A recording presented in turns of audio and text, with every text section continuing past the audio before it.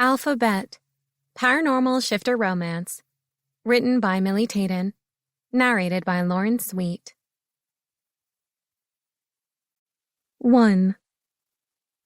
Aaliyah Gray had her arm wrapped around her enemy, her hand resting inches from his groin.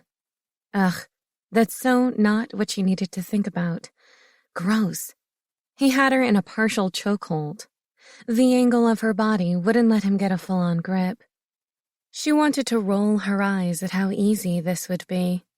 He cursed her under his breath. The mathematical formulas ran through her head with barely a conscious thought. That was the problem with being a math genius. Numbers flowed so naturally. She didn't realize how much of a geek she was being, not until someone pointed it out, which happened all the time. DMG equals attacks damage times, parentheses, 1 plus DDI minus DRI, end parentheses. Translation: the harder she hit in a surprise attack, the more points she got. Or she could just tag him in the balls, which would be way easier. And fun, considering what a bitch he was being right now. Aaliyah and Nico, Mom called from the kitchen store. Stop horsing around. Save the wrestling moves for Sunday. Nico, get cleaned up. Aaliyah, would you please help me finish preparing the food for the celebration tonight? You let go first, Nico said.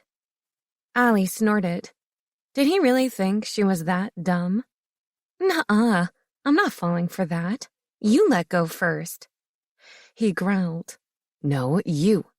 Both of you let go, Mom hollered. Nico, you sound like you're 8, not 18.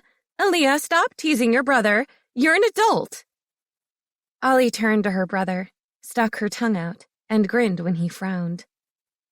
Mom called me an adult and not you. Mom grunted. I'm seriously rethinking that comment. Ha! Her brother replied as he hurried inside. Allie rolled her eyes. He was such a boy. Inside the kitchen, Mom pulled out a couple pounds of bacon from the fridge. How's teaching going? She asked, as she placed a smooth grill top over 2 of the gas burners, then laid out the bacon strips.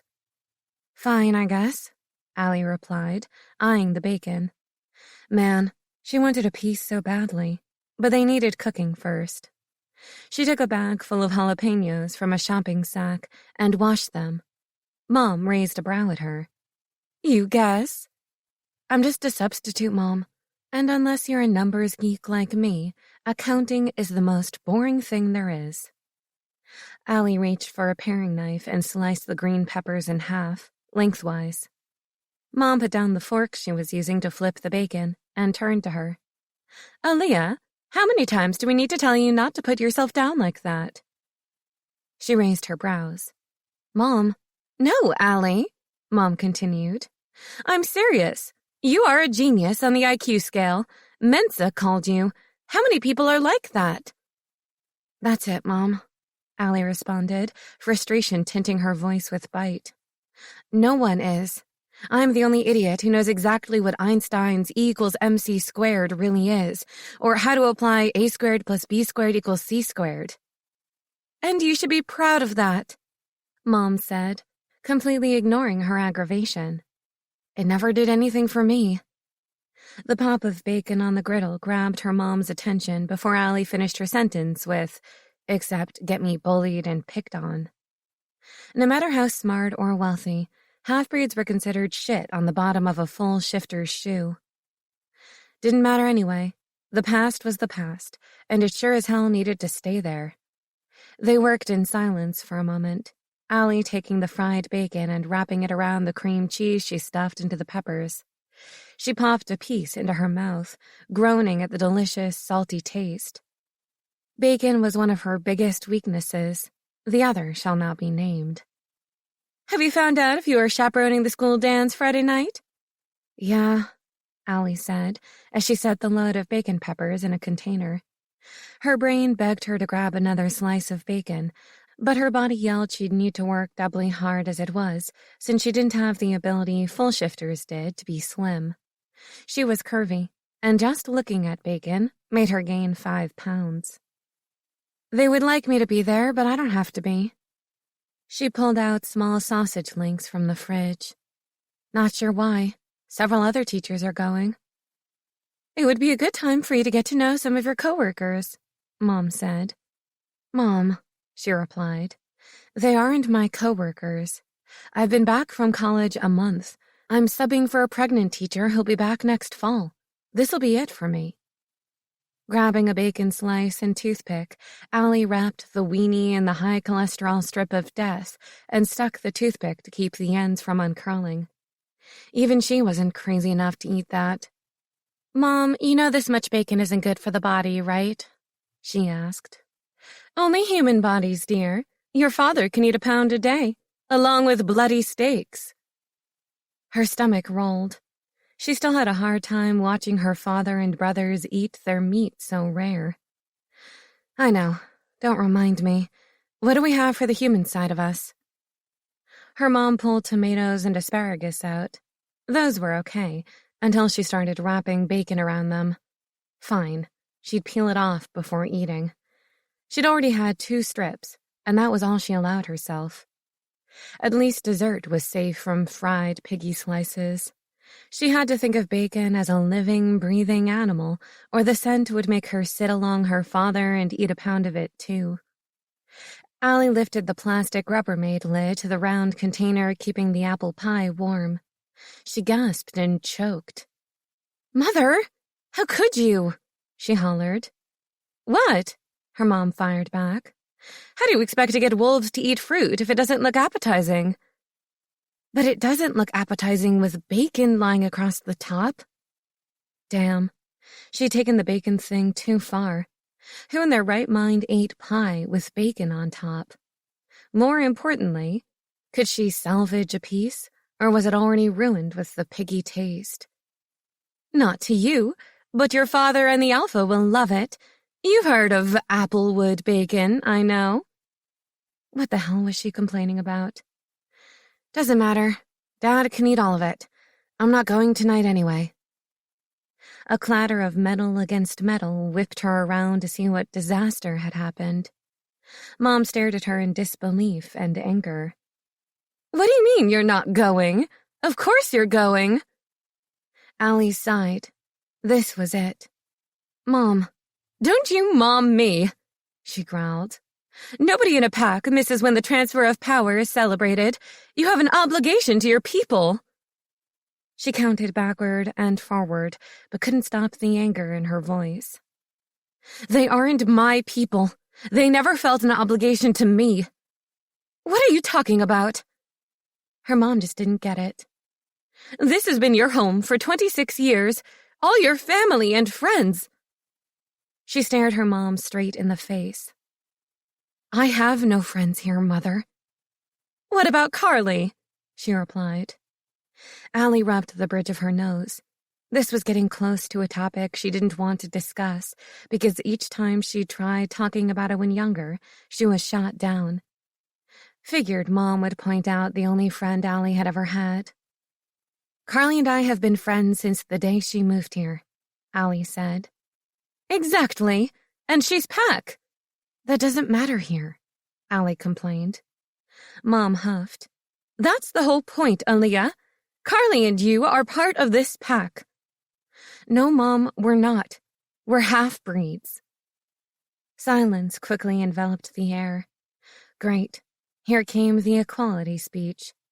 From how many times her father had repeated the same words to her, she had it memorized.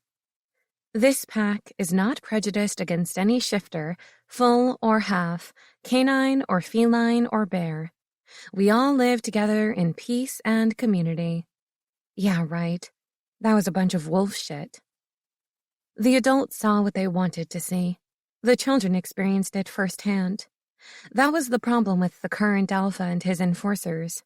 They wore blinders that blocked out everything except what was straight in front of them. All the items along the side, they missed. If it didn't go with their philosophy of how they wanted the pack to ideally be, it didn't exist. The sad part was her dad was one of the top enforcers in the Alpha's force, and she got bullied the most in school. She hated that nobody wanted to see what was right in their faces. That's where her skills in wrestling came in. She had to learn to protect herself, or she would have been physically harassed more than she was. The second time Dan laid a hand on her in 3rd grade, his face met the water puddle in the playground blacktop. If not for Dean, his twin brother, she might have let Dan drown. Her mom's stern voice brought her back from her jaunt into the past. "Aaliyah Gray, you are stronger than that." Mom pointed a finger at her nose. There she went, making her feel 6 years old again. "Have your father and I not taught you how to stand up for yourself? How to hold your head high? Do you think Junior let his half-breed status stop him?" "Mom," Allie reminded, "Junior is 6'4" tall and a professional wrestler. Nobody stops him." "Should be the same with you, too." Sure, Allie was fine with that, except she was the exact opposite. 4'6" until her freshman year in high school. Her ultimate height ended up at 5'2", and being a little fluffy, which she was happy with, but she hated tiptoeing to see over people when she was in the back of things. She was so far from what regular shifters looked like, it was no wonder everyone had picked on her. Female shifters were tall, slim, and strong. Thank goodness self-defense had come to her rescue. "Speaking of Junior," Mom continued, "he's coming in from California, especially for this. If he can take time from his busy schedule to attend, so can you." She glanced out the window toward the driveway. "I expect him any time." Well, damn. That really pooped on any excuse she could give. If Junior could bother himself and his WWE fans, she could get her ass out of the recliner. "Besides," Mom went on, "it's been years since you've attended a meeting. New shifters join the pack all the time." Oh, God. Here it comes. She wondered when her mom would get around to talking about her finding a mate. This was a record, over an hour before the first hint. Her mom continued, "Your mate could be there and you wouldn't know it because you're never around the pack, especially after your freshman year in college." The issue was she wasn't attracted to anyone. A potential mate, anyway. She'd always had the hots for the Alpha's son, but he didn't. Ever since she took him down on the field, he'd been the only one for her. And that was her second weakness.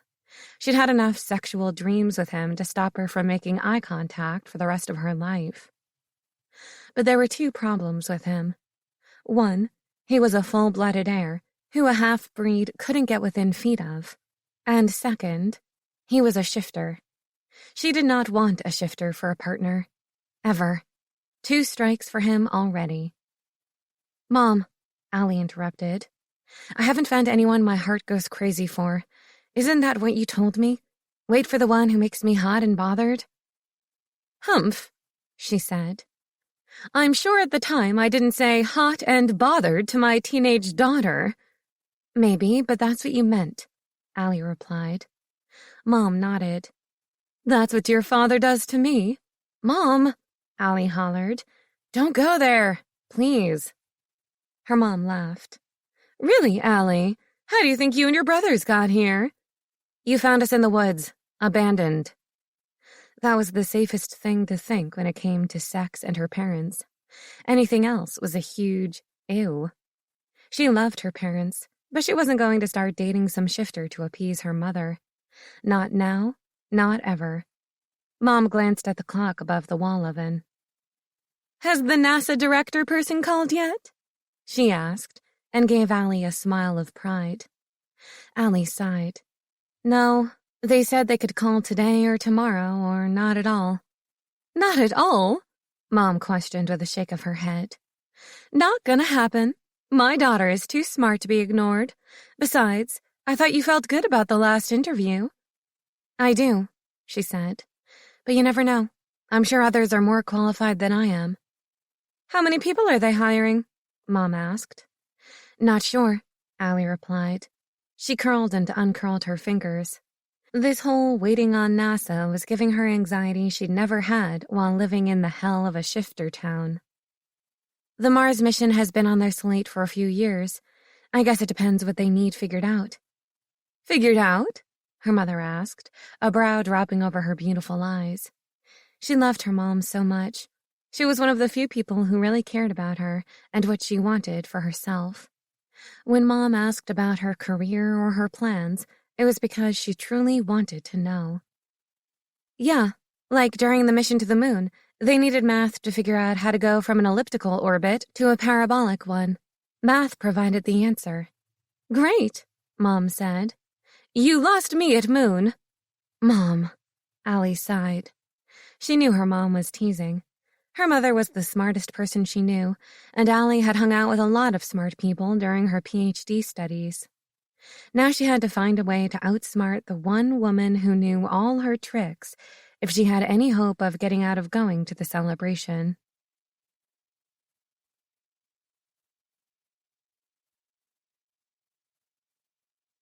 Two. Well, so much for getting out of going to the ceremony tonight. She should have known better. Before she could get out one excuse, Allie's mother sent her to her apartment to change. She set her keys and phone on the granite bar separating the small apartment kitchen from the living area. There was an hour before she had to leave. Since she liked being low maintenance with her hair and makeup, she could shower and be ready in 30 minutes. Maybe a half-hour nap was in order. From the counter, her cell phone rang. She sighed, knowing it was her mother making sure she was getting ready, and clicked the green icon before even picking it up. Yes, Mom, I have plenty of time, and no, I'm not wearing a dress, she said. Not a problem, a deep male voice said. We're fine with pantsuits, but the others may frown on you calling me Mom. Aaliyah's mind scrambled into a blank. She had no idea who this man was. She looked at her phone's caller ID and saw NASA. She eeped and bobbled the phone between her fingers before it finally fell on the floor. In a spastic huff, she scooped it up. I'm so sorry, she said. I thought my mom was calling me back to make sure I didn't accidentally on purpose, miss. She was babbling. Fuck. I'm sorry. I'm jabbering on about things you have no concern.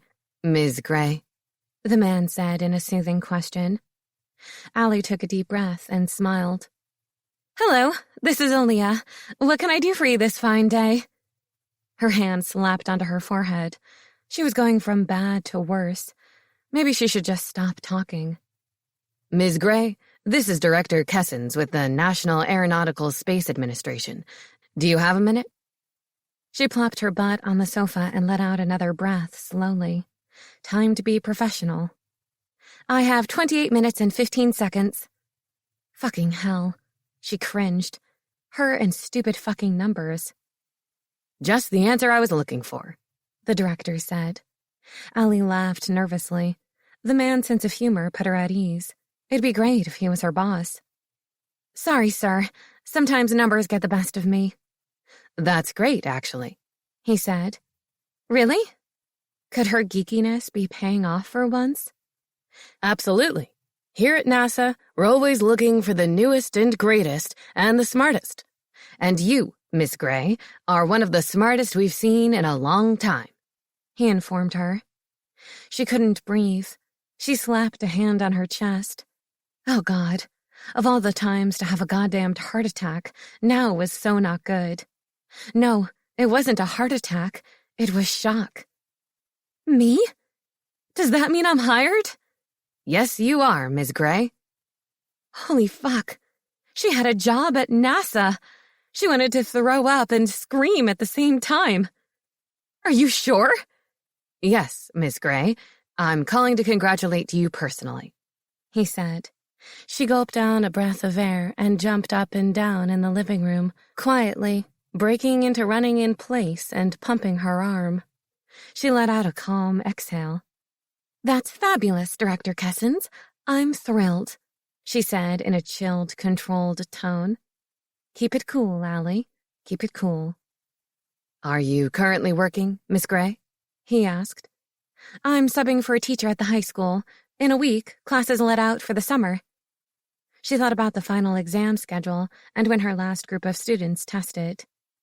"The week after next would be great for us," he continued. "We'll have time to get your office set up and business cards ordered." Oh my God, business cards, with NASA on them. She was definitely going to throw up or pass out, or both. Her lifelong dream was coming true. After so many years of hard work and putting up with shit kids shouldn't have to, her dream was real. "Miss Gray?" he heard Director Cusson say. "Yes? I'm sorry," she spurted. "Did you say something?" She really had to get her shit together. This guy was getting the worst first impression ever. She'd be lucky if he didn't rescind the job offer. "Only that a follow-up email will come on Monday with the official offer and such. I just wanted to personally call and congratulate and welcome you." There was laughter in his tone. "Thank you, Director Cussons, so much. I look forward to meeting you all soon," she gushed. "Same here, Miss Gray. Have a great weekend." "I so will." She hung up before she said one more dumbass thing. She was going to work for NASA. Holy fucking shit. Yes! Thrusting open the sliding door to the small balcony, she stepped out and screamed. She was going to fucking Mars. Well, not really personally, but she'd be working on getting someone there. She plopped back on the sofa, her heart thudding so quickly she waited for it to trip and completely stop. Her life was never this exciting. It couldn't get any better than this. She looked around for someone to share the news with, but as usual, she was alone. That was a cloud on her super sunshiny moment, but that was all right, right? That's how she wanted it, yes? She didn't need some egotistical, abusive shifter male telling her what she could and couldn't do. Nope. Those shifter men were too strong and too macho and way too big for someone like her. Plus, they looked at her like she was missing a limb or diseased when they found out she was a half-breed. Carly was who she needed. But her best friend was probably at the celebration already, seeing that her family was hosting the whole shebang. How she and Carly hooked up as best friends was a miracle in itself, seeing Carly was the alpha stepdaughter. But her best friend was still a halfer. Carly's father was human, which doomed her in the eyes of the upper echelon. Assholes. Only full-blooded shifters were good enough for them.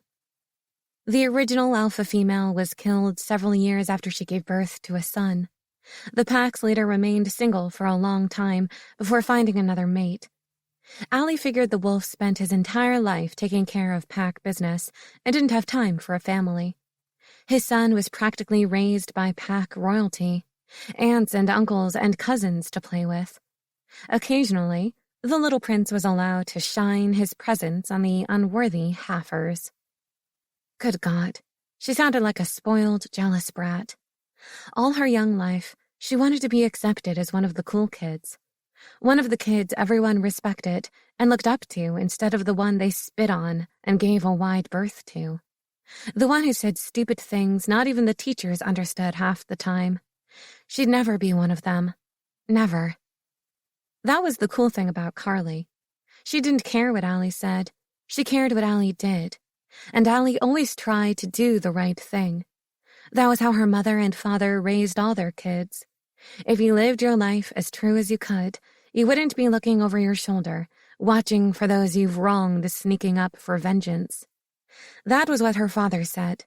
He was one of the most trusted men in the pack, so he must have known what he was talking about. Allie sighed and glanced at the wall clock. Shit. Her 30 minutes were up. She sprang off the couch and headed to her room to get ready for the last pack event she'd ever attend. After tonight, her life was going to be absolutely perfect. She'd be gone from this shifter hell, and nobody was going to stop her.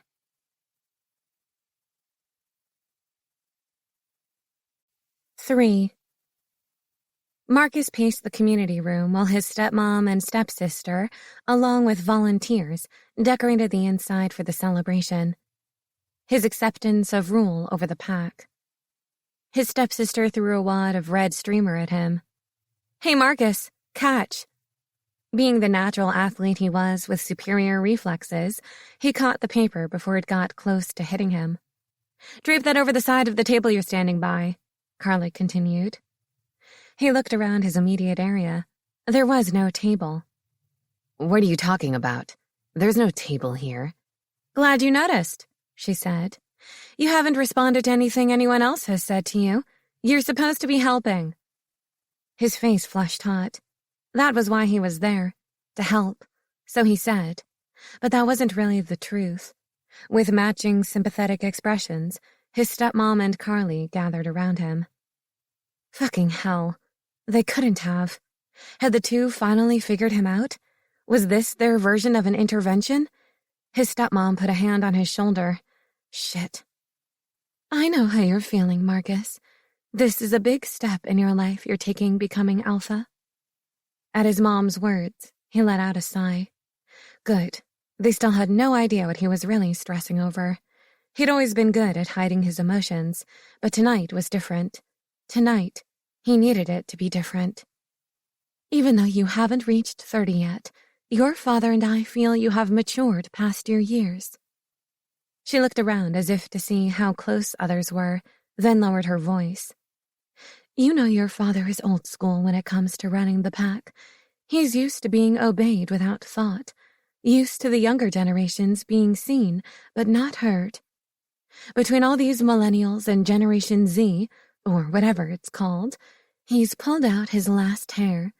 He just doesn't understand where they're coming from, and the young ones definitely don't understand the older ways. They question everything, and some things you simply don't change just because it's old. I know, Mom. Even though his father's wife wasn't his biological mother, he called her Mom out of respect and the fact he really liked her as a person and guardian. She was right with everything she said, but that meant shit right now. The event was the last thing on his mind. It's still a big step, but I'll settle down and be fine in a bit. He gave her his best, I love you and I'm innocent of any wrongdoing this time, smile. She leaned in and kissed him on the cheek, then went back to taping decorations to tables. With a huff, Carly grabbed his arm and dragged him toward the door. What's wrong? His sister rolled her eyes at him. I'm gonna puke, she said. Stepping outside and looking around, Carly closed the door behind him. Fists on her hips, she cocked an eyebrow. Fess up, big bro. He frowned, but when she only attempted a half-assed glare, he laughed. Maybe his little sis wasn't as clueless as her mom. What? You know as well as I do that the whole conversation with Mom was a bag of wolf shit. He folded his arms over his chest. Okay, so what exactly am I supposed to be telling you? Oh, come on, Carly droned. You're not one lick nervous about taking over as alpha. You were born for it. She poked him in the chest, a dimple showing when she grinned mischievously. You're stressing out over Allie being here. He gave a quick glance around to make sure nobody was watching or listening. Once he knew they were completely alone, he yanked her away from the building and behind a tree. He pointed a finger at her sternly. You swore to me you'd keep it secret. And I have. She frowned. I don't go back on my word, Marcus, even though I think you've been an idiot the past several months. Why not just tell her she's your mate? Mom and Dad will get it. Nature chose her for you. Everyone else who complains can go to hell. That's not the issue, and you know it. He growled. He wiped a hand over his face and stepped back. This was a lot harder than he expected. He didn't talk feelings with anyone. Then what is it? Carly asked. You're acting like a boy in high school. He looked at her like she was crazy. Did she forget Allie and who she was? Allie's personality? What Allie was adamant she would never do? Don't play dumb, Carly, he replied. You're her best friend. How many times has she told you she's never marrying a shifter and hates this pack? His chest tightened. Fuck, now he was getting nervous. He'd rather fight every male in the pack than hear Allie tell him to go to hell. She'll reject me outright. His sister sighed. Marcus, you know what Allie, and to some extent, I had to go through growing up. We're halfers. Rage filled him with hearing that one word. He turned on her. I don't ever want to hear that word come out of your mouth. You know how I feel about every person in this pack, full-blooded or not. We are equal and will be treated the same. And that's one reason I love you as a brother, Carly said with a smile. But you're one of the few who think that way, Marcus. Whether you like it or not, Aaliyah was tormented every day of her life for just being alive. How can she not hate those who did that to her? And when she reached out for help, the elders dismissed her as a child, exaggerating friendly teasing from peers. That's why she feels no love for the pack, Carly explained. She was right. He had no chance with Allie, but his animal demanded his mate. And Marcus was tired of waiting until things changed. It was now or never. From what he'd heard, if he waited any longer, it would be never. Allie was thinking of leaving, and he had to move fast or risk losing her. He couldn't imagine life without her there. Giving her time had been hard enough. Now he had to figure out how to change her entire way of thinking. He'd need a fucking miracle. And that's why she'll reject me without a thought, Marcus said. Why should I tell her she's my mate and be humiliated? He paced in front of his sister, hands closing into a fist. If she could only smell the mating link like I can, then this all would be moot. But she can't because she's a... He looked at his sister, silently warning her with his eyes. She didn't finish the sentence. Yes, he knew Allie's mother was human, but that didn't matter to him. Not to Marcus, the man, and definitely not to his wolf. Allie was Allie. His. He didn't really think it mattered to others. He never saw kids picking on the half-breeds, never saw discrimination against those not full-blooded. His father taught him a shifter was a shifter, and all shifters heeded the calling of the moon, shifting or not. But his time around most kids had been limited.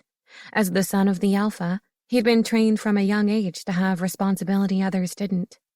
When other kids had been playing, he'd been learning pack laws, training, or spending time with his father to learn all about running the best unified pack. Carly sighed. You know, brother, I think your problem is you're wearing rose-colored glasses just like the elders. What does that mean? He snarled, his patience wearing thin. He slammed his hand on the side of the tree and wished he could make the reasons Allie hated the pack disappear once and for all. That you want to see this pack as perfect, just like your dad does. Instead of seeing others bullying from a distance, you see them as talking and playing, maybe getting a little rough. Instead of realizing why only full-blooded kids play cricket and rugby while half-breeds play football, you choose to see it as preference. We half-breeds are given no preference, Marcus. Carly's rampage hit him square between the eyes. Was that true? Was he seeing only what he wanted to see? That his father reigned over a perfect pack? That he would reign over a perfect pack? Damn it, this wasn't what he wanted. Why didn't you tell me all this a long time ago? You knew I'd take over one day, he demanded, his voice growing rougher with his animal. Carly cocked a hip at him. Really? She commented, not at all afraid of his shifting tone. And back then, you would have done what, exactly? Fuck. He didn't know. Should I have told you during high school? She went on. When you were focused on girls and sports and grades, after Mom got on your ass for failing a test? Or maybe college, where I never saw you except on holidays when you were still focused on girls and sports. Then there was when I was in college and never saw you but on holidays. Okay, he huffed. I get it. I was too into my own life. But I was growing up. What do you expect? He hated that he'd been so self-involved back then. He should have paid more attention to what was going on with his sister and others that might have needed his help. I expected nothing, Marcus. That's why I couldn't tell you what was going on, Carly answered. You didn't get your head out of your ass until last Christmas when you saw Allie as an adult for the first time. God, he was so self-centered and spoiled before that time. Being the alpha heir, everyone wanted to be in his favor, wanted to be his friend, would do anything for him, including the women who fell at his feet. All except Aaliyah. He met her when she tackled him in a kid's game of football in their youth. Being quarterback, he'd never been tackled so roughly, by even the boys. When her arms wrapped around him, the momentum of her weight thrown against him sent a mysterious shudder through him before they slammed onto the ground. She stared into his eyes for a heartbeat, then was gone. Only in hindsight did he understand what that shudder was, the first touch of his future mate.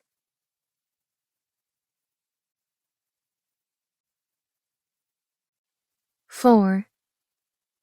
Allie pulled into the parking lot at the community center where the ceremonial celebration was taking place. She squeezed the steering wheel hard until she had it in a white-knuckle grip. God, she could use some ice cream right about now. A milkshake would be good, too. Fuck. Thinking of comfort food wasn't going to help. Things were bad when she was ready to stress-eat her way through everything from pancakes to milkshakes. With a deep breath, she forced herself to let go of the steering wheel. She was purposely late so everybody would be inside eating when she arrived. She hated when folks stood outside talking before or after events, and she had to walk through them to get where she was going. Even though her senses weren't as sharp as full-blooded, they were far superior to humans, and she heard the snide remarks as she passed by. If being a halfer wasn't bad enough, she also possessed another sarcasm-inducing quality, being too smart, knowing answers to questions that normally didn't have answers. What's the likelihood of that happening? What's the chance you'd get struck by lightning? What are your odds of winning that? She knew the answer in a heartbeat, and for a while, she told others the answers, until she learned she freaked them out. People feared what they didn't understand, and hated what they feared. That came out loud and clear to her every time she walked past others. The only open parking spot was far in the back. Like Mom said, nobody missed the celebration when the new Alpha was brought in. She hadn't seen Marcus Nero in several years, except for a couple hours one day before last Christmas. That avoidance was on purpose. What that man did to her. Just thinking about him made her undies wet and stomach tighten in preparation of an orgasm. How could his name and a memory alone do that? Geez, was that sad or what? So hung up on someone that nobody else even compared, and she'd never find a mate she'd love.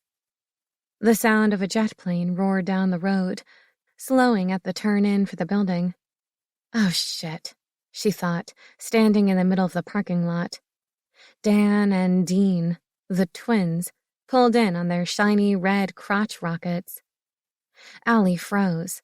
If she didn't move, hopefully they wouldn't see her. The two rolled toward the front of the building. Allie released her breath. As if he heard her, one of the helmeted bastards looked her way. He pointed at her and his brother turned. Her heart skipped. Next thing she knew, both bikes were coming at her. She had a split second to decide if she ran for her car or the front door. Being closer to the building, she sprinted that way. Well, sprinted as fast as sandals on gravel and being fluffy allowed, which wasn't very fast. Allie darted out from a row of cars. One of the brothers revved his engine, coming straight at her. She hurried to the next line of vehicles, but not before the motorcycle spun its rear tire around, spitting rocks and dirt at her and the cars. The windshield next to her cracked, then spiderwebbed. Someone was going to be pissed. A couple of rocks hit her in the head, but not hard enough to cause anything but a headache. Ducking down, she dashed across another row. The cycles paralleled her at the end of the line. One turned down the lane she stood in, racing at her. Allie dove for the next row, keeping on her feet, stumbling through to the other side. There, the other guy zipped in front of her, his arm straight out, knocking her to the ground. She heard laughing, not sure which brother shoved her down. Before she could get up and run, both brothers had her trapped against the back of an SUV. "We're sorry," one of them said. "Did you trip, heifer? Fall on your fat ass? Shouldn't have hurt with all that cushion. Let's have a look at it all again." He reached toward her chest. She slapped at his hands. "Get away from me, you dick!" The other biker put his feet on the ground and thrust his hips back and forth. "He's got a dick. I got one too, Miss Brainiac. Let's finish what we started. I'd love to finally pump into all that cushion. He grabbed his crotch and gave it a squeeze. Allie fought throwing up. Assholes. The whole fucking pack was full of them. The bastard twins referred to an event during her freshman year in college. She suppressed those memories, never letting them surface enough to touch her consciousness. The only thing you pump, asshole, is your brother's backside. She took off running before either man reacted to her smart-ass remark. Behind her, engines revved again, gravel flying. Reaching the grass, she ran through the swings in the playground. The brothers exited the parking lot, heading for her. Pumping her arms, she was determined to make it to the door before the bastards caught up with her. If worse came to worse, she'd launch herself at one of them and put them into a wrestling hold until they passed out. Of course, the other brother could get her, but whatever. Almost there, she glanced toward the bikers. Her brain immediately judged the angles, speed, and distance, and the calculated result was not in her favor. Shit. This was so not good. Just then, the door to the community center opened, and her mom stuck her head out, looking at the motorcycles. Allie slowed, knowing she was safe. The brothers were too smart to do anything in front of others. That was the only thing they were smart about. "Hey, Mom!" Allie called out. Her mom startled, then turned to her. "There you are," Mom said. "Hurry up! Everyone is eating already." The Double D jerks parked their bikes on the grass. Taking their helmets off, both glared at her. She smiled tightly at them and jogged to her mom. She couldn't wait to leave this godforsaken town forever. Before going inside, she took a deep breath to calm her nerves. Over the years, she'd gotten good at sucking in her emotions and the sense that accompanied them to save her from humiliation. Now was the time to do it again. The twins caught up to her and her mother, and Dan actually held the door open for them. "Thank you, Daniel," her mother said to the prick. He smiled sweetly. "You're welcome, Mrs. Gray," he replied. After Mom passed him, he sneered at her. She flipped him off. His hand shot out, but she snapped her arm back. Mom looked over her shoulder at them and raised a brow. Nothing but innocent faces. Though Allie knew how close to the surface the boys' wolves were. "Everything okay?" Mom asked as she led Allie to their table toward the back of the huge gathering room. "Yeah, everything is fine." Allie shrugged, trying to act like nothing had happened. This was how it had always been. Her word against those considered well-behaved members of the pack. Everyone thought she'd been dramatic, and nobody believed her. She'd stopped trying to tell anyone when someone mistreated her. All she could do was defend herself and stand up to bullies on her own. The delicious smell of seared beef filled the room. She took a deep breath, letting the various spices settle on the back of her tongue. Looking around the room, her eyes guesstimated the attendance. 10 at a table. 97 tables, approximately, give or take one. That was about right. About a handful of folks weren't there. She wondered what excuses they had. She'd have to use one next time. "Here, sit," Mom said, pulling out a chair. She slid a dish piled with food in front of Allie. "I made you a plate. I knew everything on the buffet would be gone by the time you decided to arrive." Allie rolled her eyes, but smiled at her mom's thoughtfulness. She'd miss her mom when she moved.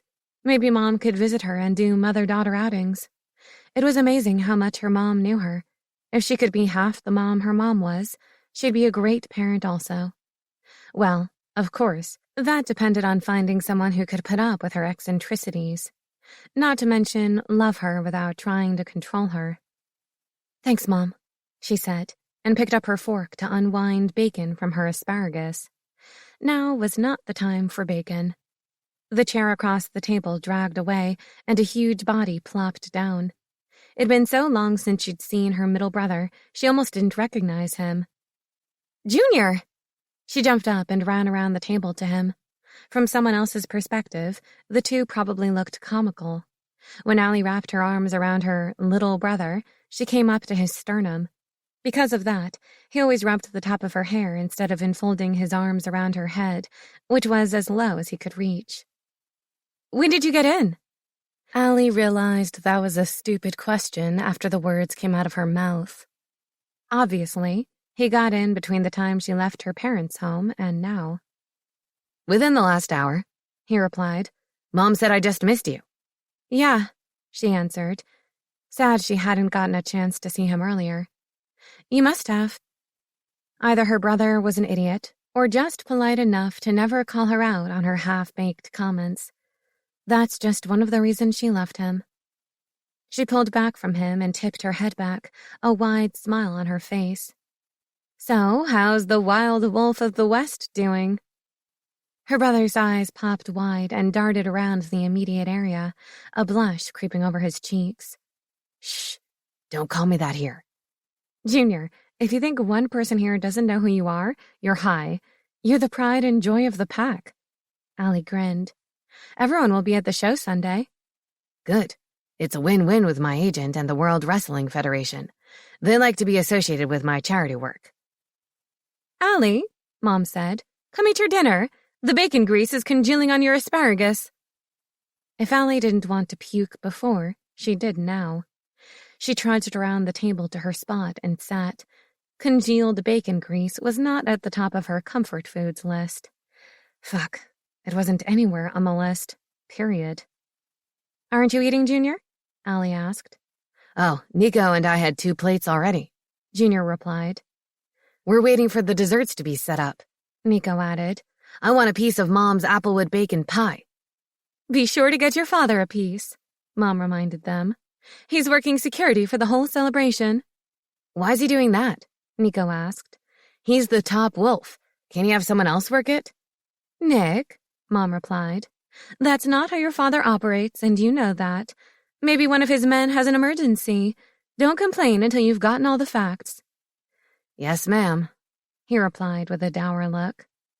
Behind Allie, a familiar voice sounded. It's about time you got here. Carly, her best friend, walked toward Allie's family at the back of the room from her prestige table at the front of the room. Carly, Allie smiled. I've been here a full 10 minutes. Where have you been? Her friend laughed and covered her mouth with her hand. I've been sneaking apple pie from your mom's container in the kitchens. Hey, both boys said together. Don't worry, I only sucked up the crumbs that fell to the dish. From the expressions on her brothers' faces, Carly about had a mutiny on her hands. Allie pulled her down into the empty chair meant for her father. Now that everyone is here but Dad, Allie started, I have something to tell you. Her words snapped the other 4 heads at the table around. She seldom used such a serious tone. Junior looked at her. You're pregnant. You're secretly a dominatrix and have a dungeon where you have guys in latex crawling on the floor calling you mistress. Nico said right after. Mom screeched, and Carly slapped Nico on the arm. She should know better than taking a breath when saying something like that. Her family would always go for the crazy guesses. Nico, really? She rolled her eyes and glanced at her other brother. No, Junior, I'm not pregnant. I don't even have a mate, she said, disgusted. You don't need a mate nowadays. You're right, Allie commented, trying to gather some patience for the brother she loved, but was currently driving her crazy. But that's not it. Mom gasped. You got your phone call? Allie nodded, a smile tugged at her lips from the happiness. When I got home. The boys glanced at each other. What phone call? They said in unison. The women waved them off. What did they say? Carly half yelled, bouncing in her seat, her eyes wide with excitement. Don't hold us in suspense. Basically, Allie said, trying to stop from running her words. I'll be moving to Houston, Texas in a week. A week? The entire table of family replied, a gasp of shock sounding with the question.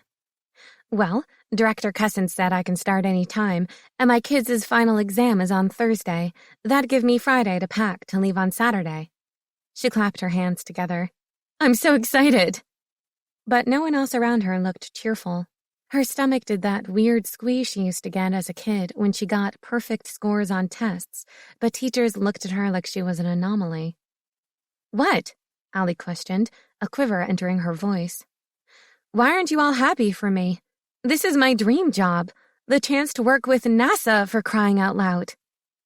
Carly hugged her. We're all very happy for you. It's just so fast. I thought we'd have the summer to enjoy before you left. That's all. Her mom leaned over and put an arm around Allie's shoulders and squeezed. She's right, dear. I wasn't expecting you to leave so soon. Houston is 1,000 miles away, and I think your apartment across town is too far. Oh, okay. So it was missing her they were concerned with. For a second there. She waved that insecurity away. Her family had always loved her the way she was. They were the only people who did. Mom, I've been gone before. I was at college for 8 years to finish my PhD, she replied. Yes, but you were still close enough that your father and I could get in the car and see you anytime we wanted, Mom informed her, her voice growing thick. You'll be so far away. A sniffle came from her mom. Allie hadn't thought about not being able to see her family whenever she wanted. And with Nico going to college in the fall on a full wrestling scholarship, the house would be empty. She decided to keep that realization to herself for the moment. Mom, Junior said, scooting closer to her. It'll be all right. I have shows in Texas a lot. That state loves their WWF wrestlers. I'll check on her. She turned to glare at her brother. I don't need to be checked on, Junior, she told him. I'm a capable adult. And besides, I'll come home more often than I did when I was in school. I promise. Mom patted her hand. I know. It's fine. It's great, actually. I'm so proud of my daughter working to get humans to Mars and a son who wears his underwear in public. All at the table erupted in laughter, except Junior, of course. Mom, it's not underwear. It's a costume. Mom winked at him. I know, dear. I'm just teasing you. It does look like colorful underwear, though. Junior sighed and rolled his eyes. Hey, Junior, Carly called. You're a wolf person in the ring, right? Do you use your real fur, or is it part of the costume, too? It's my own, he replied. I pop it out as soon as I'm dressed. What about your face? Carly asked. Obviously, I don't shift anything. Just have the fur covering thick enough to hide my identity. Wow, you can do that? As a halfer? Carly said. Mom glanced at Allie and Carly with a warning glance. Sorry, Mrs. Gray, she replied.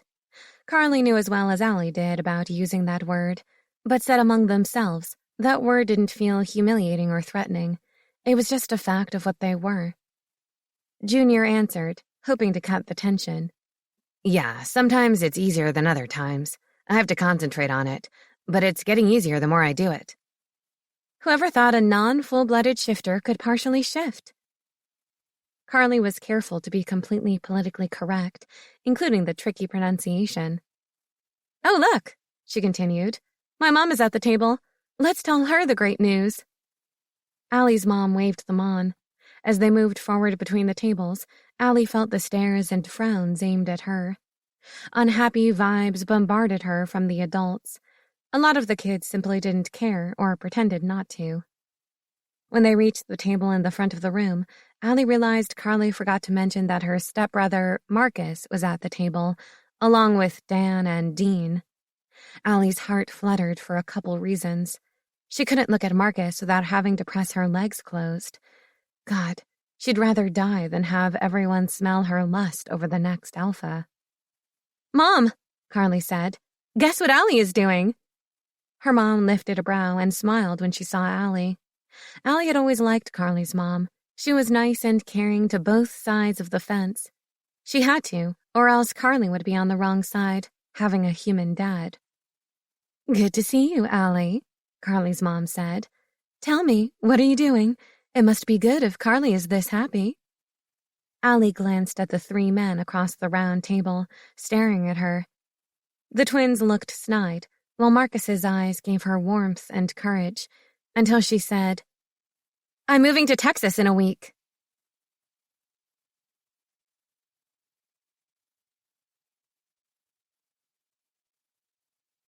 Five.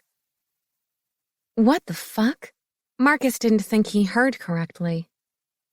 His stepmom asked the only woman he wanted more than being alpha standing with his half-sister. "Texas? You're moving that far from the pack?" His heart fell into his stomach. She was leaving. So goddamned far he wouldn't see her anymore. He grabbed onto his emotions, keeping them neutral, holding his scent normal. This shouldn't be happening. She couldn't leave him. She was his mate. He held his animal in check. It was damn hard. The wolf wanted out to demand she realize she was his. Memories carried him back to that one night, that chance meeting that changed his life forever. Ugh, he hated this last-minute Christmas shopping. He didn't know why this seemed to happen to him every year. Maybe because he had too many lady friends he kept on a line strung out God knows how long. Nah, couldn't have too many girlfriends. Never knew if one of them might suddenly become his mate. Which couldn't happen. And he knew that. Your mate was born your mate. It didn't unexpectedly occur out of thin air. But until he found the one for him, he'd keep hoping someone he knew would be his mate. Plus, if gift shopping on December 24th wasn't bad enough, he had a party to plan at his home for that night. That was where his group of women paid off. He texted Charlene and Maple to buy finger foods, Rhonda and April to help the DJ set up, Kathy and Stacy to get the hot tubs going, and Dean and Dan to buy the liquor. Couldn't leave that to a chick. He'd made that mistake once. They came back with all kinds of fruity drink shit and a box of small umbrellas. He rounded the corner to Saks, still texting, and suddenly found himself on his ass, sitting in 4 inches in snow. A surprised gasp in front of him drew his eyes to the person he slammed into, and she smelled fabulous. Looking at the woman lying on her back, bundled up from head to toe with a coat and hood, gloves, a scarf covering her nose and mouth, he had no idea who she was, except his mate. Marcus jumped to his feet, forgetting about his phone for the first time in his life, and hurried to help his mate to her feet. He leaned over her and smiled down at her.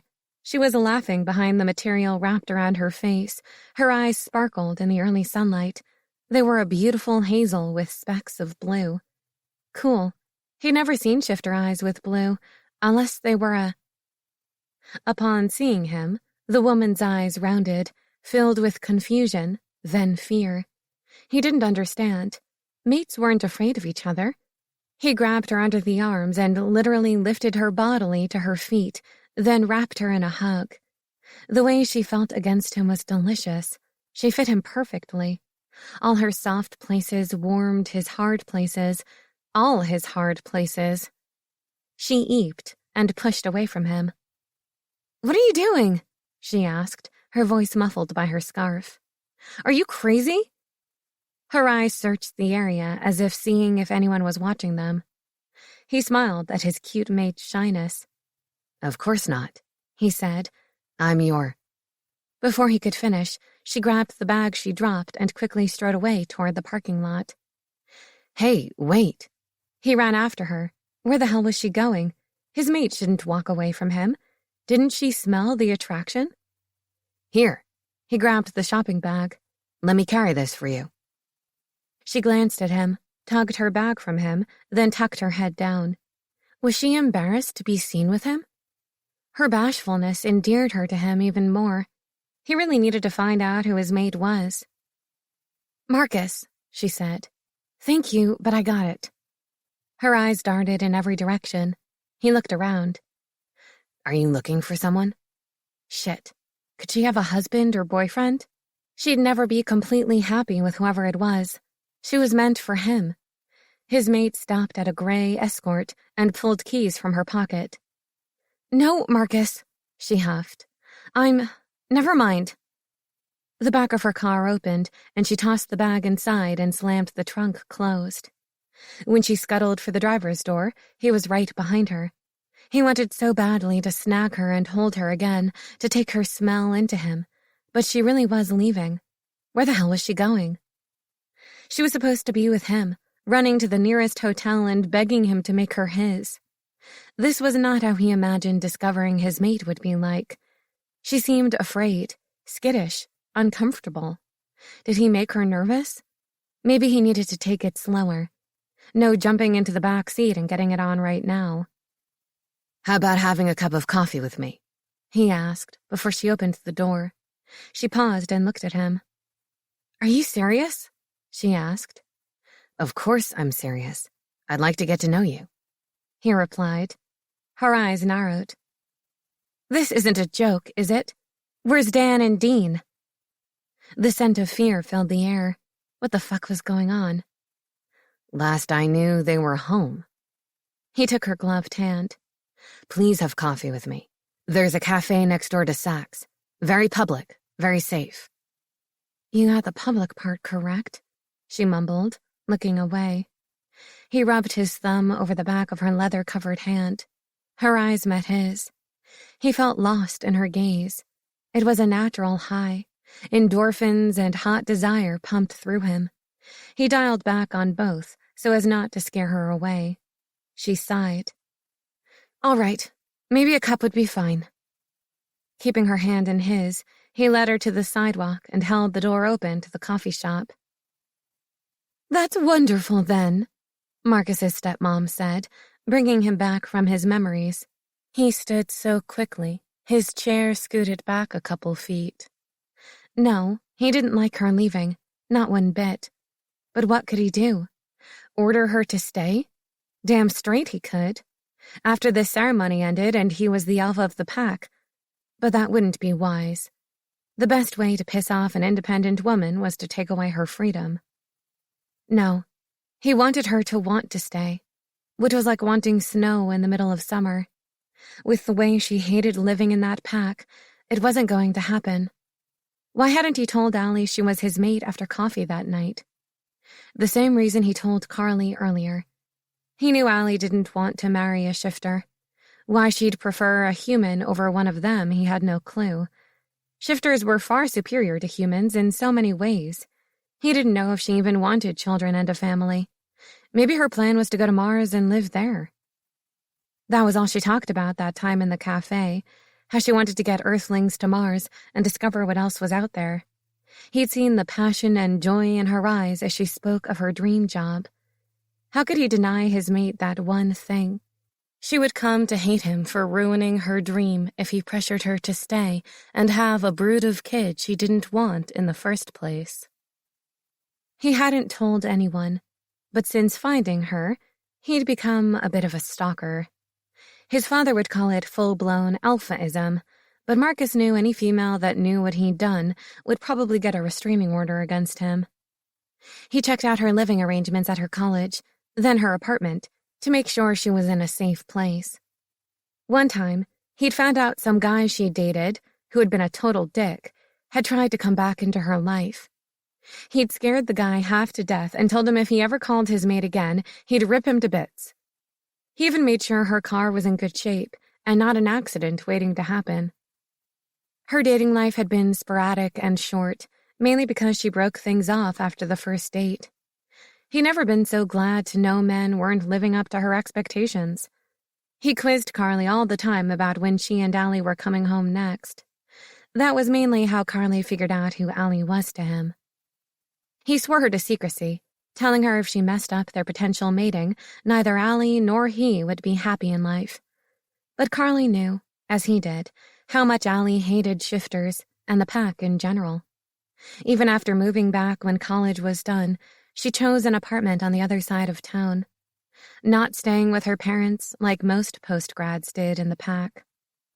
For the longest time, at every pack meeting or get-together, he watched the door, hoping he'd see her beautiful face walk in and smile at him. Though it never happened. Carly told him not to ever get his hopes up. She'd tell him if Allie was coming. And now, his mate was leaving for good, practically across the country. But she'd be happy. Her dreams were coming true. He was torn. He wanted her happiness, but to just stand by and watch her leave? Could he really do that? His wolf didn't like the sound of that and loudly informed Marcus it wouldn't let their mate go. He was kidding himself if he thought his animal would stand by and watch her leave their lives. Kidding himself big time. He needed to find a way to get her to stay, short of tying her to the bed. though that thought was quite appealing also. Uncle Marcus! He turned to see his 10-year-old niece, Shella, waiting in a line, waving at him. Her mom, Tanya, stood behind her. He realized he'd wandered to the end of the buffet, now set up with desserts. He scooped his favorite niece into a big hug and twirled her around. How's my sea, Shella? It's been a while. He set her down and looked her over.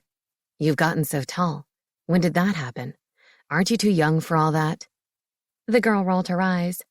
Uncle Marcus, she said. Girls mature faster than boys, sometimes by a lot, Mom says. Marcus glanced up at the mom, his older sister, hiding a smile. Did your mom give any names of boys slow to mature? He teased. The girl's eyes got large. She didn't say you, Uncle Marcus, I promise. The munchkin leaned forward and lowered her voice. Mom meant it about the twins. Marcus laughed and scanned the room for Dan and Dean. They were giving some heavy-set kid a hard time. Shella was right. Some boys still hadn't grown up. Marcus, his sister said, I need some help.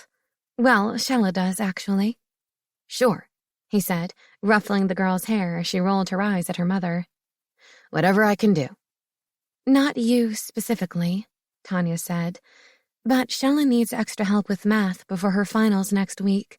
She's in geometry and all that angle stuff I hated in school. Do you know anyone who can tutor her for a few days? A big smile wiped across his face. I happen to know a math expert who would love to help out.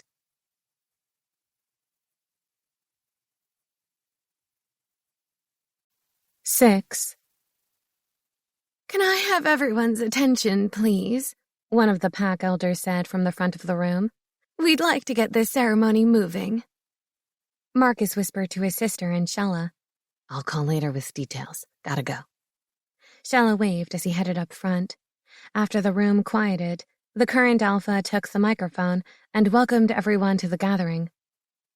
As you all know, Marcus's father began, my wife and I are at the stage in our lives where we'd like to see the world around us expand our horizons, as they say, while we're still young enough to hike a mountainside. A light laugh circled the room. Which brings us to why we are here. He paused, cleared his throat, then looked around for his son. Marcus, where are you? Get up here. Marcus jogged to the front, and his dad put an arm around his shoulders and pulled him closer. As my wife, Gabriella, and I take our sabbatical, Marcus will take over rule.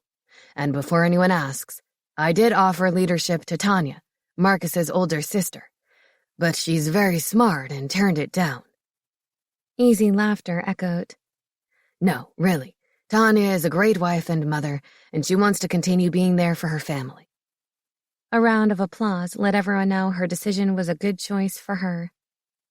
If I haven't said so in the past, we're very proud of Marcus and all he's done for the pack.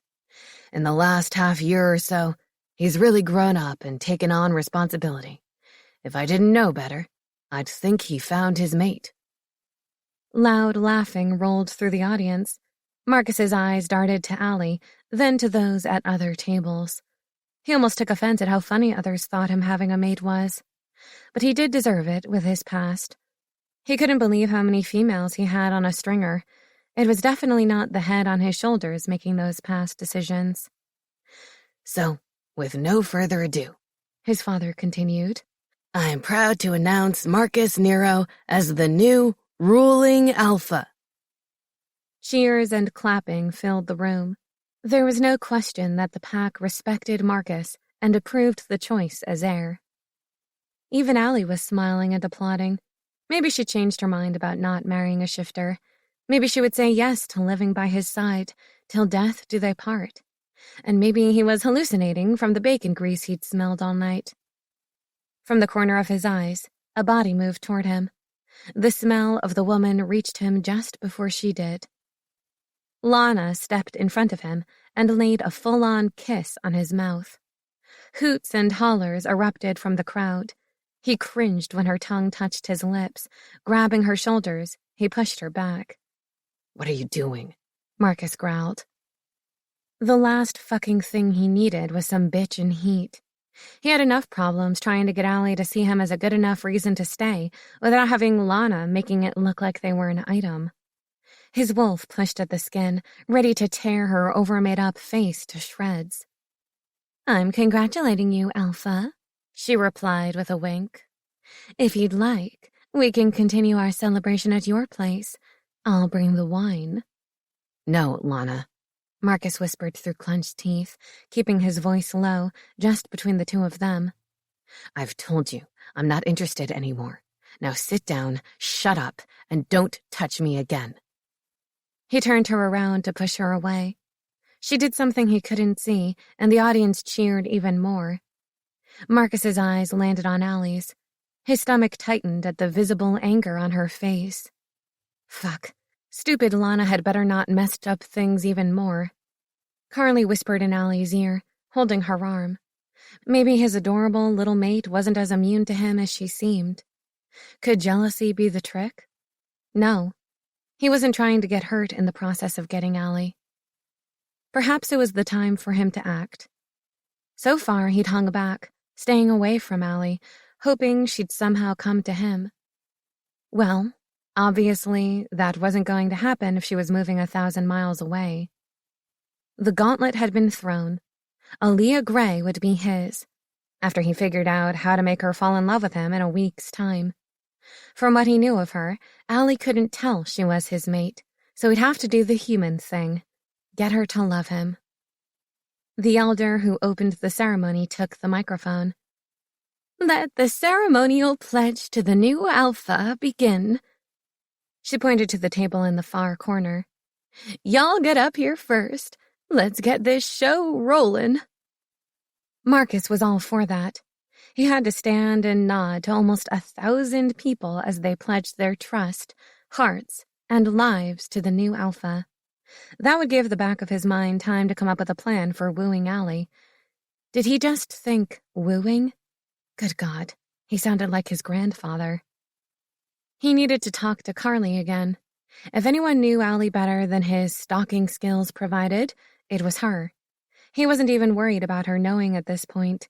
He needed all the help he could get if he planned to win Allie's love in 1 week. Person after person stepped up to Marcus, tipping their chins up, baring their throats as an act of faith and respect to the new leader. Supposedly, if the new leader didn't believe the pack member was being honest in the promise to accept the new Alpha, this was the time for the new leader to rip out their throat and remove them from the pack. Marcus figured back when the species was barely civilized, that type of culling the herd would have been taken advantage of. But in modern history, he'd never heard of such a thing ever happening, and he was positive that wouldn't occur today. Well, that depended on what Lana planned to do with her turn. Several of his family hugged him or kissed his cheek to congratulate him on the new position after they recited the pledge. Many of the old-timers shook his hand, smiles on their faces. Of course, the younger generations just fist-bumped after their recitation. The line drew shorter while the tables began to refill. His nerves stretched taut. Nervous anticipation made his muscles tense. His wolf had his nose against the edge of his brain, ready to sniff every bit of her. Allie. His Allie. He had to wipe his sweaty hands on his pants a few times. Mine. Mine. Mine. She was coming to him.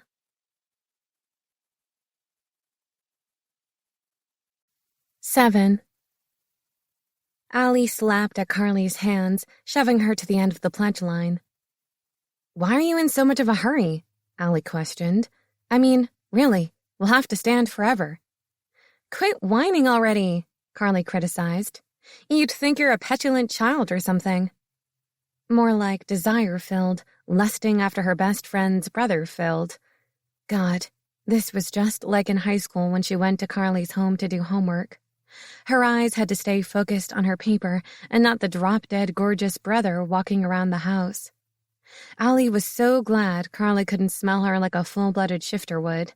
Her friend would have figured out a long time ago that she had the hots for her brother. Her. A halfer. What a joke. Everyone knew only full shifters were strong enough to shift to protect the pack. Not that it mattered a whole lot. She tried her best to stay as far from every shifter as she could, except her family and Carly.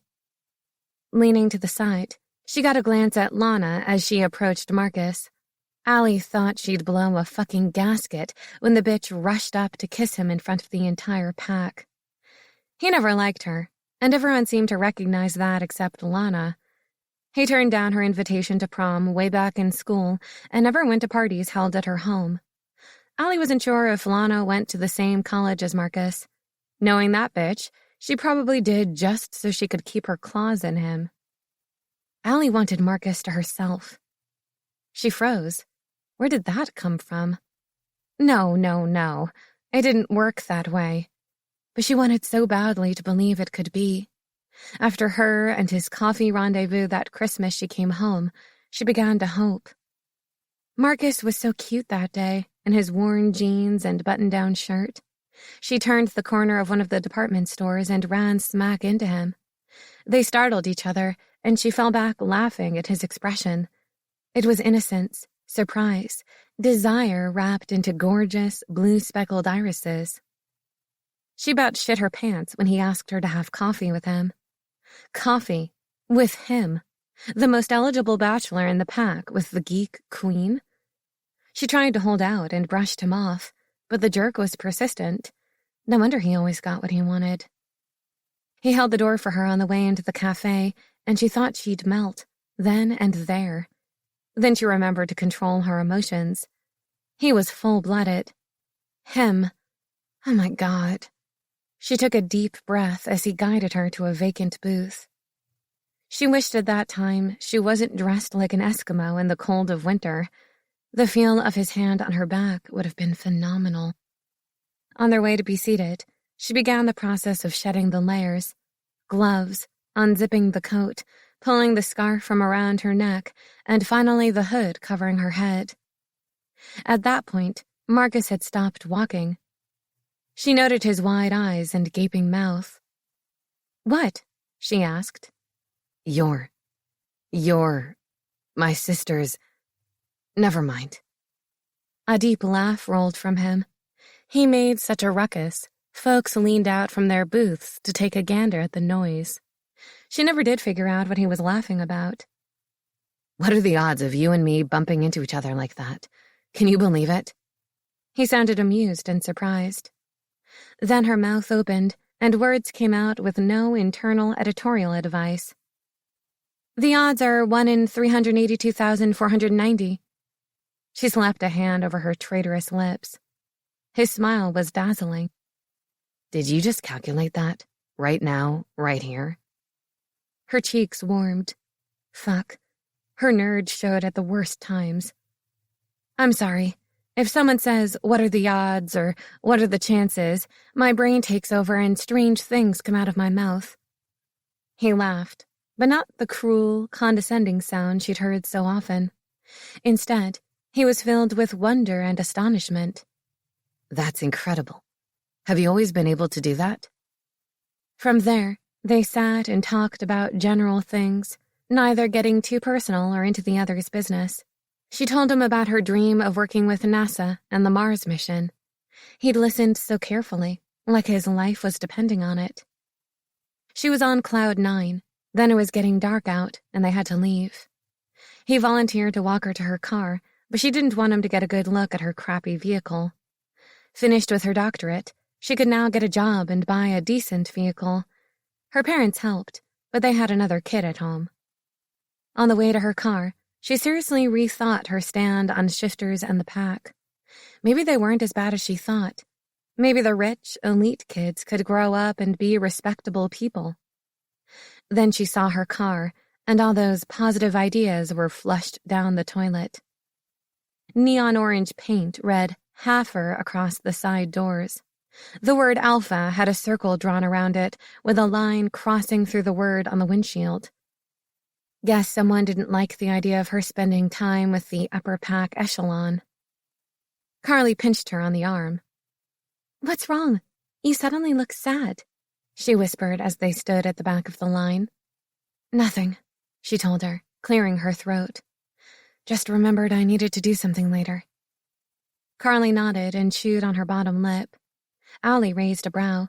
She knew that look, and it always meant trouble. What are you thinking, Carly?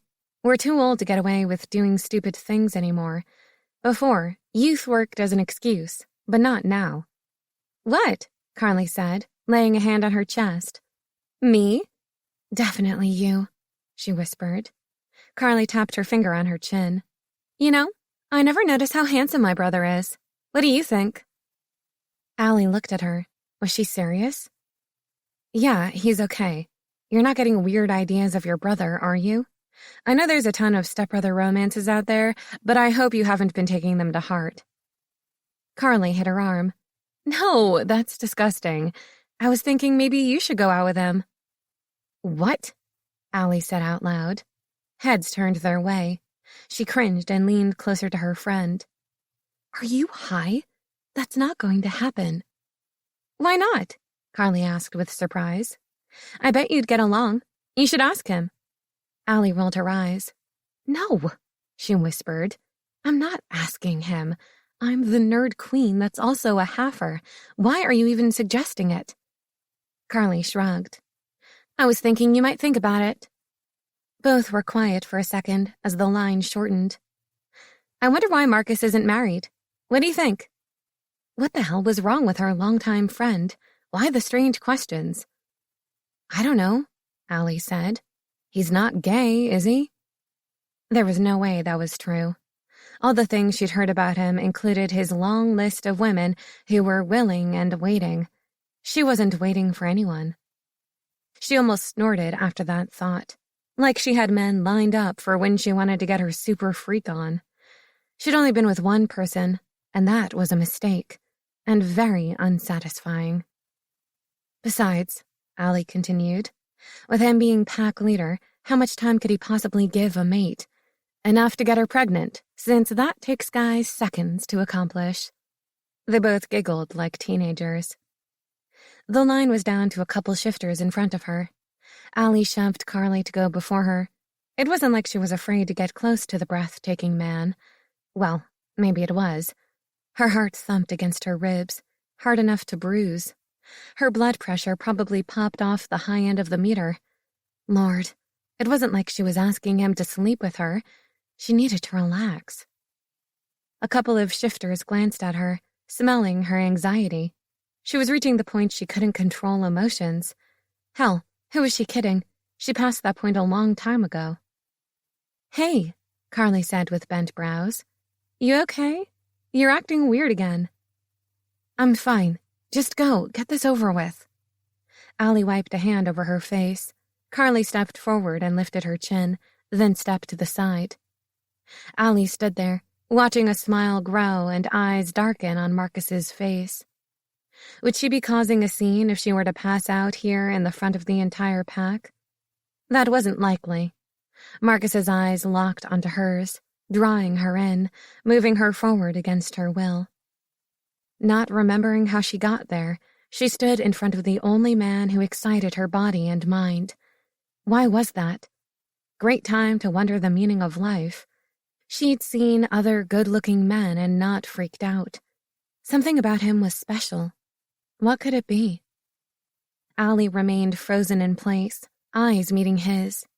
Marcus set his hands on her shoulders and pulled her to him, close enough for their chests to brush. Her boobs were rather large to coincide with the rest of her, so they still had inches between his lips and hers.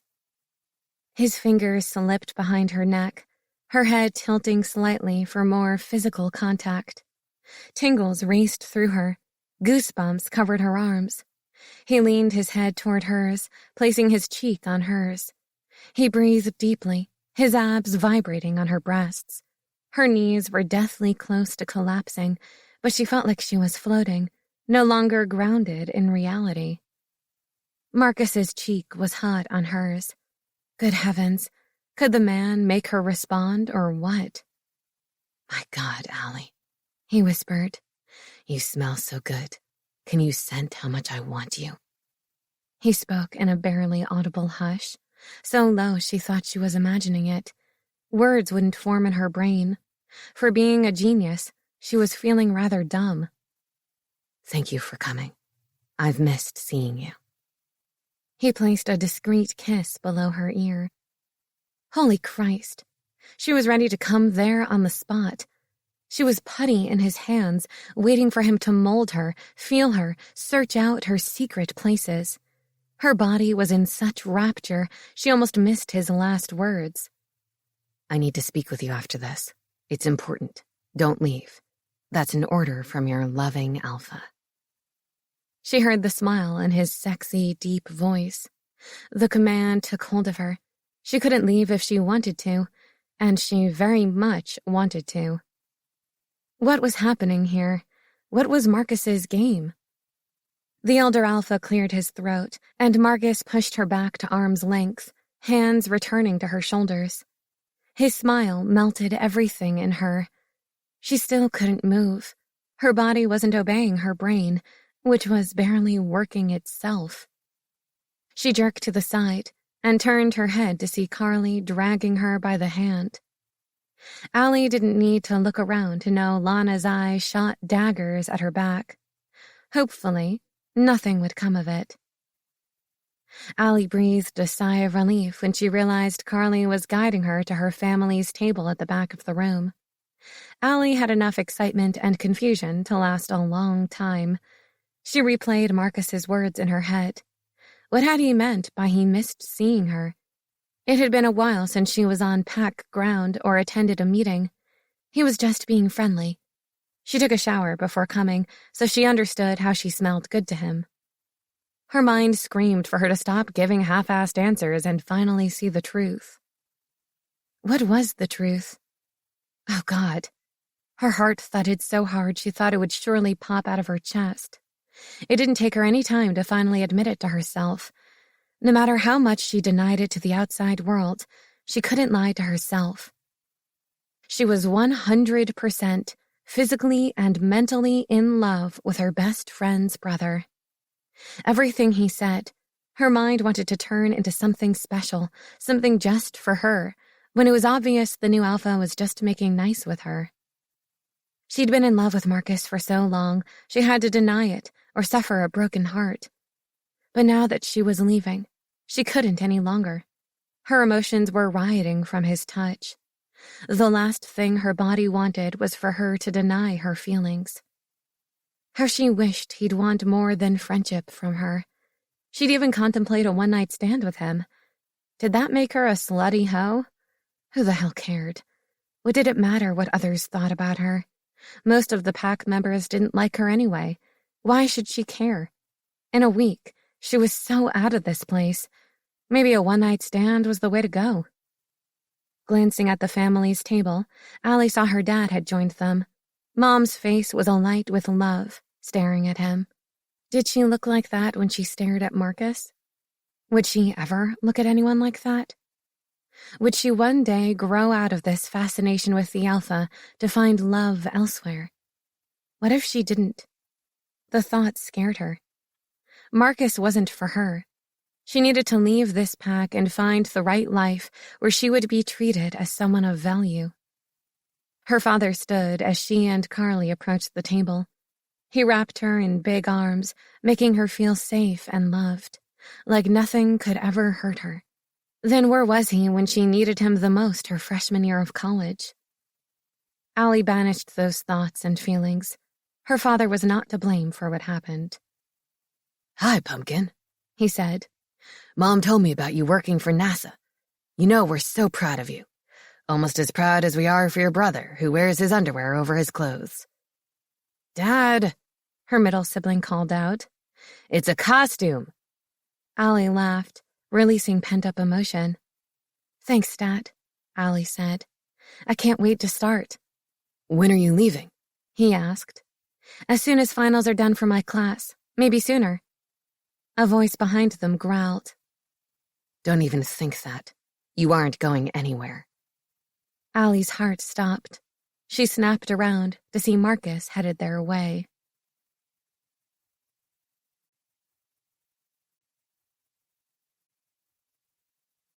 Eight.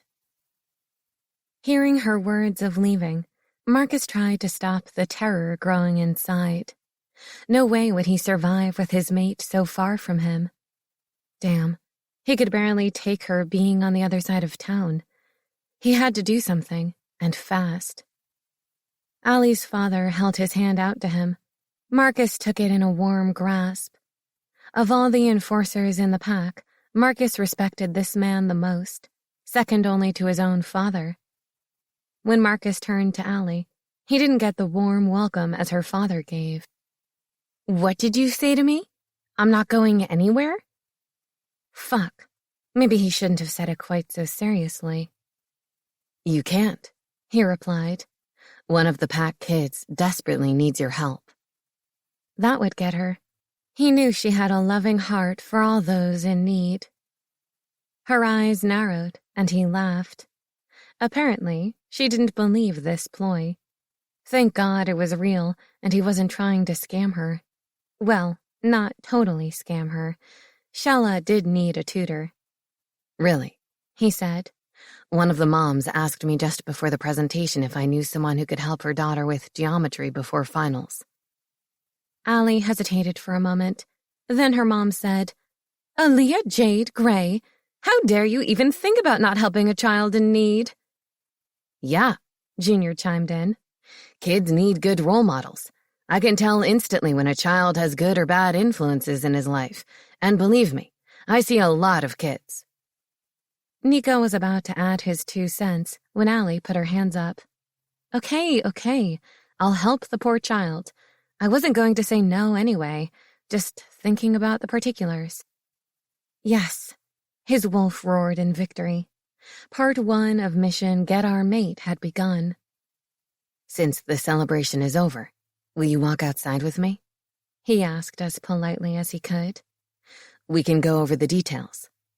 Oh, Allie looked around at all the people up and socializing, many leaving. He smelled her anxiety. Wondering why, he said, "It'll be quick. No need to worry about anything." She snorted and grabbed her jacket. Right. Looking over his shoulder at her, he watched as she tried to disappear into her coat. Who was she hiding from? He gazed around the room, not noticing anyone paying them any attention. Except Lana, and he didn't care about her. Outside, she seemed to relax more the farther they got from the community center. "So," she said, "who's the child in desperate need of my help?" He had made it sound like life or death, trying to get her to agree to do this. He took a drama class in college and loved it. "It's Shella," he said. "Your niece?" She blinked. "Yup. Tanya says she's having problems with geometry, and with finals now here, my sister wants to make sure her daughter passes." "That won't be too bad," Allie commented. "Geometry is easy." "Right," he blurted out. "Says the math genius." She smiled at him. Damn, she was so beautiful. How could no one have snatched her up already? His stalking may have something to do with that, too, but whatever. Fuck if he let some asshole get the one woman meant for him. Now he needed to step up and make her his. "So, you liked algebra better than geometry?" she asked. What a strange question, he thought. "I guess. I didn't like either, but if I had to retake the course, it'd be algebra. Why do you ask?" "Because that tells me something about you," she replied. "Like what?" Shit. Did he give away how much of a hound dog he was for her? Or that he had a tendency to stalk her to make sure she was safe?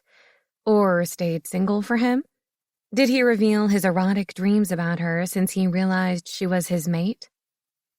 "Just that you're more of a logical thinker than spatial. You're more left-brained. You'll be a great alpha." She grinned again, and something warmed inside him.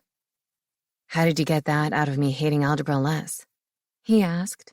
She laughed. It was music to his ears. He'd missed hearing that from when he lived in his parents' house and Carly would bring Allie over. He wanted to hear it every day. "Geometry is very spatial," she said, her tone full, sexy teacher.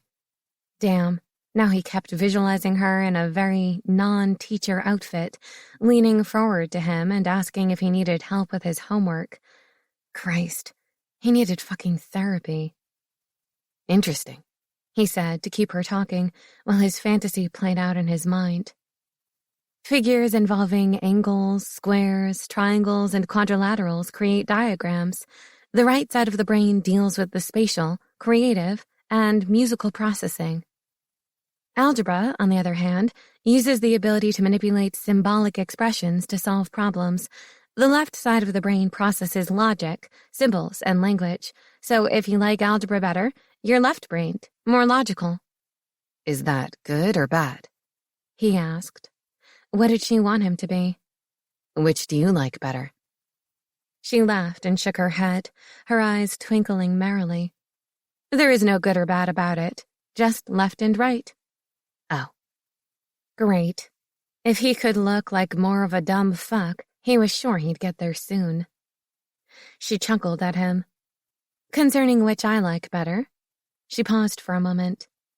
I think I lean more to the right side, more creative. Perfect, he barked. We make a great couple, balancing each other out. And that was the end of that. She was his. Even their brains agreed. Once again, she cringed into her coat, but he smelled her desire, her want for him. He knew it. No matter what her brain told her, her body knew who it belonged to. He had guided Allie into a denser area of woods away from the center and crowds. Encouraged by her heady scent, Marcus leaned against a thick tree, snagging her arm and pulling her to him. Allie stuffed her hands into her jacket's pockets and looked away. So, how many nights will this tutoring be? Every night, he replied softly, smoothing her wind-blown hair away from her flawless face. That seems like a lot.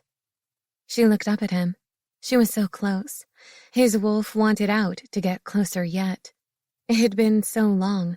A full 5 months with no sex, no one else. From the moment he realized she was the one, no other woman would do. His right hand didn't count. His libido was on hiatus until she was in his bed. It's just until her exam at the end of the week. That's it. Not much time left. Literally.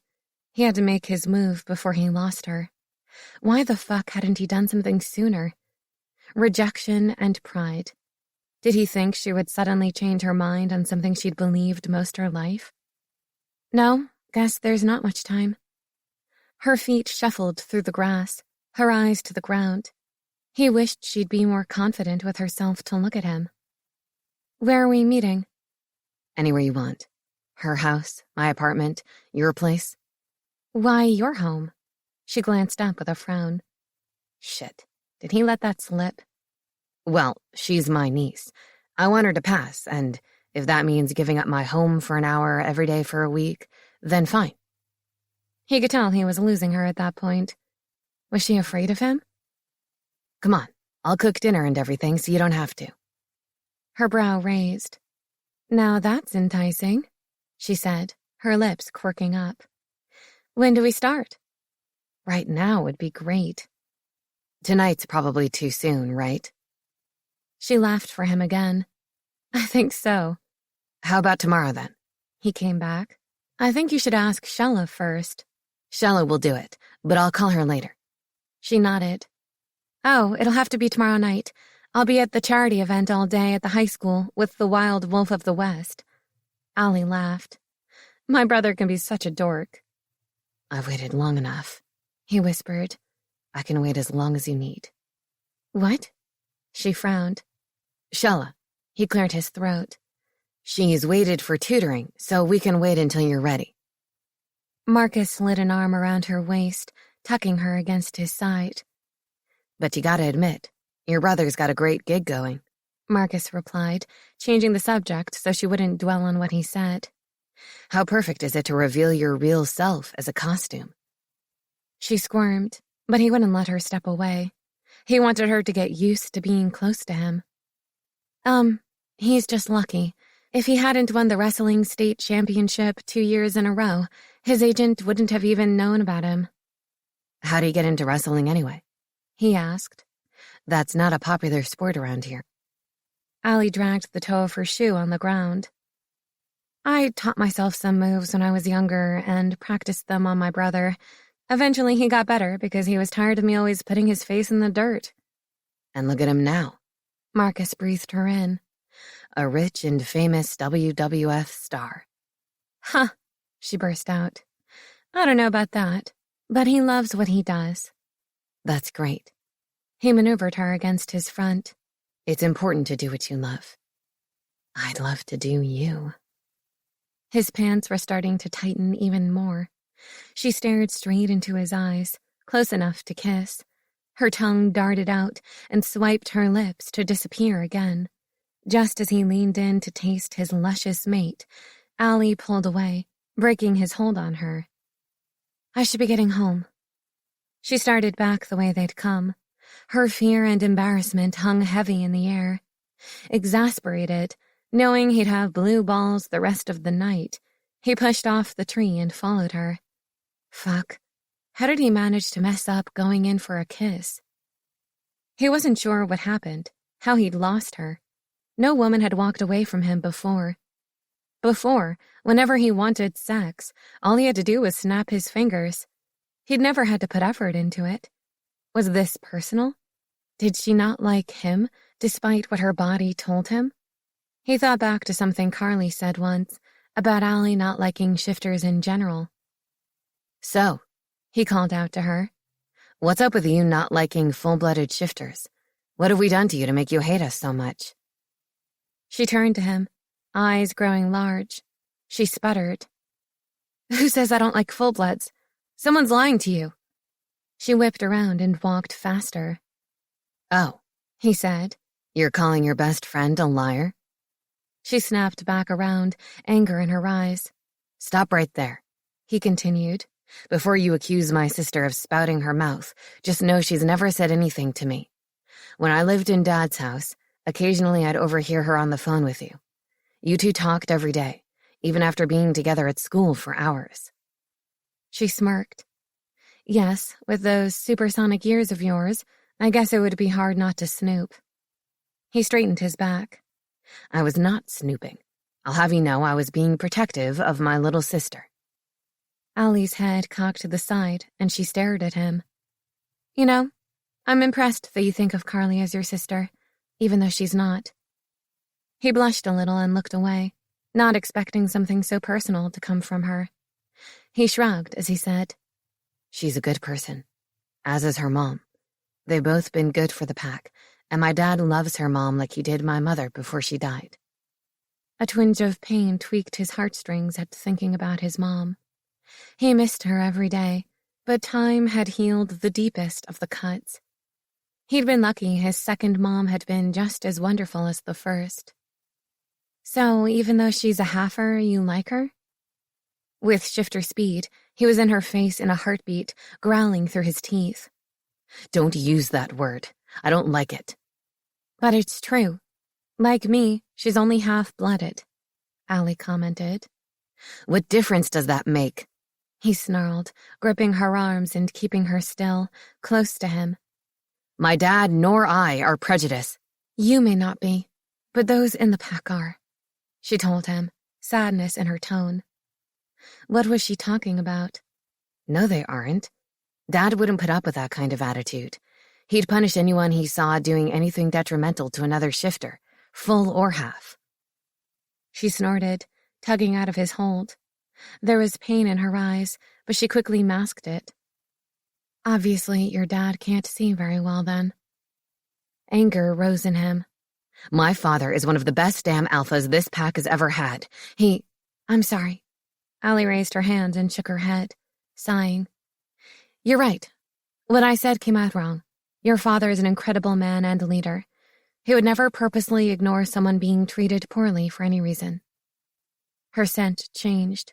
She fully believed what she said, but anger, shame, and sadness seeped from her. Something had happened to her in the past to make her this way. His heart ached to hold her and love those thoughts out of her mind completely. His Allie was a lot more complex, and proving harder to make fall for him. She started walking away again, then stopped. She gave him a look he had seen from her many times. She closed herself off emotionally from him. Marcus, look, I'll call Tanya tomorrow afternoon and set up time to work with Shella. You don't need to worry yourself about me anymore. Then she was gone, running toward the community center. He let out an angry roar. God damn it, that woman was going to be the death of him. He had a lot of work to do to convince her to stay and fall in love with him. He wondered if demanding she love him would work. No, probably not. Why did she have to be different from all the other women that fell at his feet? He was working blind here. 1 week to make her fall in love with him. Great. Now was not the time for a challenge. He started back to the community center and his car. He needed some help. He needed to call Carly. Just then, a screech echoed through the woods, sounding a whole lot like a terrified Allie. As if shot from a gun, Marcus was on the move, following the scent of the woman he loved. Seeing 3 people at the edge of the parking lot, he skidded to a stop. What he saw made him lose control of his wolf.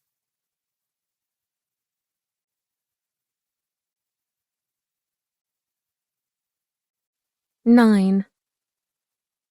Allie was a mess as she headed through the park to her car at the center. Her brain was caught up in a hurricane of emotions and confusion. Her body was on fire with want and need. A whole lot of need. What the hell was that little walk all about with Marcus? It was like he was trying to seduce her. Not that she had a problem with that. She would love for him to do that. But it wasn't something he'd do. Not with her, the half-er nerd queen, at least. Maybe his other females. She just didn't understand. She laughed at herself for being so pathetic. An hour ago, she was telling herself she would have a one-night stand with the man she loved, and when the opportunity came about, she chickened out. Why? Ever since that night her freshman year in college. Here she is, Dean. Completely startled, Allie let out a scream before slapping a hand over her own mouth. The son of a bitch Dan scared the shit out of her.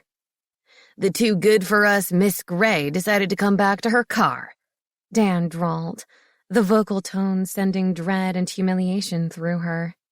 The bastard was on one side of her, the brother on the other. She was caught in between. Allie froze. Not once did it occur to her that the twins would be waiting for her. Marcus definitely messed with her head.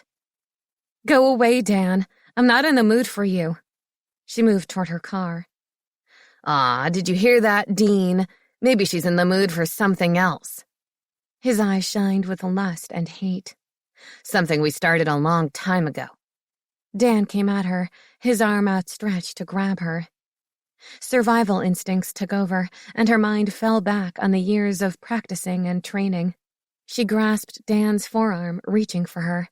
Taking a step toward him, she pivoted halfway around to put her back against his front, and using Dan's forward momentum, she flipped him over her back. Newton's first law of motion. A body in motion will stay in motion unless acted upon by an external force. Baby, oh baby, was she a force to herself. Newton's second law. The stronger the force on a moving body, the faster the acceleration. Allie whipped him over with so much force that he flew forward before slamming onto his back in the gravel. Force equals mass times acceleration, especially on a dumbass who thought just because he was taller and bigger, he could do what he wanted to her. Guess he forgot about the lesson she taught him in grade school and the puddle. With Dan lying on the ground, partially stunned, Allie dove toward him, flipped him onto his stomach, and effectively pinned his limbs. He wouldn't be able to get up if he tried. Her mouth close to his ear, she said, "Leave me the fuck alone, prick.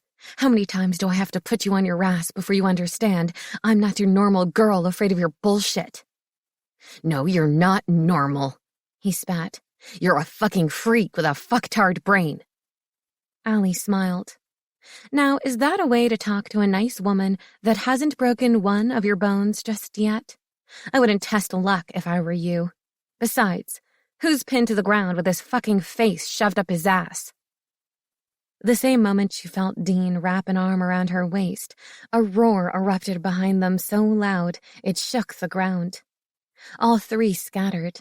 She turned to see Marcus breathing heavily, his eyes no longer holding their human pupils. His chest had broadened to the point the seams on his shirt bulged. Fingernails had turned into claws. He glared at the boys, especially Dean, who had his hands on her. The twins were slowly backing away, hands up. "Hey, man," Dan said. "No problems. Allie here was showing us some moves she's got. That's it, man." Allie looked over her shoulders at the lying bastard. She saw the fear and hatred. Would Marcus kill them if she told him the truth? Yes, he would.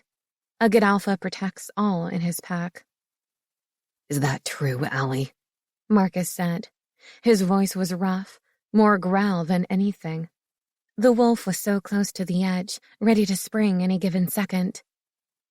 It was true, in a sense. She was showing Dan her moves, though he hadn't planned on it. I was showing him how I could incapacitate him quite easily.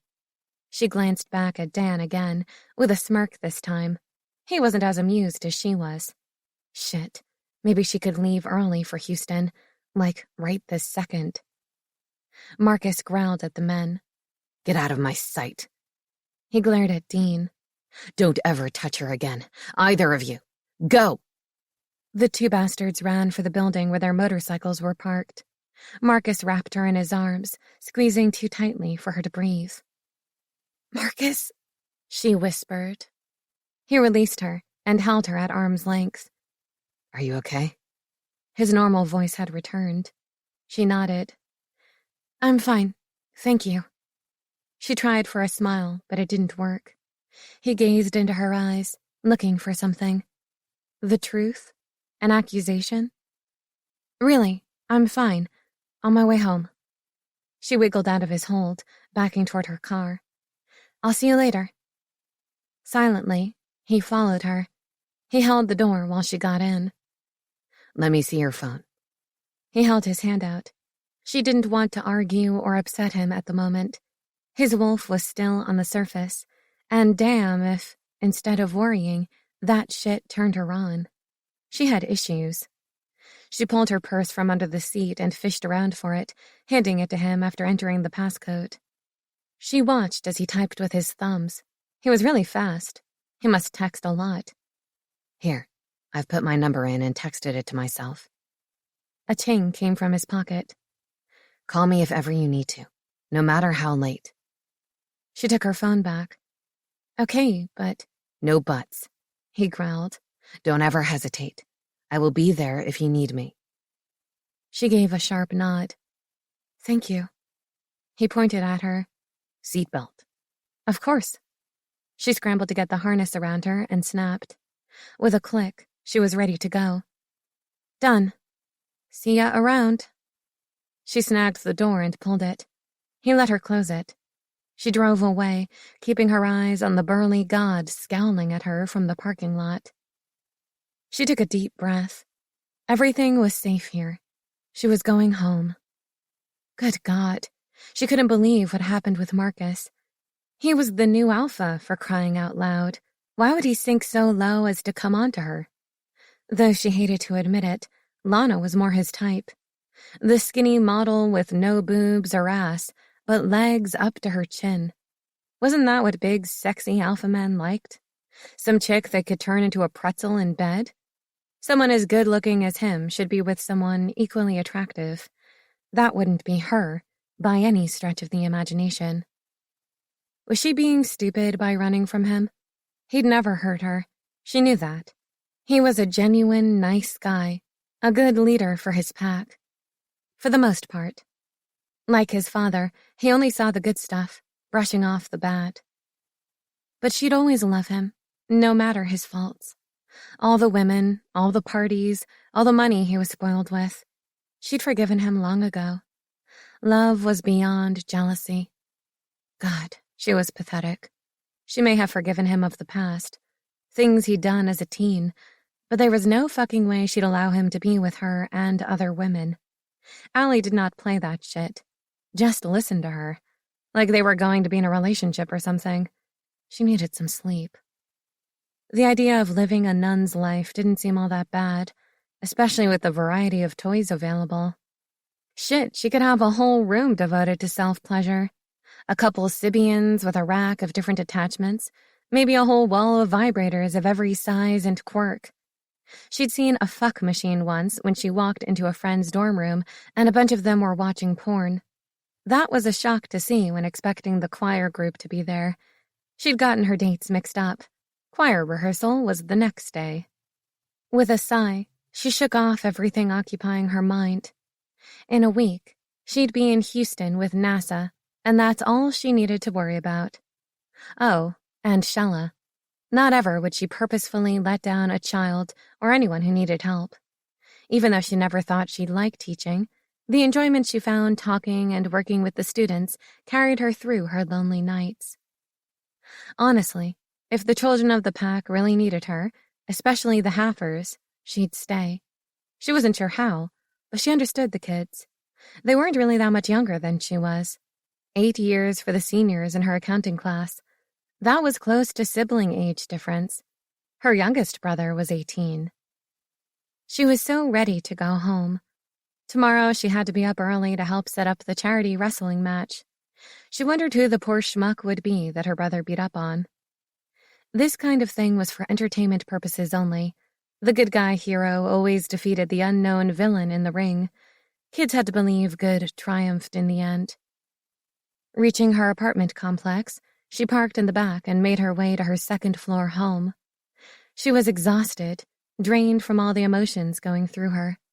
She flopped on the bed and didn't wake until morning.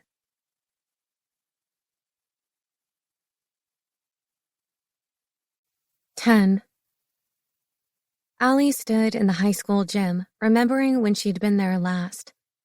She wasn't really sure, since she never went to any school-sponsored dances or functions. But she did have to take PE, physical education. On her way to being a big girl at that time, that was her least liked course. She occupied the time standing around to make it look like she was participating, but her mind was far away, working on some mathematical or physics problem. God, she was so glad school was in her past. So many teens today didn't understand that school was only a small portion of their lives. Being bullied was horrible, but she was a prime example for those going through it that it ended. You just had to be strong through it. After graduating, those people became insignificant, and lives changed. Those who bullied or pranked them in school no longer mattered in the world. Compared to the stress of working, dating, college, paying bills, or starting a family, those D-bags from school were entirely stupid and a waste of time and headspace. So much was different. More than that, at her 5-year class reunion, which Carly convinced her to come home for, she discovered that many of those dumbass kids had grown up and no longer were that bad. Some were still jerks, but the world was filled with them. She was over them. There were so many important things going on in her life. Old schoolmates were not one of them. "Is everyone ready?" A voice brought her back to the present. The woman in charge of the charity event held keys and edged toward the entrance. Allie could hear excited voices outside, waiting to get inside and meet the wild wolf of the West. She laughed. She couldn't believe her brother was a WWF character. She waved to verify her responsibilities were completed. She was in charge of seeing the set put up. When the WWF semi-trucks pulled in at 6 that Sunday morning, her jaw dropped. She had no freaking clue what this would entail. Junior neglected to inform her this was a big-ass, serious show they were putting on. Dozens of roller boxes and carts were wheeled out of the back of the semis and staged on one side of the gym floor. Once everything was unloaded, the magic began. Container lids popped up, grids were erected, ropes and mats stacked. And somehow, 5 hours and 8 batches of coffee later, a ring was set up in the middle of the floor with tons of sparkling lights, huge speakers to blast music, and small, safe pyro for surprising effects. This was a real freaking show, and it was for her brother. She couldn't believe it. He always loved being the center of attention. Here, he got it in spades. The doors opened, and like a tidal wave, jubilant kids and parents poured in.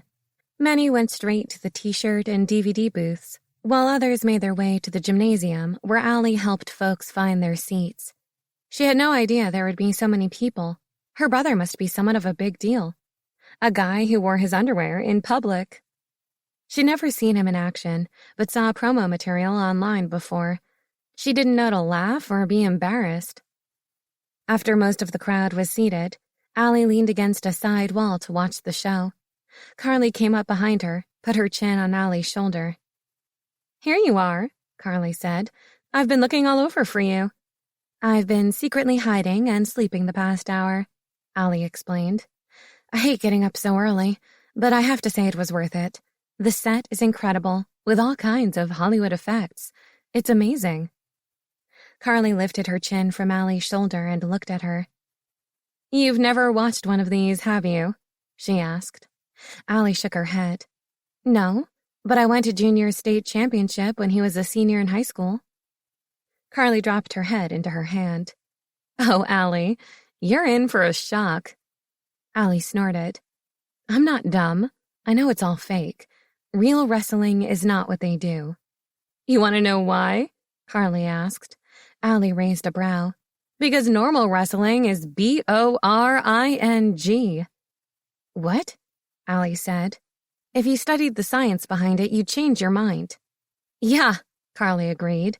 "I'd think it's megaboring." Allie rolled her eyes. Carly was an awesome person, but sometimes she just didn't get things the way Allie did. "Look, here comes the MC." From the door leading to the hall where they set up wardrobe, a man with slicked black hair came out in his dazzling suit, sequins reflecting light like lasers. He welcomed everyone to the match and then whipped the crowd into a frenzy. Spotlights swished across the audience. Camera phones flashed in the darkened space, giving the room a starry night feel. As the man spoke, whispers passed through the crowd, fingers pointing at the gym's steel girders attached to the ceiling. Behind Allie, Carly gasped. "What?" Allie asked. Carly jabbed her finger into the air like most of the audience. "Don't you see him? The wild wolf is climbing through the rafters. Holy shit!" Allie hid her face in her hands. Couldn't he just walk out like a normal person? No, this was a show, Allie reminded herself. The more outrageous, the better. She sighed and repositioned against the wall. This was going to be a long 2 hours.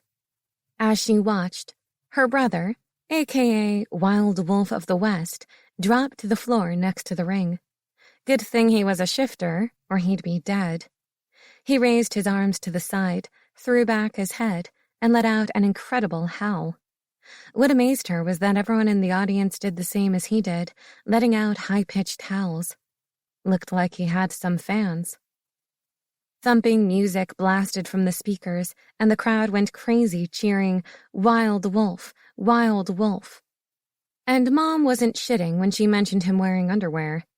He had on a black Speedo, socks to his knees, and fur. That was it. She almost couldn't look at him with his junk so exposed. He grabbed the mic from the MC and jumped onto the stairs between the audience sections. "Are you ready to roar?" The crowd screamed yes. "Are you ready to rumble?" Yes.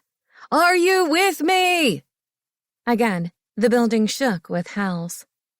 Then the MC shouted over the howls, pointing to the darkness. A spotlight kicked on, with a man standing in the center. "Ladies and gentlemen, tonight we have the notorious Hammer Man." Allie could not hear the rest of his sentence from the boos and catcalls overpowering the speakers. Allie thought this must be the schmuck getting beat up on tonight. The man came to the ring, swinging a hammer, of course. He wore a mask hiding his face and a yellow cape around his neck. With a little fanfare, he climbed between the ropes and into the ring. The wolf swung his arm in the air at the audience. "Are you ready?" he yelled. The frenzied crowd screeched yes. Let the show begin, Allie thought. The wolf ran toward the ring. Then, at the last second, he dove forward, his body slipping between the bottom rope and the ring floor. He somersaulted and sprang to his feet. The audience went bonkers. Allie rolled her eyes. She'd missed when the referee entered the ring. He stood between the wolf and the hammer and dropped his arm, signaling the match to begin. As the two wrestlers circled one another, Allie carefully watched the hammer. The way he moved was almost hypnotic. Smooth and sure of his body placement, he avoided the wolf's first charge. The wolf ran into the ropes, letting them throw him back into play. The hammer spun around to have the wolf clothesline him, slamming him onto his back on the ground. The crowd cheered. Allie cringed. Even though fake, it still looked like it hurt. Damn, she was getting worked up watching this. If that asshole hurt her brother, she'd go in there and kick his ass all over that ring. The hammer climbed to his feet, yelled, and jumped onto the wolf's back. Her brother leapt into the air, lifted his feet, and leaned backward to crash land on his back. Well, the hammer's back, actually. The wolf got to his feet easily while his opponent writhed on the floor. Her brother played to the crowd. She had to admit he was pretty good. As soon as the hammer was on his feet, the wolf jumped and spun around, delivering a 2-footed kick onto the man's narrower chest. Down he went again. Allie sort of felt bad for the guy. Christ, she had issues watching anyone get hurt. But he got his payback, throwing the wolf out of the ring. Her brother lay on the floor, faking injury, as the hammer climbed through the ropes to a crowd of hisses and boos. Picking up a metal folding chair, the hammer stalked toward her prone brother. Again and again, the chair crashed against her brother. Each hit sent him rolling across the floor. As the next blow was about to make contact, the wolf slung it away, sweeping his leg to take out the enemy at the knees. The audience went into a screaming frenzy, cheering his name again. He turned his back to his downed opponent, giving his attention to the people. Carly nudged Allie. "What are you so intently staring at?" She hadn't realized she'd never taken her eyes from the hammer since he entered the ring. The man was gorgeous, with every part of his body perfect, not to mention the oil slicked over his limbs, making him look edible. She'd take a bite of him any time, devour him whole. Was she really this fickle? She'd been wanting Marcus more than her next breath the previous night, and now she couldn't stop imagining licking her way down the hammer's muscular torso. "Oh, nothing," Allie said. "Just thinking about the hammer hammering me all night long." At Carly's shocked expression, Allie laughed. "I can't believe you said that, girl," her best friend said. "I don't think you've ever said that about a guy." Carly was right. She'd had eyes for only one person her whole life. Finding someone else who made her body hot was a miracle. Allie glanced at the program she held, looking to see if the hammer's real name was listed. It wasn't, of course. She asked Carly. "You wouldn't by chance know who the hammer guy is, would you?" "I do," she said with a sheepish grin. Whoa, Allie wasn't expecting that answer. She waited while Carly stared at the stage, making her purposely wait. "Well?" Allie hollered to be heard over the crowd's eruption. "Are you going to tell me, or do I need to pin you to the ground?" Carly gave her an evil, wide smile. "It's my brother."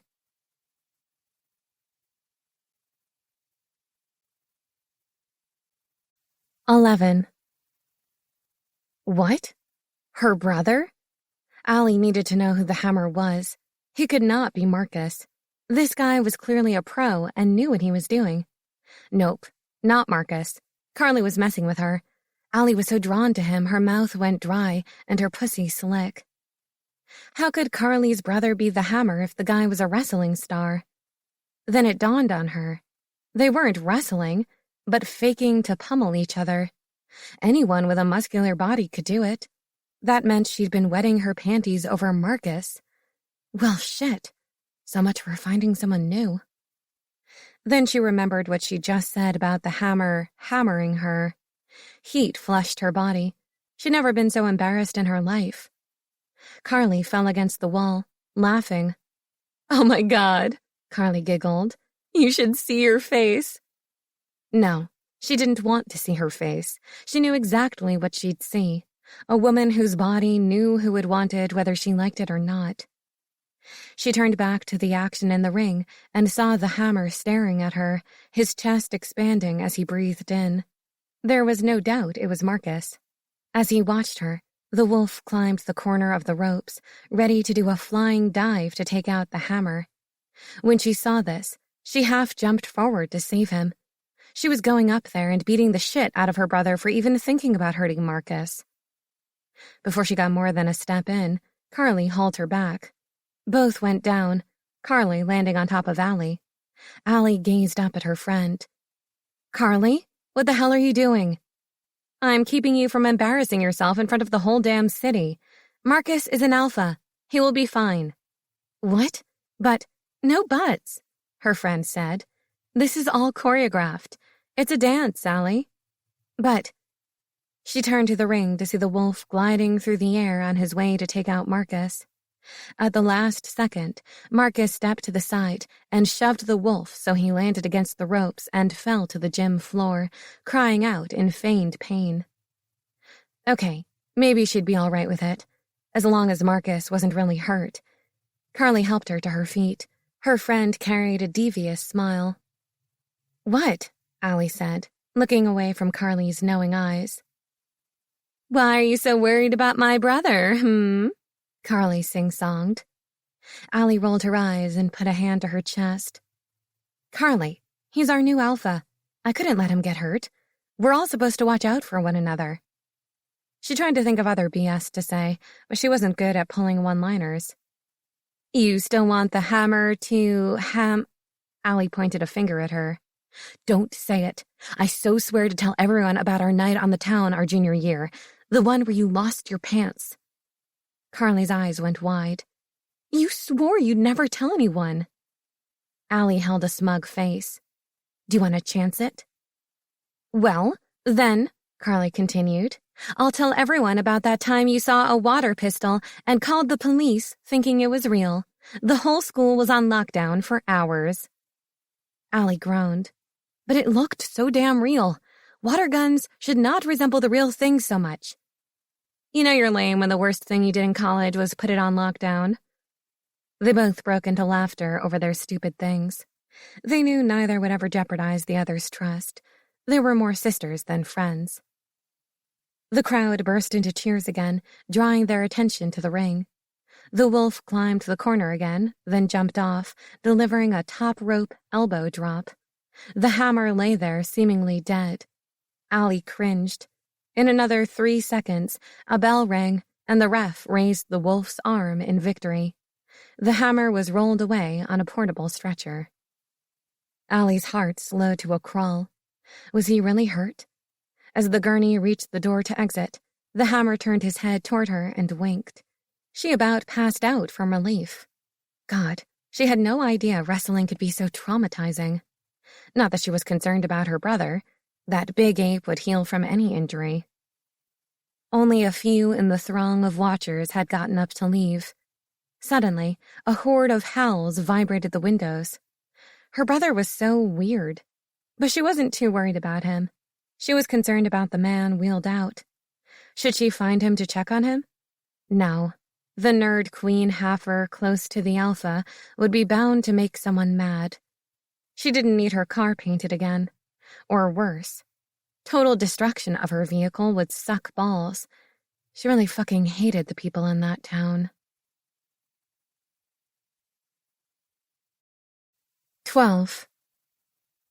From the door Marcus exited on a stretcher, he jogged back through, wearing sweats and a t-shirt, to stand beside the bleachers. He caught the wolf's eye and nodded. Wolf said, "Now I want all you kids out there to keep it true." He pounded his chest twice over his heart and lifted his clawed hand into the air. And again, another howl. Didn't that get old with him? Marcus was already over it, and the show was still going. Wolf continued after the howls quieted. I want to bring up a fellow wolf who needs a little introduction. Let's hear it for your new alpha, Marcus Nero! The raucous applause surprised him, yet it didn't. His dad was a great alpha, and they expected him to be one too. He wasn't sure about the kids, but the parents and elders were glad to have him. He hadn't thought about the newer generations specifically. Would they accept him as a role model in the disciplinary position? He ran to center stage, in keeping with the energy and excitement buzzing in the air. After things calmed down, he looked at the crowd. I want to thank everyone for coming, and thank the Wild Wolf of the West for putting on a fabulous show. Oh no, he thought. Yup, that damn howl again. Since we have you all gathered in one place, I'd like to take a moment to remind everyone, especially the kids, about being safe around others. Our world is growing and changing every year. Shifters come and go, bringing others with them. Some are non-full blood, and others are human. What is our number one rule in the pack? He glanced through the audience. A little girl raised her hand. Yes, Monica. The girl was adorable. She would be one of the brighter children, smart and not afraid to speak out. She'd make a good mate to a leader. We're never to show our wolf to anyone outside the pack, the girl said. He smiled. That's right, Monica. Never reveal our animals to humans and people we don't know. Can anyone tell me why? He waited for a hand to raise. None did. Bartholomew, what do you think? The boy looked surprised at being called on. Because humans would take us to secret hospitals and stick us with lots of needles. Marcus almost laughed. If frightening the child was how the parents got the boy to remember the rule, so be it. Not how he would have handled it. Okay, the alpha said. Now here's something close to my heart. I don't think my father spent enough time expressing how important it is. The room hushed quickly. He was being serious, and they respected that and listened. It is the dream of every wolf to find their true mate. Sometimes it happens, but most of the time, it doesn't. So when someone is blessed enough by Mother Earth to find that special person, others have no right to condemn that wolf because of who the mate is. I don't even question a true mating. It is supposed to be. There is a reason those two are to be together. We mustn't try to undo what is meant to be, which leads me to my point. No matter how much shifter blood a person has, in our eyes, we are all equal. A light mumble went through the crowd. He wanted to sigh. This was what he was afraid of. His eyes glanced Allie's way. She was as surprised as the others in the audience. If she only knew he was doing this for her, to make things right in the future. Obviously, my dad didn't voice his thoughts on the matter enough. Let me tell you a story my grandmother told me when I was young. He looked through the audience, making eye contact with some. A few of you knew Mimi Nero. So before you dismiss what I'm about to say, think of the source. Back in Mimi's time, the world was very different from what we have today. Kids, imagine what your life would be like with no phone, no TV, no video games, no movies, and few books. How would you like living in that world? The kids mumbled, and a voice came from the crowd. That would suck. Marcus laughed. Well said, Eric. Thank you. Those are the times she had to deal with. To make it worse, packs were small back then. They had to fight for whatever food they ate. If they didn't fight strong enough, then they died. A cute little girl dressed in Wild Wolf t-shirt raised her hand. Marcus pointed to her. Yes, Darla. Are you trying to tell us the weak wolves died because they didn't have any food? Tears came to her eyes. They can have some of mine. Mommy always makes too much anyway. Her tiny chin quivered. The child stole his heart. If everyone believed like her, the world would be a place worth living in. Shiny drops streamed down the little one's cheeks. Her dad took her into his lap to comfort her. Marcus smiled at her. Thank you, Darla. I want everyone to think as you do. You see, in that uncivilized time, there were not many shifters not of full blood, because physically, They were closer to human, so Mimi was told when she was growing up. Mimi lived a long time and saw many things. A woman known to be half shifter, half human, was protecting the child she'd just given birth to. Wild wolves, not the one we just saw, but ones that were not shifters, gathered around her, growling and baring teeth. They were going to... He glanced at Darla to see her red eyes and mouth hanging open at his story. Those wolves wanted to take the baby away. Saying the wolves wanted to eat the baby wouldn't have been a good idea.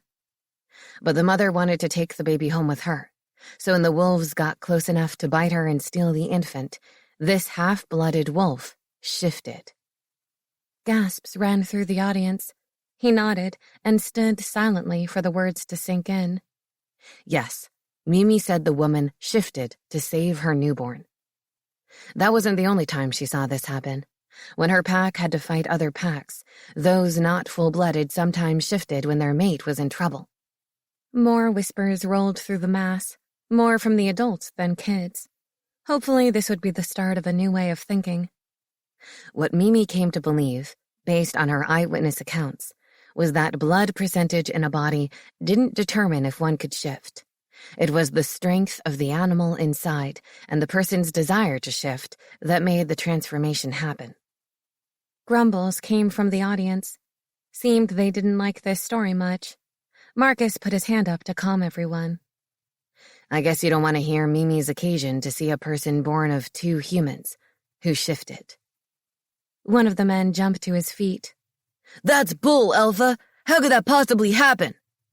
Again, Marcus smiled. As I grew older, I pretty much considered Mimi's stories as just that, stories. But I got curious enough to do some researching.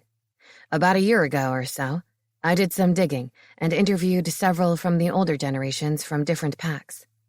Not only did these elders 100% believe Mimi's stories, they had their own. Plus, concerning the shifter with two human parents, turns out that 2 generations back, an alpha impregnated a human female. She kept the child hidden, and the child married a human, and a couple generations later, the shifter Mimi saw was born. The inside of the gym was quiet enough to hear the birds chirping outside. So, Marcus continued, my point is that those born with a human parent could be as strong or stronger than a full shifter. Just because they aren't full-blooded doesn't mean they can't shift or partially shift at that. Many faces were not happy. Did they not want to believe?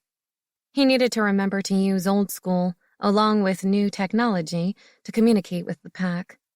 They would get through this together, as a pack. All right, he said, lifting his arms. That's all I got. Everybody have a safe week, and let me know if you have any problems or questions. I have an open door policy. The sound of voices, chairs scooting on the floor, and kids' hollering quickly filled the room. Most people made for various exit doors. He turned his focus on his sister and her best friend. Time to implement the plan he and Carly came up with last night.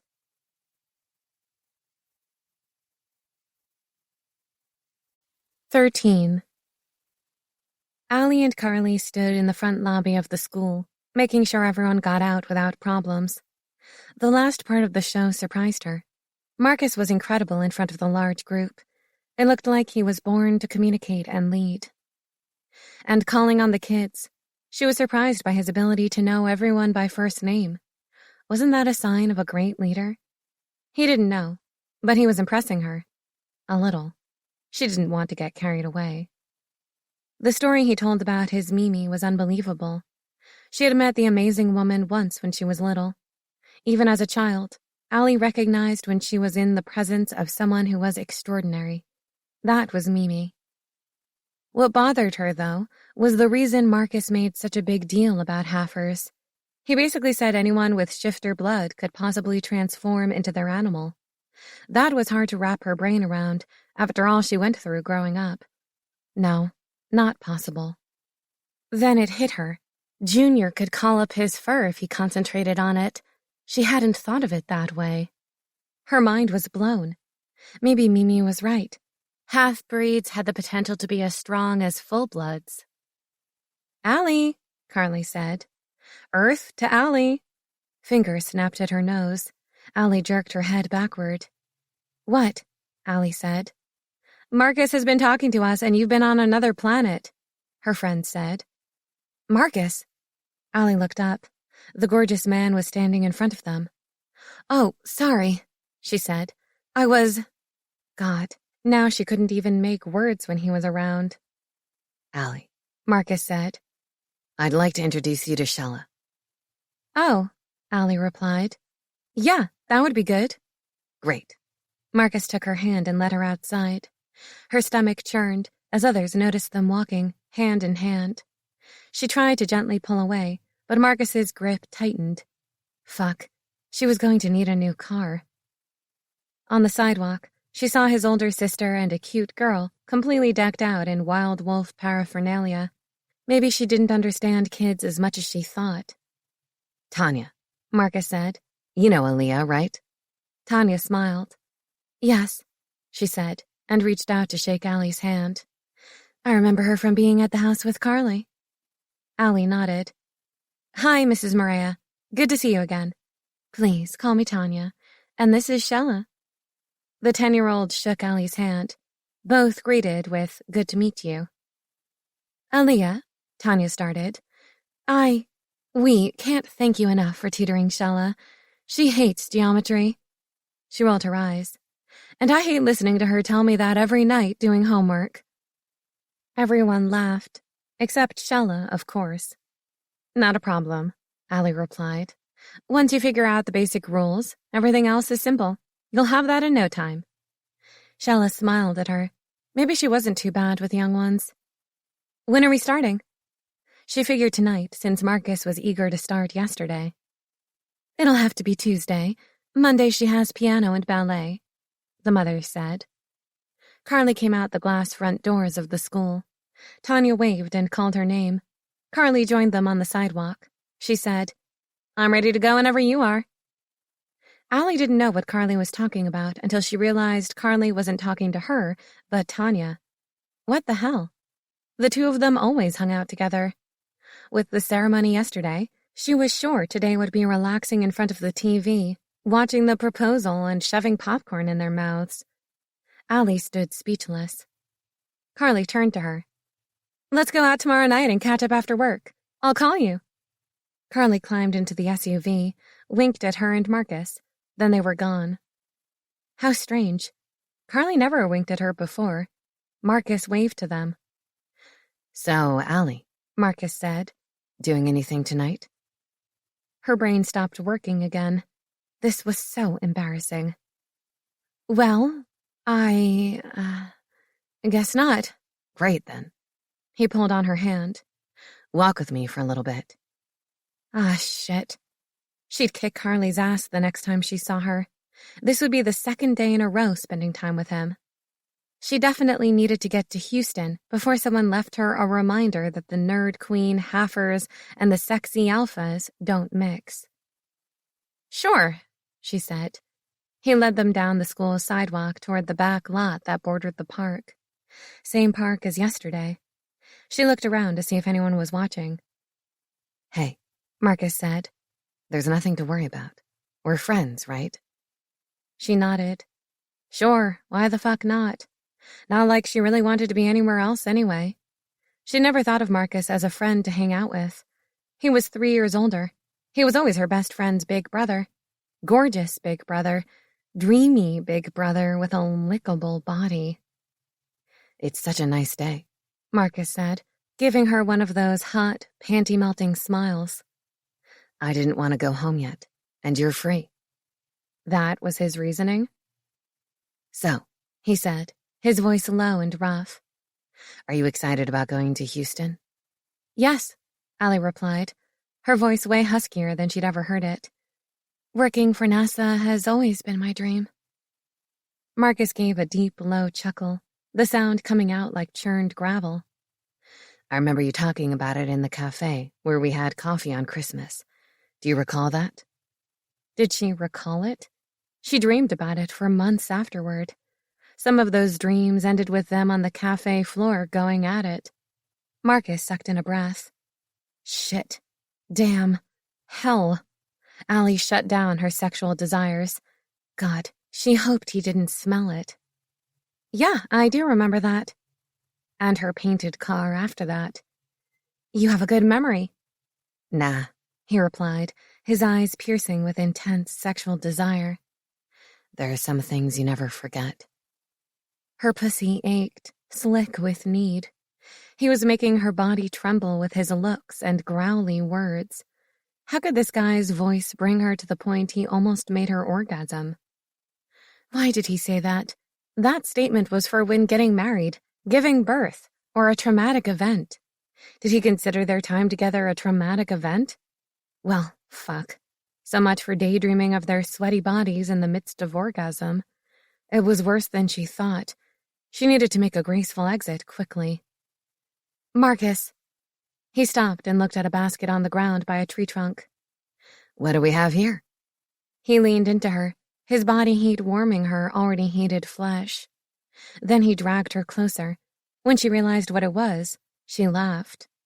Why, it's a picnic basket with a blanket on top. I wonder who left this here. Marcus, she chuckled. Stick with being an alpha. Your acting skills have much to be desired. I did pretty good in the ring, didn't I? Oh, yeah. He was acting then, but it doesn't take a lot to stand there and get the crap beat out of you. He laughed, and his eyes sparkled as they always did when he smiled, full of heat and hunger and passion. Lord, the possessive look he gave her made her knees weak. Damn, she was such a sucker for him. If only she could get him naked before she left for Houston. Marcus unfolded the blanket and spread it out, then politely helped her to be seated. I don't see anyone around, so how about we have a little snack? From the basket, he pulled out 2 wine glasses, a bottle of Chardonnay, her favorite, and a corkscrew. Her brows stretched for her hairline. Was he for real? What was going on? She took a deep inhale. Marcus, you know, he said in a seductive tone she couldn't help but listen to as he popped the cork and began pouring the wine. You never answered my question yesterday. Allie racked her brain trying to figure out what he was talking about. She was clueless. Let me ask it again now that we're settled. He handed her a stemmed glass. Why do you hate your own people so much? Oh, yeah. She had let that slip. Could she do it again? And don't even think about trying to get out of spilling the beans, Marcus said. She laughed. He knew her so well. That surprised her in a good and bad way. She sighed. Marcus, your life and mine were completely different growing up. You were the golden child, while I was the freak who said strange things. Her chin dropped. She didn't want to tell him how bad it was, how much she'd endured to try to be like all the other halfers. The pain in her heart that she thought she'd locked away wanted to break down the door and run out. Oh, come on. Maybe you got picked on a little. But you know kids can be jerks. We used to play football together. I remember you tackling me. That memory brought a laugh to her lips. I've never forgotten that, she replied. He raised the side of his shirt, revealing all that yummy skin still slick from the oil he wore in the ring. Row after row of muscle lined his abs. Her fingers itched to touch him, rub her body all over his. I think I have a scar from that tackle, too. Then he dropped his shirt. Too bad. You know what impressed me most about that? Impressed? It was a tackle. She shook her head. I was impressed that you had the guts to treat me like just another kid. No one at home had ever hit me so hard. They didn't want to injure the air. Her cheeks about melted off her face. She was so embarrassed. I'm sorry. No, don't apologize. It was good for me. It told me that the world wasn't going to be so easy outside the pack. To humans, I'm just another person. Regular Joe Schmo. And that's how they would treat me. I had to wisen up if I was ever to be a good leader. Wow, she said. All that from a simple tackle? I just didn't want you to throw the ball. He did that sexy laugh again, spilling a bit of wine as he lay back on an elbow. That tackle is another moment I won't forget. She frowned. Why's that? He shrugged. Lesson learned. He drank from his glass, effectively ending that line of thought. And once again, you haven't answered my question. Crap. She'd hoped he'd forgotten. This man wasn't going to give up until she told him something. All right. Growing up, full-bloods were seldom nice to have. She recalled his almost violent reaction to that word yesterday. To non-full-bloods. I don't remember seeing anything like that. Give me some examples, he said. Marcus. She didn't want anyone to get into trouble for things that happened 10 to 20 years ago. He snapped his arm out and gently squeezed his fingers around her wrist. Allie, it's important I know these things. How can I protect others if I don't know about it? Her hormones danced from his touch. She could barely keep a straight thought. He would make an awesome alpha for the pack. He really cared for each shifter there. Too bad she wouldn't be a witness to it. Kids are smarter than we give them credit for. They instinctively know when adults are not around so they can get away with whatever they want. He nodded. I agree with that. What they wanted was to pick on younger, weaker kids, take their lunch and smash it to smithereens. When things got too boring, they resorted to getting physical. Anger suddenly burned through her. Anger at the circumstance, anger at the other kids for not helping, anger at herself for letting it go so long, anger at the adults that assumed she was just being dramatic from some harmless teasing, anger at everyone who didn't help or defend her and the others. In an instant, Marcus had dropped his wine and was kneeling in front of her. His hands roamed her arms and body. Startled, she slapped at him where he touched her. Marcus, what are you doing? I'm making sure you're okay. Did they break any bones? What about your fingers? Did they pull those out of joint? His eyes snapped up to meet hers. She gasped. His fury hit her square in the face. It scared her. Never had she seen someone this emotional. A deep, almost unintelligible growl shook his next words. Did they ever? She suddenly understood what he was asking. No, they never touched me like that. Marcus let out an angry breath, his shifting features returning to the man she loved. He truly cared what happened to her. You know, Marcus, Allie said, all this happened years ago. You checking me out now wouldn't do anything to help. His head tilted up. His eyes, again, were so intense, but now with hunger, desire again. Her body reacted to his as if taking clues from him. No, it wouldn't help, but it did let me get my hands on your body. Her glass of wine slipped from her fingers, spilling down her shirt. Shit, she said, looking for a napkin or anything to sop up the mess. Let me help. Marcus bunched up the blanket and dabbed at her top. It didn't help much.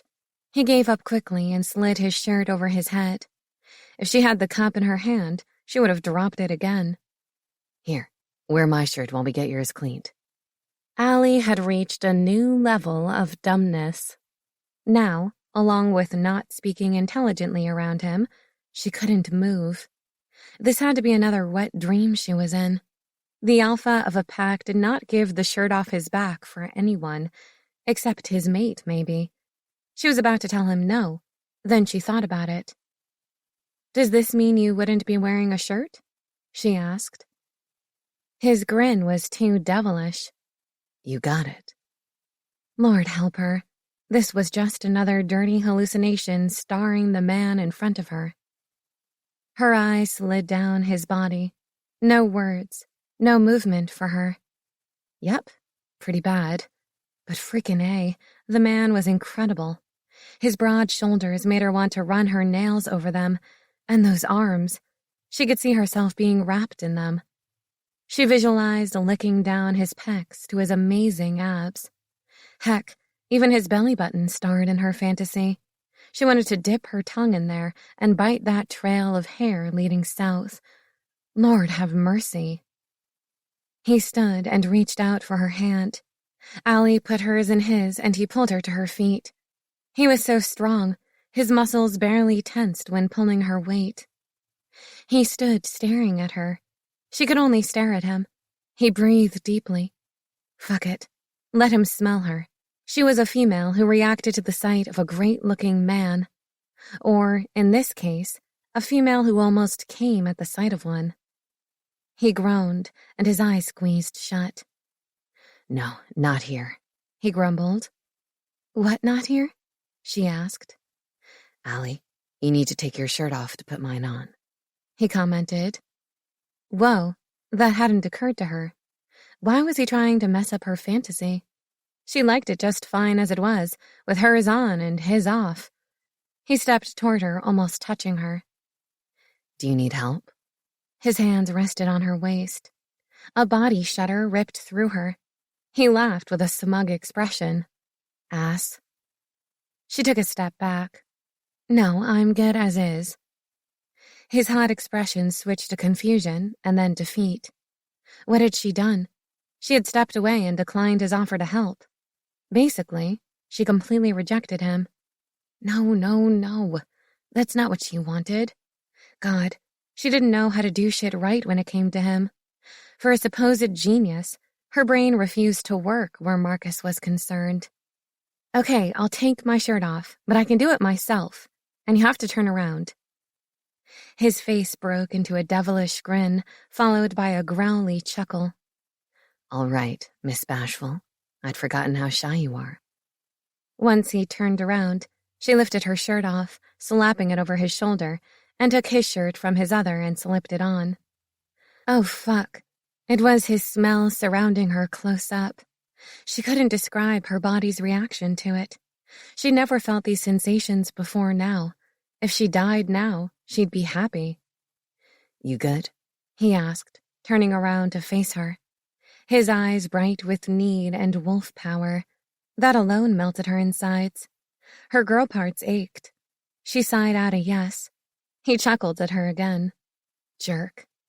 His hands on her arms were warm. Gently, he moved her backward. Jesus. His scent was doing something weird to her. She wanted to rub her nose into his shirt and take his scent as deeply as she could. It was so weird. This never happened before. Her mind turned fuzzy, and all she could think about was his scent. She'd comply while she floated in heaven. After what seemed a couple seconds, his warm hand enveloped her, pulling her along. Her eyes snapped open. She looked over her shoulder to see the picnic stuff gone. Then she saw the basket in Marcus's other hand. Where are we going? She asked, as she stared at the ripped with muscle arm beside her. We're getting your shirt cleaned, he replied. Oh, he needn't worry about her shirt. If it stained, she'd cut it up for rags. But she was curious. Had a new laundromat moved in during the time she was gone? She didn't remember one in this part of town. Where are we going exactly? He gave her a full, evil grin. My place.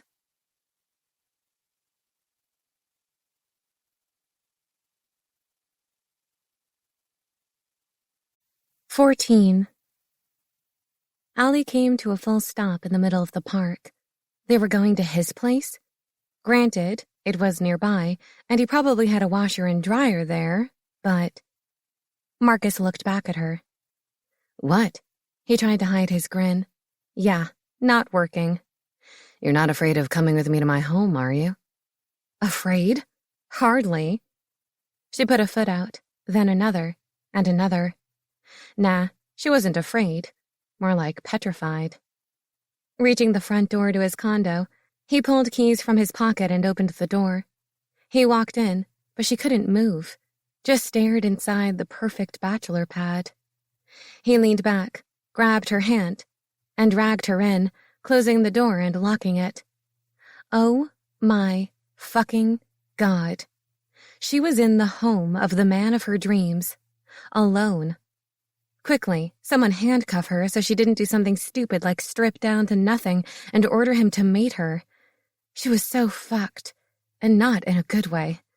Well, maybe if she was lucky. Would you like something to drink? He asked, guiding her through rooms. Yeah, The strongest thing he had, straight up. "Water," she squeaked out. He smiled back at her. Breathtaking. He took a cup from the cabinet and filled it with water. "That's it?" he asked, as he came within inches of her to hand over the glass.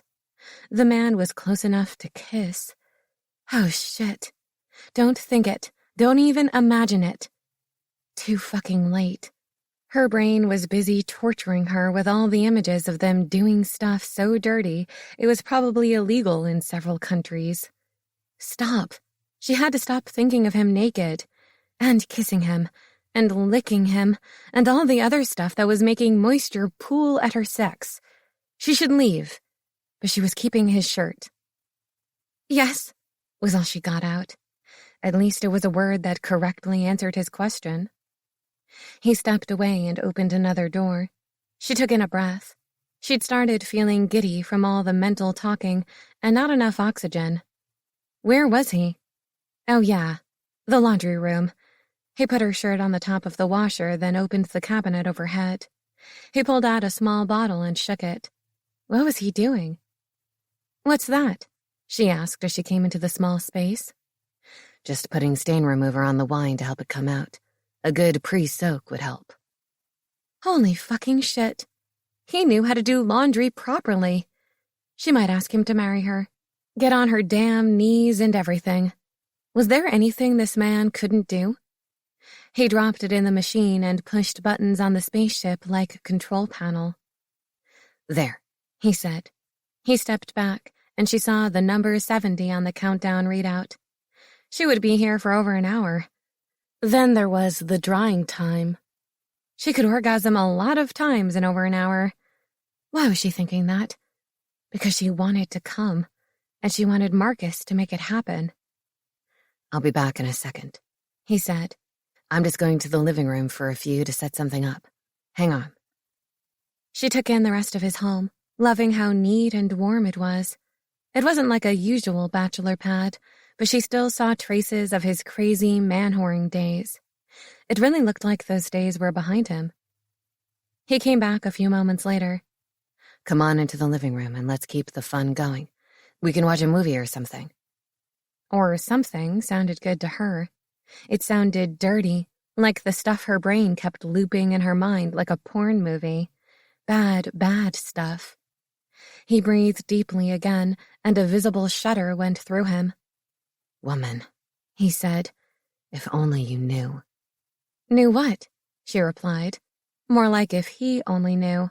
They stopped in the hallway with a couple doors toward the end. He seemed to be thinking about something. Then he turned on her. He backed her against the wall, his body pressed against hers. They fit perfectly, like puzzle pieces, his hard places at her soft places. "How much I want you," he said, and dipped his head, taking her lips. She should argue with her heart. Her brain kept telling her that this wasn't smart. She'd end up heartbroken, but it didn't stop her from kissing him back. One night, that's all she'd give herself with him. Maybe that would be enough so she wouldn't come out scarred for life. She loved him, enough to give in to the temptation of taking whatever he had to give. She wouldn't stick around, and he wasn't going to ask her to. But going in with her eyes wide open was better than rose-colored glasses. Loving Marcus meant she could take that one night and cherish it forever. He pulled away from her, his tongue swiping over his lip and making her shiver from need. She wanted that tongue in other places. "Listen, I grabbed the rest of the food from the picnic basket and set it up on the floor in the living room, in front of the TV. She had to stop this bullshit. What was she afraid of? She had known Marcus for what felt like forever. So why not him? She was leaving for Houston in a matter of days, so if she wanted a one-night stand, why not enjoy it with the man she loved? The only man she'd loved. Do it. You may never get another chance with Marcus. She walked into the living room and stopped short. A low fire burned in the fireplace, and he had moved the coffee table out, spreading a soft fur rug on the floor instead. The food was set on the raised hearth, including a new bottle of wine. There was a big screen TV near the fireplace. Seeing the setup, the last thing she wanted now was to watch a movie. "I hope you like what I did," he said, moving from the built-in bar along the sidewall. He led her toward the pillows he'd set on the floor and held her hand as she sat. He slid in next to her and propped a pillow behind his back, stretching out his long legs toward the fire. The firelight made the gold highlights in his hair shimmer, and his gaze on her was so intense, her nipples ached. It was now or never. This was as close to a personal dirty movie as she'd ever come. Starring the sexiest alpha she'd ever known, and Nerd Queen as the sex kitten. She ignored the voice at the back of her head and licked her lips. Marcus handed her a glass of wine. "Think we can try this again?" He winked. "Though I like the way my t-shirt looks on you." She took a gulp of wine and tried to calm her racing heart. It's long enough to be a dress. People might think I was bare-assed even if I was wearing shorts. Now there's a thought.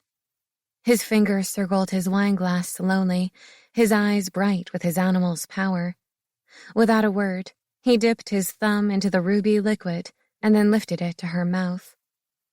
Allie's lips parted, and Marcus's eyes never left hers as she ran the tip of her tongue over the rough pad.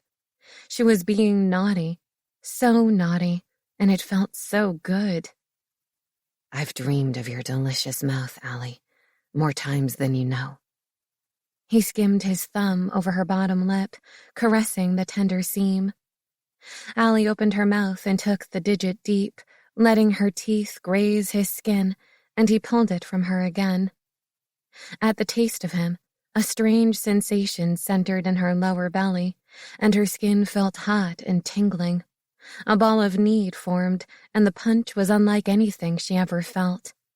Maybe having the hots for a powerful, lick-worthy alpha drove her sexometer to DEFCON 10. Let's not even mention her emotions and how much she loved said alpha.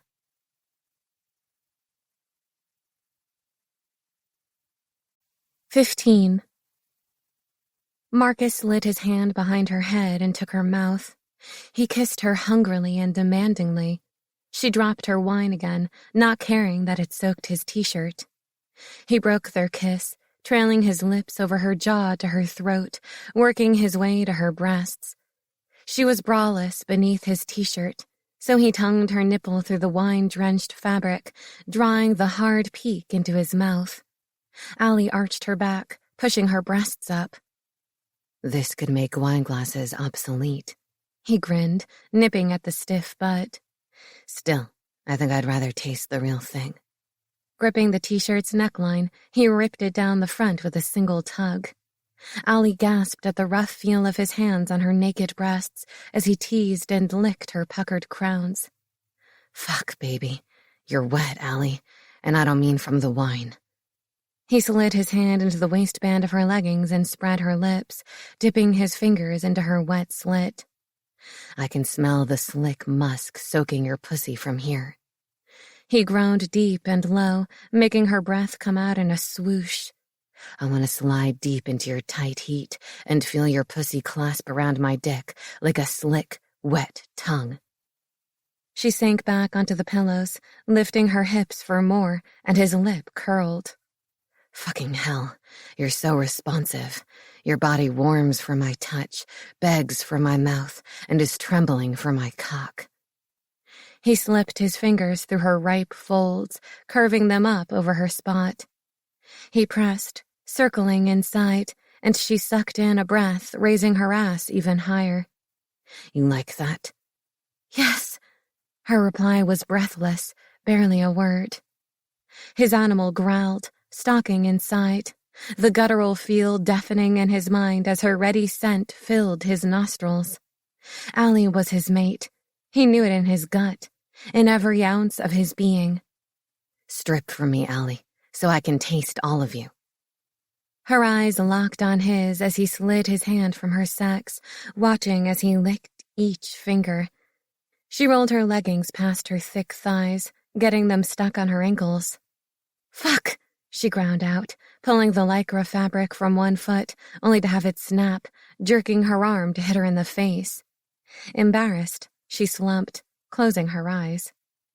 Marcus gently peeled the other side from her ankle and tossed the garment to the side. Open your eyes, Allie. Her lids lifted and she wrinkled her nose. My nerves got the best of me.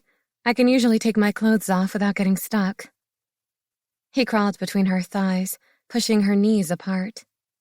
You, he said, raising her chin so she had to look at him, are perfect exactly the way you are. And I love that you're not polished or fake. It makes you real. It makes you special. He slipped his hand between her legs and cupped her pussy. And it makes this even more irresistible. Marcus slipped a hand under her ass and lifted her hips, sliding back to dip his head to her wet folds. His tongue delved deeply as his hand worked her clit, circling the hard nub. He licked her lips and then sucked the bud between his teeth. She cried out, sinking her hands into his hair. Close. So fucking close, love, but not yet. He pulled his mouth from her sex and slid his hand up her belly. Sitting back, he shrugged his shirt from his shoulders and then pulled Allie to her knees in front of him. Her hands came up and she ran her fingers over the bulge in his jeans. She unbuttoned his fly and freed his cock. Marcus pushed his pants to his thighs and fisted his shaft, holding it to her waiting lips. Open for me, Allie. I told you I've dreamed about your mouth. Give me my fantasy. Take my cock between your gorgeous lips and give me new fantasies. Allie licked his engorged head, running her tongue around the ridged edge and then down his thick shaft and back again. She sucked him deep, letting her muscles work him farther into her throat. He growled with a hiss, pulling back. My cock is ready to burst. Your mouth is goddamned perfect. Full, lush, hot, and tight around my dick. But I want your pussy, not your mouth. Reaching down, he helped her to her feet and took her lips. She gasped, breaking their kiss, his eyes on fire with his animal clawing at the surface. Spread yourself for me, Allie. His voice, rough and low. He spun her around and bent her over the couch, pushing her legs apart. Hooking his hands to her hips, he pulled her up and drove his cock between her folds. A torrent of need raged through him, thrust after thrust, and he fisted her hair as he rode her balls deep. Allie's body clenched around him, and she cried out again, this time her climax shuddering through her with a vengeance that sent him over the edge. He threw his head back, and a snarl tore from his throat as his orgasm ripped from his body, emptying into her. The two slumped forward onto the couch, panting and spent, and Marcus slipped his arm around her waist, holding her close. He breathed in her scent again, the word mine reverberating through his mind. 16. His little mate snuggled her warm body against his. He felt so good, everywhere. Never had sex been so good. But with his mate, a perfect match for him, he wouldn't expect any less. He leaned forward, spooning with her. So, tell me something beautiful. She looked up at him with surprise. She'd need to get used to hearing those kinds of things from him. He couldn't keep the truth to himself. What do you plan to do with yourself in Houston, Texas? Shoot guns and ride horses? She rolled her eyes. No, Houston is very diverse. There's nothing cowboy about it. From the pictures I've seen online, the place where I'll live looks really charming. The wolf inside him roared. He had to bite back the snarl at the thought of her leaving him. He ground his teeth to keep from saying something stupid. He chose something safe. Do you think you'll find your mate in Houston? Do you want a family? She shrugged. Of course I hope to find my mate, and I'd love a family. I've always wanted children. Lots of kids. Doesn't everyone? And do you think he may be in Houston? He asked. She shrugged again. Maybe. Who knows? He did. He fucking did. How will you know if you meet him? Carly can't smell that scent. Can you?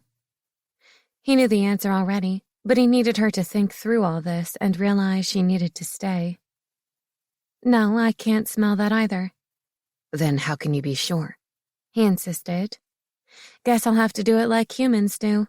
Get to know him and see if we have anything in common, she said. Yes, he thought of that too, and was ready with a reply. Sounds like a difficult project, he ground out. How many wolves are in Houston? Doesn't matter, she said. I'm not marrying a shifter, only a human. Besides, I'll be working a lot. Probably won't go on any dates for a while. Why only human? What else do you have against shifters? Thanks to Carly, he knew much of this answer also. Look, Marcus, I don't want to badmouth anyone. You're not. You're just telling me what you've experienced, he replied. She was quiet for a moment. He waited patiently. Full-blooded wolves are very strong, and more often than not, they're conceited assholes. Present party not included. Thank fuck he wasn't in that category. Yet. He had his response ready. Yes, shifters are strong so they can protect those they love from just about anything. The display of true strength isn't shown often. Not until he gets pissed off at something the wife does, then decides she needs to be punished. Hell, he'd forgotten about that. Allie, we were kids when Kenton killed his wife. We didn't know what was really going on, and he was punished accordingly. Allie rolled over to look at him. You didn't see her face, Marcus. You didn't see what he'd done to her. I did. Her eyes became glassy. He remembered Allie had been the one to find the body. Seemed Kenton had beaten his half-blooded wife after he caught her doing something. Marcus was young and didn't pay attention to what was going on in the adult world. Sadness and anger poured from Allie. He wrapped her in his arms and let her calm down. He knew how she felt from the experience of his mother dying. There were times he felt like dying with his mom. He missed her that much. After crying himself to sleep at night, he felt better the next morning.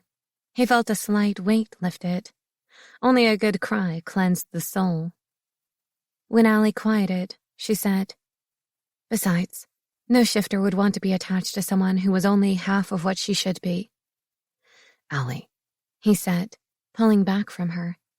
Did you not hear one word I said this afternoon? The percentage of your blood means little. Junior can bring his fur to the surface. I bet if he really wanted to, he could fully shift. Do you really think so? She asked. Of course. He's halfway there. Proves his animal is strong enough. She was quiet for a moment, hopefully thinking about how this prejudice needed to be nipped in the bud. Any shifter would be lucky to have you as a mate, Allie. You're smart. You're beautiful. You're kind.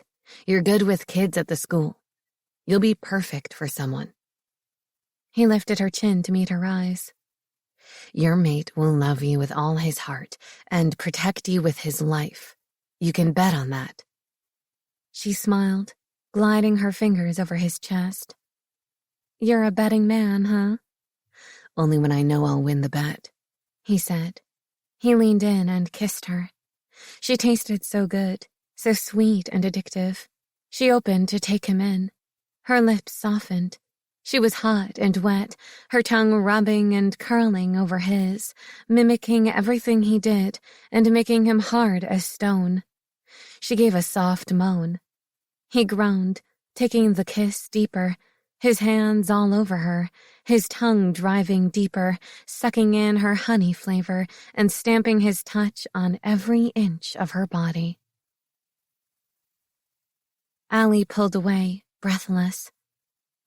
I've answered all your questions. It's your turn now. He smiled. He was ready for this. He'd show her he was the perfect man for her. Shoot, he said, lying back on the pillow. Why haven't you married? You need to have an alpha heir to carry on the leadership. He shrugged a shoulder to look unconcerned. I have hopes of finding my true mate. I'm holding out for her. He watched her torture her gorgeous bottom lip with her teeth. What if you don't find her? She asked. He tried to hide his smile, but it was so big, he couldn't. I'm not worried about that. I'm betting I will mate with my other half. Betting again? You seem awful sure. You want to make a bet? This could be interesting. What do you want to bet on? Her eyes narrowed. How about if you find your mate within a year from now, then you have to surprise her with an out-of-this-world wedding proposal? He laughed. She sounded like she didn't believe he'd find his mate at all. That would work perfectly. He'd planned something like that anyway. She'll be the center of attention. What if you don't find your mate? She asked with curiosity. He thought a second. What would be good? Let's go with this. If I don't find her by the mate event, then you have to go to the event to see if your mate is there. Then you have to mate with him. He was a fucking genius. Why hadn't he thought of that before? Allie jerked back. What? You think you can force me to mate someone? She started to wiggle out of his arms. Of course not, Allie. If you find your mate among the pack, I'm just asking you give him a chance. If you're mates, you're made for each other. You'll fall in love with him and want a football team of children. She laughed, music to his ears. He wanted to hear that from her every day for the rest of his life. I'm doubting a football team size, but definitely a couple, she said. Maybe he'll talk you into a few more, he replied. Maybe, she said with a smile. He'll have to go back to Texas with me. I'm not giving up my job. Words fell away from him. That was something he didn't want to accept. Would she really give him up? Give them up to keep her dream job? Could he give up his pack to go with her? He was afraid he knew the answers.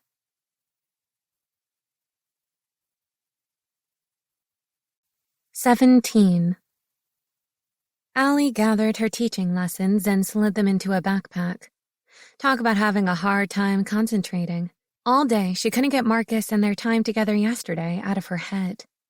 She must have gotten aroused at least 10 times remembering. Nobody seemed to notice, though. When reaching her car in the teacher's lot, she tossed her pack in the back and drove toward the bar. Tonight was her time out with Carly, which made her feel awkward. She and Carly had always shared everything. Well, not everything. Allie never told her about that one night in college. She didn't want to think of it. Could she forget the fact Carly was Marcus's sister? Yeah, I bopped your brother like we were bunnies. No, that was wrong on so many levels. What bothered her was that whole conversation on the bed and finding mates. He seemed so confident he'd find his mate. He spoke like everything with his mate had been settled. He wasn't in the maybe it will happen camp. He was in the already there camp. That gave her a bit of a sick sensation in her stomach. What if he mated before she left? God, the last thing she wanted was to see him with another woman before she got a chance to get over him. Even though they were at a bar, they weren't really at a bar. At 4 o'clock in the afternoon, the party was definitely not happening. But usually there were several others there also. The place had a great burger and sweet potato fries.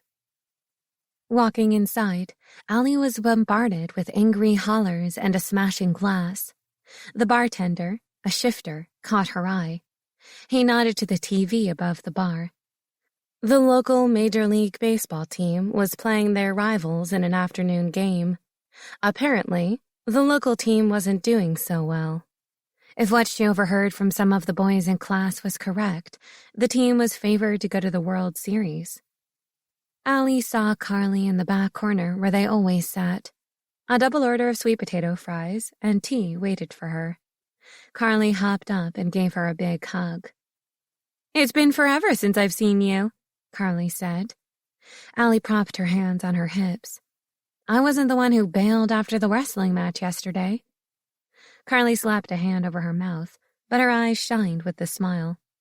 Allie narrowed her lids, glaring at her friend. She knew that guilty look. "What have you done?" Allie demanded. Carly turned toward her seat. "I haven't done anything," she said. "Carly," Allie replied, "your face says you're guilty, and you suck at lying. So tell me. Her friend huffed. It's nothing really. Tanya took Shella and me shopping and we ate at your favorite restaurant. I didn't know we'd go there. I would have invited you too. Another eruption from the bar didn't bother her. The men were not happy, though. Carly made a gagging sound. There are feline shifters at the bar. Damn cats and their prissy attitude. Allie glared at her, trying to change the subject. Not going to work. Carly didn't meet her eyes. Fine, don't tell me. She plopped in the chair next to her friend and grabbed a handful of fries and sucked them down. They were so good. Like dessert, but much healthier. Sorta. They definitely weren't bacon. So, Carly said, what'd you do yesterday? Allie whipped around on her. I knew you knew what was going on. Carly let out a loud laugh, which Allie joined in on. She loved Carly too much to ever stay mad at her. When the time was right, Allie would just get even, like cold water sprayed on her friend from the hose when they were working in the yard. Carly cleared her throat. Not just me. Everyone saw you together Saturday after the celebration. Allie let out a groan. Carly put a hand on her shoulder. I think it's fine, she said. I'm sure nobody thought anything negative about it. It's not like you're his mate, right? Carly eyed her heavily. Her friend knew something she wasn't telling. No, I'm not his mate, she said, unfortunately. He's a really nice guy, you know. He's loyal, cute, lovable. Allie rolled her eyes. Sounds like a dog to me. Allie, Carly hollered. Both laughed. But seriously, you should go out with him before you leave, Carly suggested. Allie's tea almost shot out her nose. Are you crazy? Well, she thought about it a little. If he would sleep with her, would he go out with her? Her heart hoped for the chance to get close to him again. But every night for the rest of the week, she was tutoring his niece. There wouldn't be time. Now her heart hurt. Damn it. She hated when she let him get to her. After being in a new city for a while, perhaps her heart would heal so she could love a human. What's this new thing called the maid event? Not much to it. It was Marcus's idea to have something to bring all the shifters together and invite others. There's finger foods, a small orchestra, yummy champagne. Last year I just walked around by myself since my best friend wanted nothing to do with it. Allie rolled her eyes. And I won't again this time. I was curious what went on, that's all. Wasn't it in October or something? November, actually. 6 months ago, Carly corrected. 6 months? Damn it. She should have asked Marcus when the next event was. The man had cheated his way out of a year to find his mate, down to 6 months, if the maid event was once every year. She could complain, but then she'd have to tell Carly about sleeping with her brother. Not going to happen. The men were getting rowdy. The barkeep yelled, No throwing shit at the TVs or you're out of here. The front door to the bar slammed shut, drawing the two's eyes. Lana and a couple groupies walked in. Allie groaned. What the hell is she doing here? Carly shrugged. Maybe looking for her dinner. To both their surprise, Lana zeroed in on them as she swaggered across the wooden floor. Oh, shit, Carly whispered. This can't be good. With the game on, men lined the bar, each turning his head as she walked by. If the men only knew. The woman stopped in front of their table. Hey, Lana, have a seat. We'll order you some sex on the beach, Allie said. With a side of wet dog smell, Carly muttered. Allie bit the inside of her lip to keep from smiling. Of course, Lana, with her super ears, heard it loud and clear. Lana's eyes flashed her animal, then back to human. Her attention turned to Allie. Stay away from the alpha, heifer. I don't know what your plan is, but he's off limits to you, the bitch growled. Really? What are you, his manager? She rolled her eyes. I doubt very much Marcus cares what you think. Besides, I have no plans about the alpha. I'm leaving town this weekend and don't intend to come back anytime soon. Lana stared at her, probably trying to scent if she was lying or not. Good, the bitch said as she crossed her arms under her abundant breasts. See that you don't. She stepped back and sneered at Carly. You and your mother should go back to whatever hole you crawled from. She's pathetic as a female alpha, and you're no better. Just a drain on our resources, heifer. Allie wasn't letting that slip by. They could cut on her any time, but try it on one of her friends, and she went batshit crazy. Allie sprang to her feet. Look here, fake boobs. You weren't chosen as an alpha mate for a reason. Why don't you sit down and figure out why? Maybe then you'd be worthy of living in the pack. Right now, you're just a drain on our resources. Lana took a step toward her, and Allie shoved Lana back. Listen, Lana. You walk out of here right now and all is good.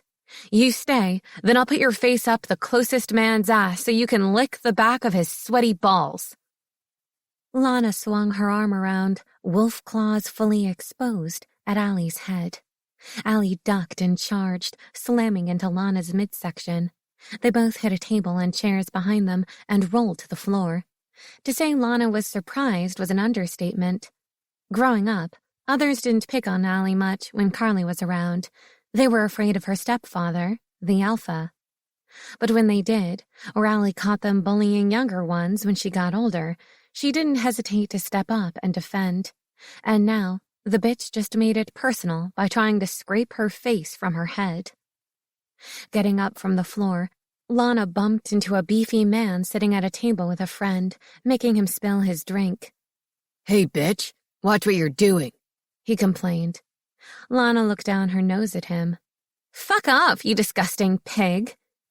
That got him to his feet and in her face, immediately drawing attention from the men at the bar. Hey, a man yelled. Leave the lady alone. The beefy guy snarled. This bitch is no lady. As soon as he placed a hand on Lana's shoulder, a man sitting close by came over to his table, grabbing for the big one. The big guy's friend at the table jumped up and intercepted the man diving for the beefy guy, throwing the man's body at a couple guys coming from the bar. Then all hell broke loose. The men from the table were punching those from the bar. Others from the bar backed up their buddies. Someone went to Lana, and she shoved him into guys from the bar, who in turn threw the guy into the boxing melee. He came up swinging. Tables and chairs went flying with pissed-off game watchers needing to vent. What better way than to use someone's head as a punching bag? The bartender was yelling, trying to separate the worst of it. That was until someone sucker punched him. There was no doubt shifters as well as humans were in the fight. In all the commotion, Allie lost track of Lana and her girls. Mistake on Allie's part. She heard Carly scream as claws swiped inches from her face. Lana's two girls had Carly backed into a corner, and Queen Bitch was here next to Allie, teeth and paws bared. Allie ran for her friend. On the way, two men hitting each other slammed into a table, sending it in Allie's path. She stopped in time not to crash into it, but the burning fire of claw marks scorched her back. With few options left, Allie spun and tackled Lana to the floor, flipped the skinny bitch's body, and put her in a hold the wild wolf would have been proud of. Listen up, woman. When I was a kid, I took your taunts and name-calling because I couldn't do much about it. Now it's different. Get off me, bitch! Lana struggled under Allie. With the hold she put on the woman, even her shifter strength wouldn't help, unless she popped a couple joints out of socket. As I was saying, you ever come near me or my friends again, I'll put you into a chokehold so fast you'll pass out before your wolf knows what hit you. Now call your bitches off Carly. When Lana didn't say anything, Allie bopped the back of the woman's head so her forehead hit the floor, where a glob of mustard happened to be from the beefy man's hamburger. Seemed fitting, since she ruined his meal anyway. Lana lifted her head, now with yellow number 5 smeared all over it. Allie lowered her face closer to her captive. I said, call off your bitches. Allie glanced at Carly. The two wolves had their claws out swinging for Carly's face.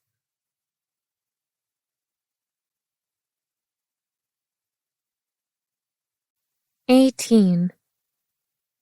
Marcus parked his car around back of the bar Allie and Carly frequented.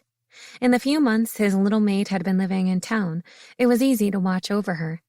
He had put together a network of checkers, those he asked to call him so he knew Allie was where she needed to be. He was just checking if she was safe, not stalking. Who the fuck cared if he was stalking anyway? Not like he was telling the world.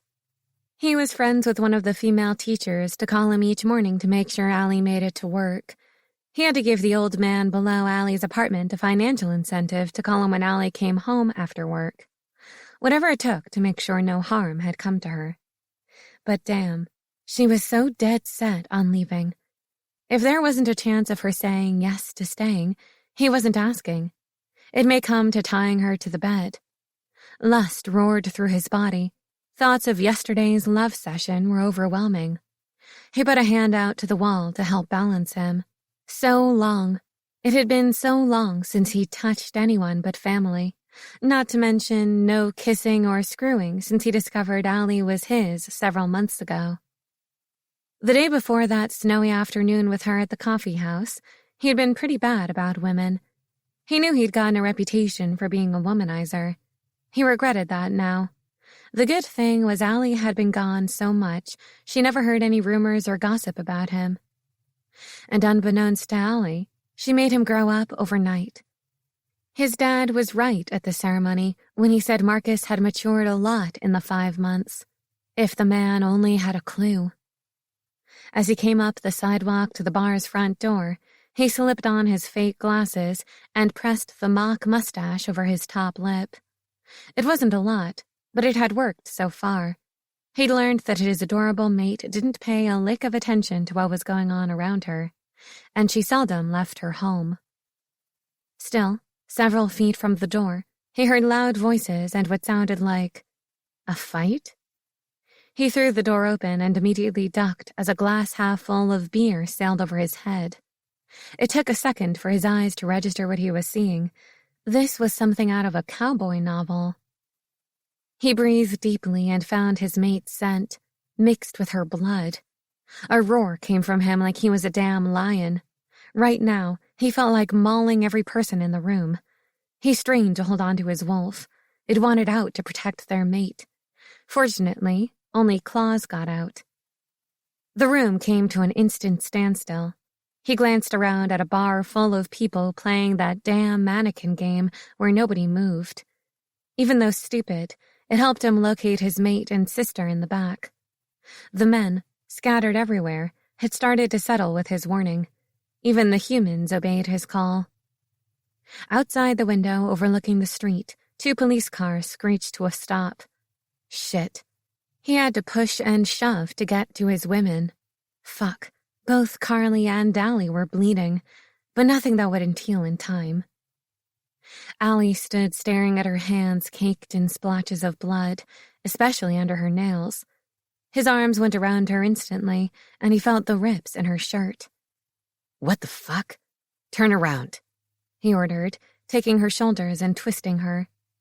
3 diagonal slashes cut through her top. 2 had drawn blood, the third scraping the skin. Allie, who did this to you? He whipped around to look at the men. His breathing came in big puffs. Tell me and I'll kill him. A soft hand laid on his arm. The touch soothed his beast's instinct to kill. Marcus, Allie said. We're fine. I don't know who did it. She was lying. He knew she was, but decided not to press her.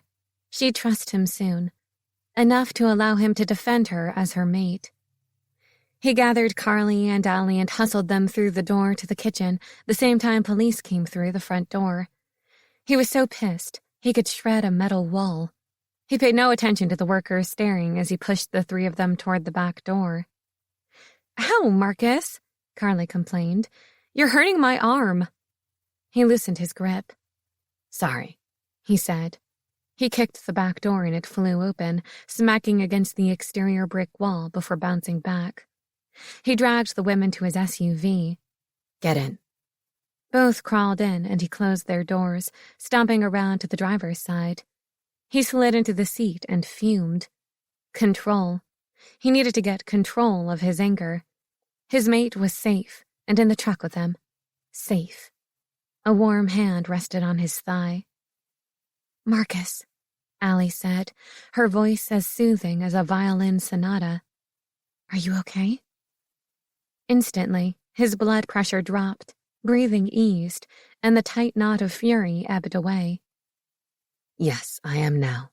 Thank you," he said. He placed his hand over hers on his leg and squeezed. "You know, you two could have been deathly injured, bled out while others didn't give a shit about two women lying on the floor." He ran his fingers through his hair, getting more control of himself. His pulse was finally returning to normal. Both women sat quietly. He looked at them. Carly, in the back, was about ready to bust out laughing, and Allie stared at him with her mouth gaping. Those lips of hers, how he wanted to taste them again, suck them, playfully nibble while he drove in and out of her. There went his pulse again.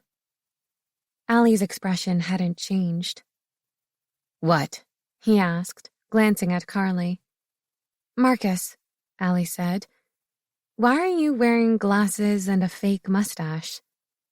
"God damn it," he mumbled and ripped the disguise from his face. "Don't change the subject." Carly snickered from the back. "I didn't know we were on a subject." He eyed her, but said nothing. He didn't want her saying anything about his pathetic life of sneaking around to protect Allie. Why not just come clean and tell her she was his mate? Tell her that he loved her. That thought was new. Did he love her? After all this time, he had to say yes. And that was why he was scared shitless to tell her. That's why he needed for her to choose to stay on her own. If she didn't know, then she couldn't reject him. She couldn't make a conscious decision to walk away, ripping his heart out as she left. For him, there would always still be a chance she might say yes, if she never said no. But the danger involved in finding out was frightening for him. Alphas weren't vulnerable. He wasn't supposed to feel this much for a woman, but he did. He wasn't supposed to be ready to give up his pack for her, but he was. He saw what happened to his father when his mother died. He almost lost both parents. It took a lot of talking, a lot of tears, and a lot of love to snatch his father back from the darkness that became his life. That was how powerful the mate bond was. If not for him and Tanya being very young at the time and having the pack to lead, Marcus was sure his dad would be with Mother in the great beyond. If Allie outright rejected him and left him, could he handle it? No. He'd follow her to the ends of the earth and never let her go. Ever. He opened the center console and pulled out several napkins. "Lean forward, baby. Let me look at your back. Whoever had their claws out, you are lucky to only get just surface damage." He dabbed at the bloody material barely covering her back. Anger built quickly again. He could have lost her right then. Her back should be torn with gouges exposing her ribs, spine, kidneys. When wolves did something like this, it wasn't meant to be a scratch. "Here," he said, handing napkins to Carly. "How badly are you hurt? I smell your blood." "Just surface stuff," Carly said. "Everything is mostly closed. I'm fine." "Marcus," Allie said, "my back doesn't sting anymore, so it's fine too. Thank you for taking care of us. We should go now before the police walk out back and see us all sitting here." When Allie started to open the door, he grabbed her arm to stop her. "No, Allie, I'm taking you home. Carly has something to do, don't you, Carly?" Carly frowned. "I don't think—" "Your mom asked you to run an errand for her, remember?" he said, fighting to keep from sounding suspicious. "Oh, right," Carly replied. "That errand." She climbed out of the back. "I'll call. Oh, wait. Never mind. You'll be busy." She pushed the door closed. "Talk to you later, guys." Allie glanced back at Marcus, confusion, worry, and a touch of anger wafting from her. "Marcus, what is going on? Why is Carly trying to stay away from me? She's mad because I'm leaving, isn't she?" Tears filled her eyes. This is the second day she's left me when we would be spending time together. Ah, shit. He hadn't meant for this to happen. He brushed his fingers along her cheek. No, that's not it. She's not mad, I promise. Then what is it? She's my best friend, she sniffled. My only friend. I hate to think she doesn't want to spend time with me anymore. Tears rolled over her smooth complexion, cutting into his heart. She's never done this before. Walk away about to say something, but not. There's no other reason for her to want to leave me. God, how could he fix this? He'd really fucked shit up now. He couldn't stand her pain. Pain he'd caused. It's not what you think. What is it then? I can tell she's hiding something. She always sucked at lying. Great. Fucking great. It's... she... He closed his mouth, and the solution came to him. He sighed. If I tell you, you swear not to tell Carly I told you? Allie perked up. I swear. She held up 3 fingers. Scout's honor. His eyes narrowed. You weren't ever a Girl Scout. I know, Allie said. That's why it's even stronger than a swear. Please tell me, Marcus. I can't have her mad at me. She's not mad, he said. Carly is putting together a going-away party for you and has a lot to do this week. Every night. Yep, she won't be available at all this week. You need to help Shella anyway. A going-away party for me? That brought on the tears even harder. He just fucked shit up even worse with every word out of his mouth. He should just shut the fuck up and not say anything else. That was not what he wanted. He dabbed at her face with a clean napkin. Don't cry, baby. Isn't that a good thing she's doing? He asked, not sure why she'd cry harder. Allie nodded, the tears taking her face. Good. Then let's be happy. He leaned forward and kissed her.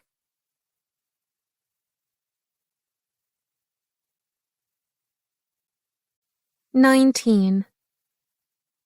Allie put the cap on the dry erase marker and set it on the tray under the whiteboard. The class behind her was fidgety. They should have been more than ready for the final. Are there any questions? She asked. Nobody raised their hand. She picked up the felt eraser and swished it across the board, wiping away all the formulas and definitions they had gone over for their final. Miss Gray, one of the students said. Allie turned to see one of the girls standing with an envelope in her hands. We heard you were going to work for NASA, and we all got together to get you something to say goodbye. Even though accounting isn't fun, you are. You're one of the best teachers here. You get us, while most don't. And if for some reason you don't go, we think you should come back in the fall and continue teaching. Allie slapped a hand on her chest and fought the tears stinging her eyes. Thank you, everyone. That's so kind of you. Your sweet thoughts mean more to me than you'll ever know. The girl stepped forward and handed Allie the envelope. Should I open it now? They all said yes. After popping the back flap up, she pulled out a card and a selfie taken by the class with a caption of Accounting Class 2018. She couldn't hold back the tears. She'd never been given anything of acceptance before. These kids accepted her as one of them, a dream come true. The bell rang, and the room cleared out for the day.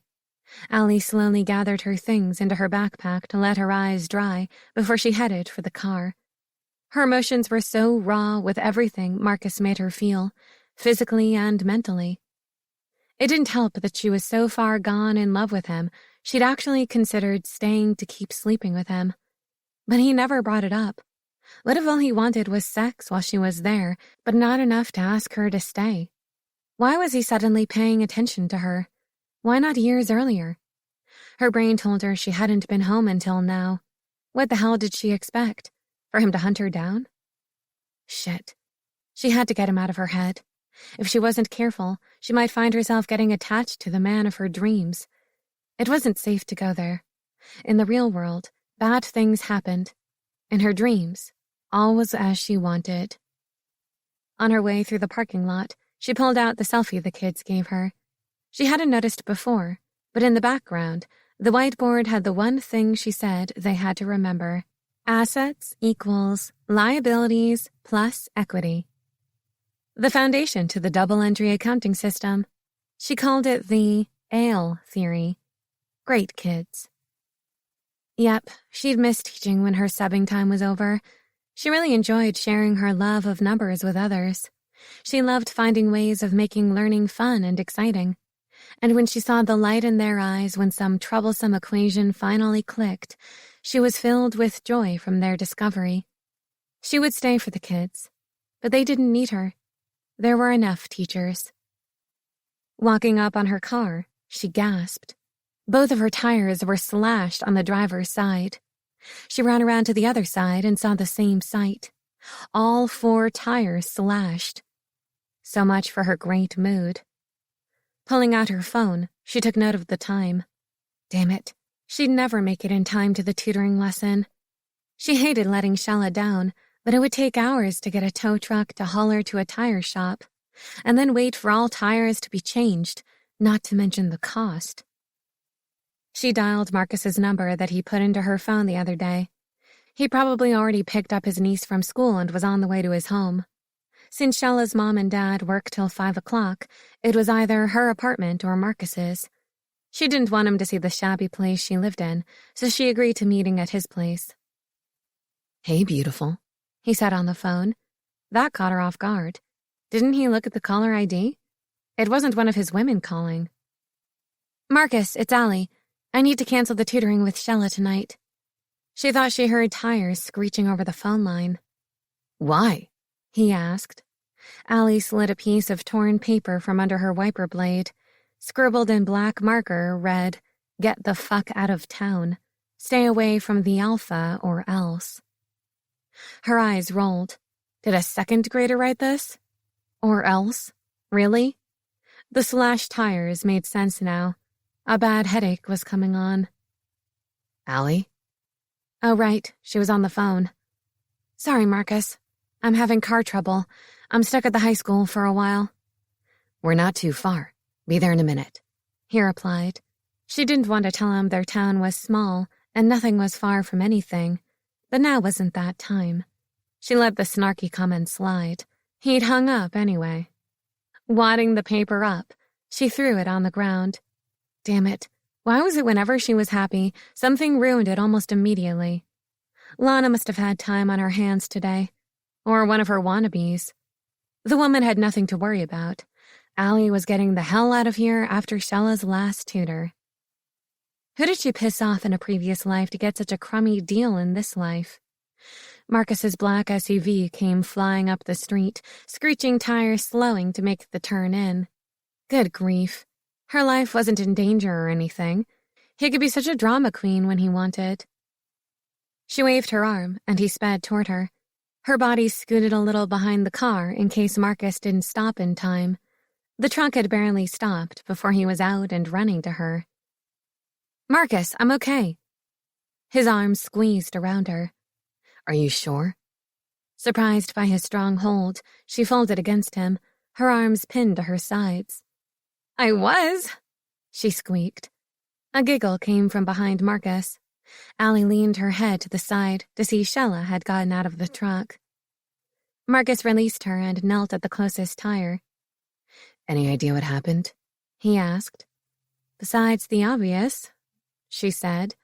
No. She followed him as he walked around her car, examining each tire. Shella picked up the note Allie had wadded and thrown to the ground. What's this? The girl asked. Allie tried to grab it from her hand, but was too late. Is this about you, Miss Gray? She thought about denying it, but Marcus would smell her dishonesty.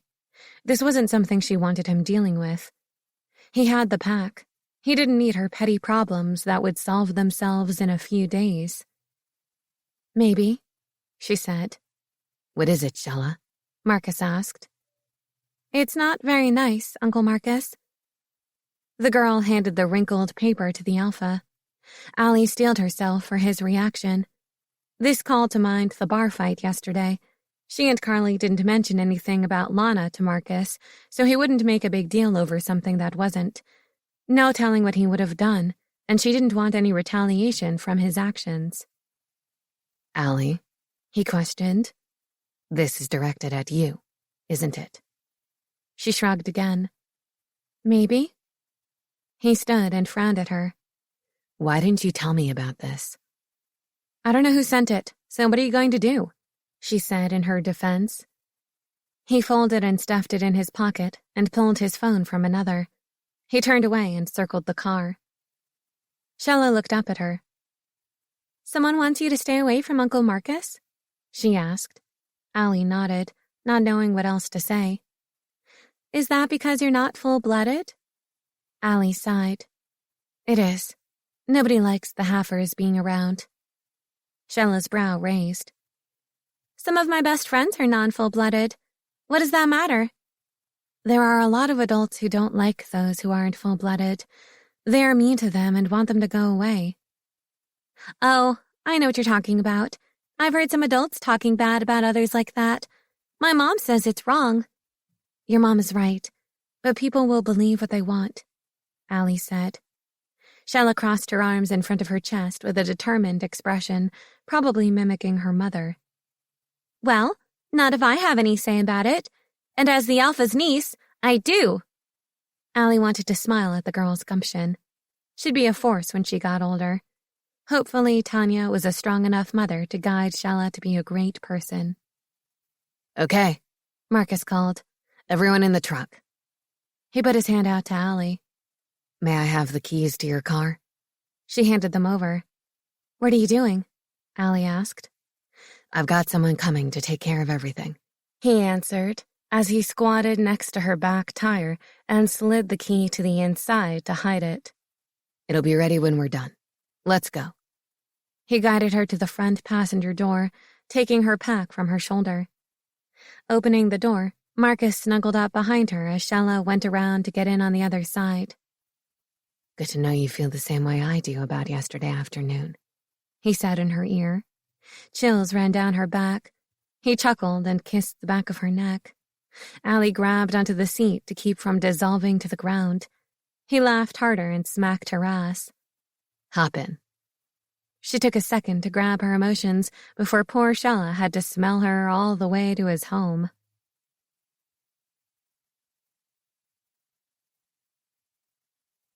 "20. Yeah, baby. Allie lifted her fist for a bump. You got it. Now work on the next two problems while I see when your uncle will be done with the food.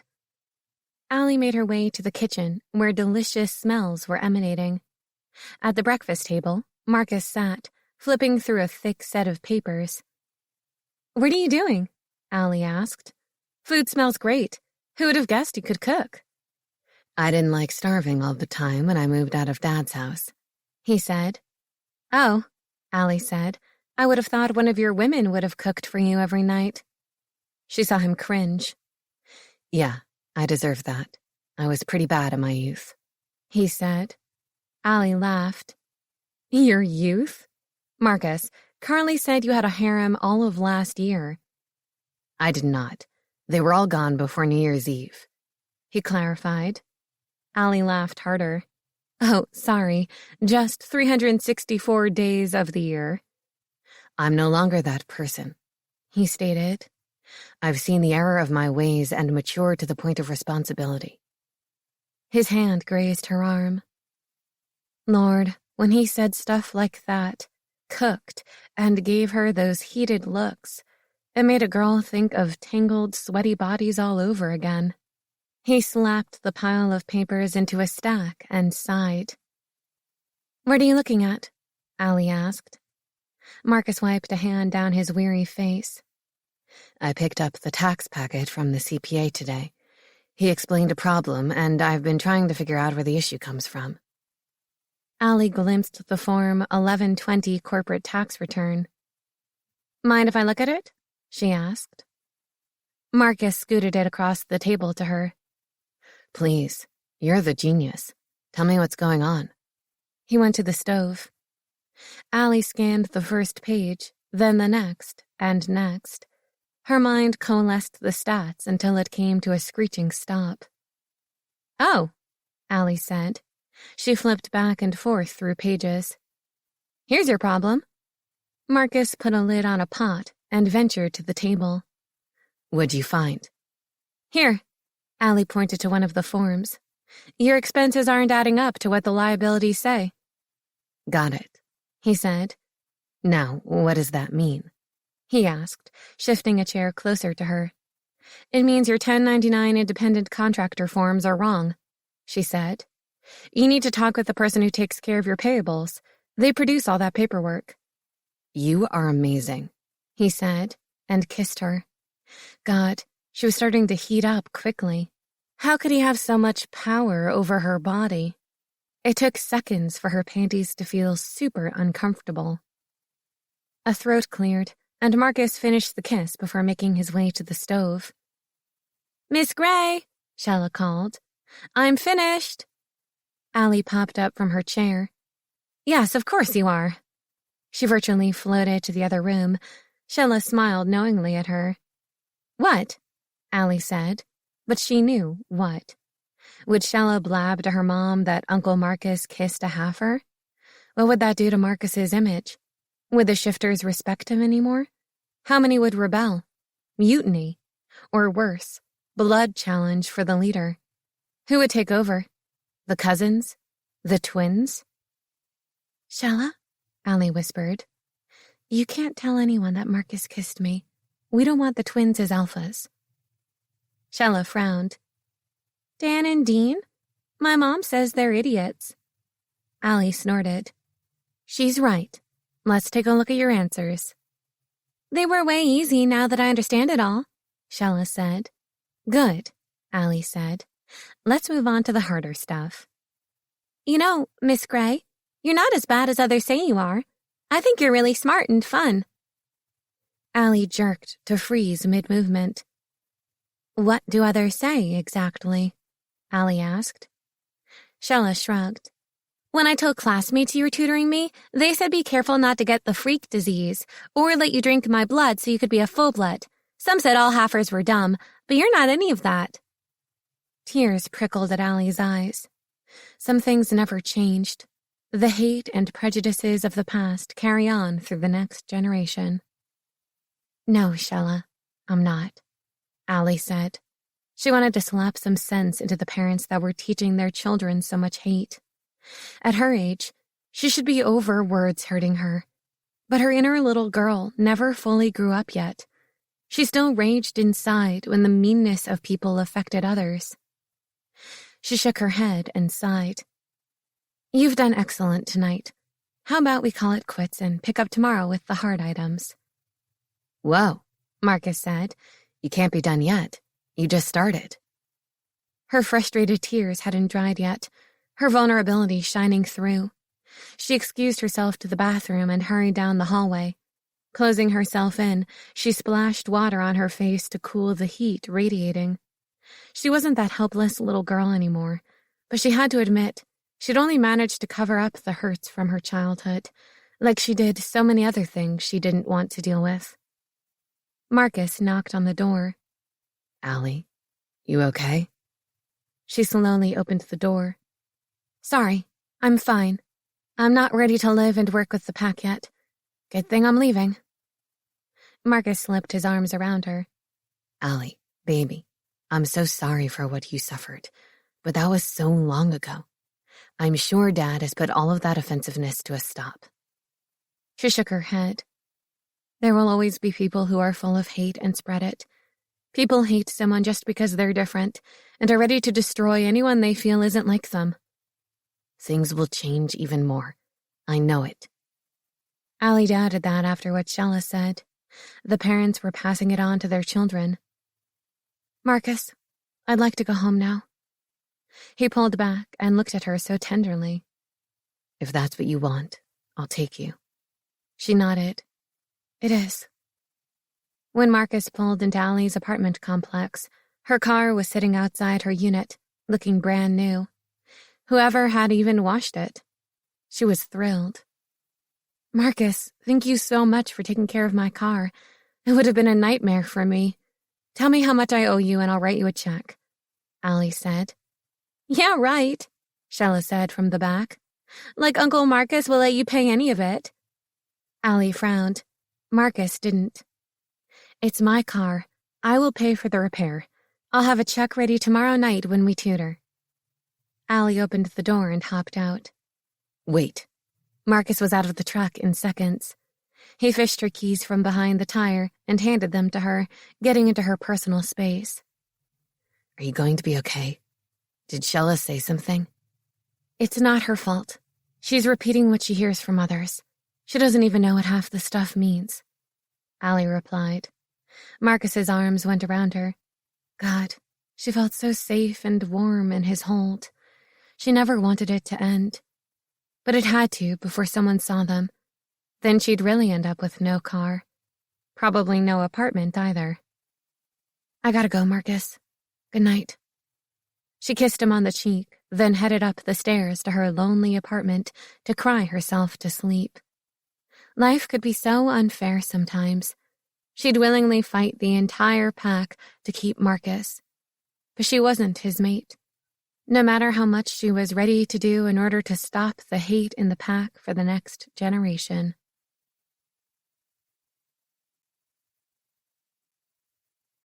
"21. Marcus sighed and ran his hands over his face. It was getting late in the afternoon, and he still needed to talk with Lana about the tax issue Allie found yesterday. They'd never had issues before that he knew of. Of course, Lana took care of all the taxes as part of her corporate controller job, and he wasn't anxious to be in her presence. He might as well get it over with. Grabbing the tax packet copy from his desk, he walked down the hallway into her office. Lana, got a second? She looked up with sleepy bedroom eyes. There was nothing attractive about her. Lana was not Allie. His Allie, the only woman he wanted. She would never be her. For you? I have all day. She got up and closed the door while he set the paper-copied packet on her desk. From behind, she slid a hand over his shoulder and down his chest, pushing her breasts against his back. What will it be today, Marcus?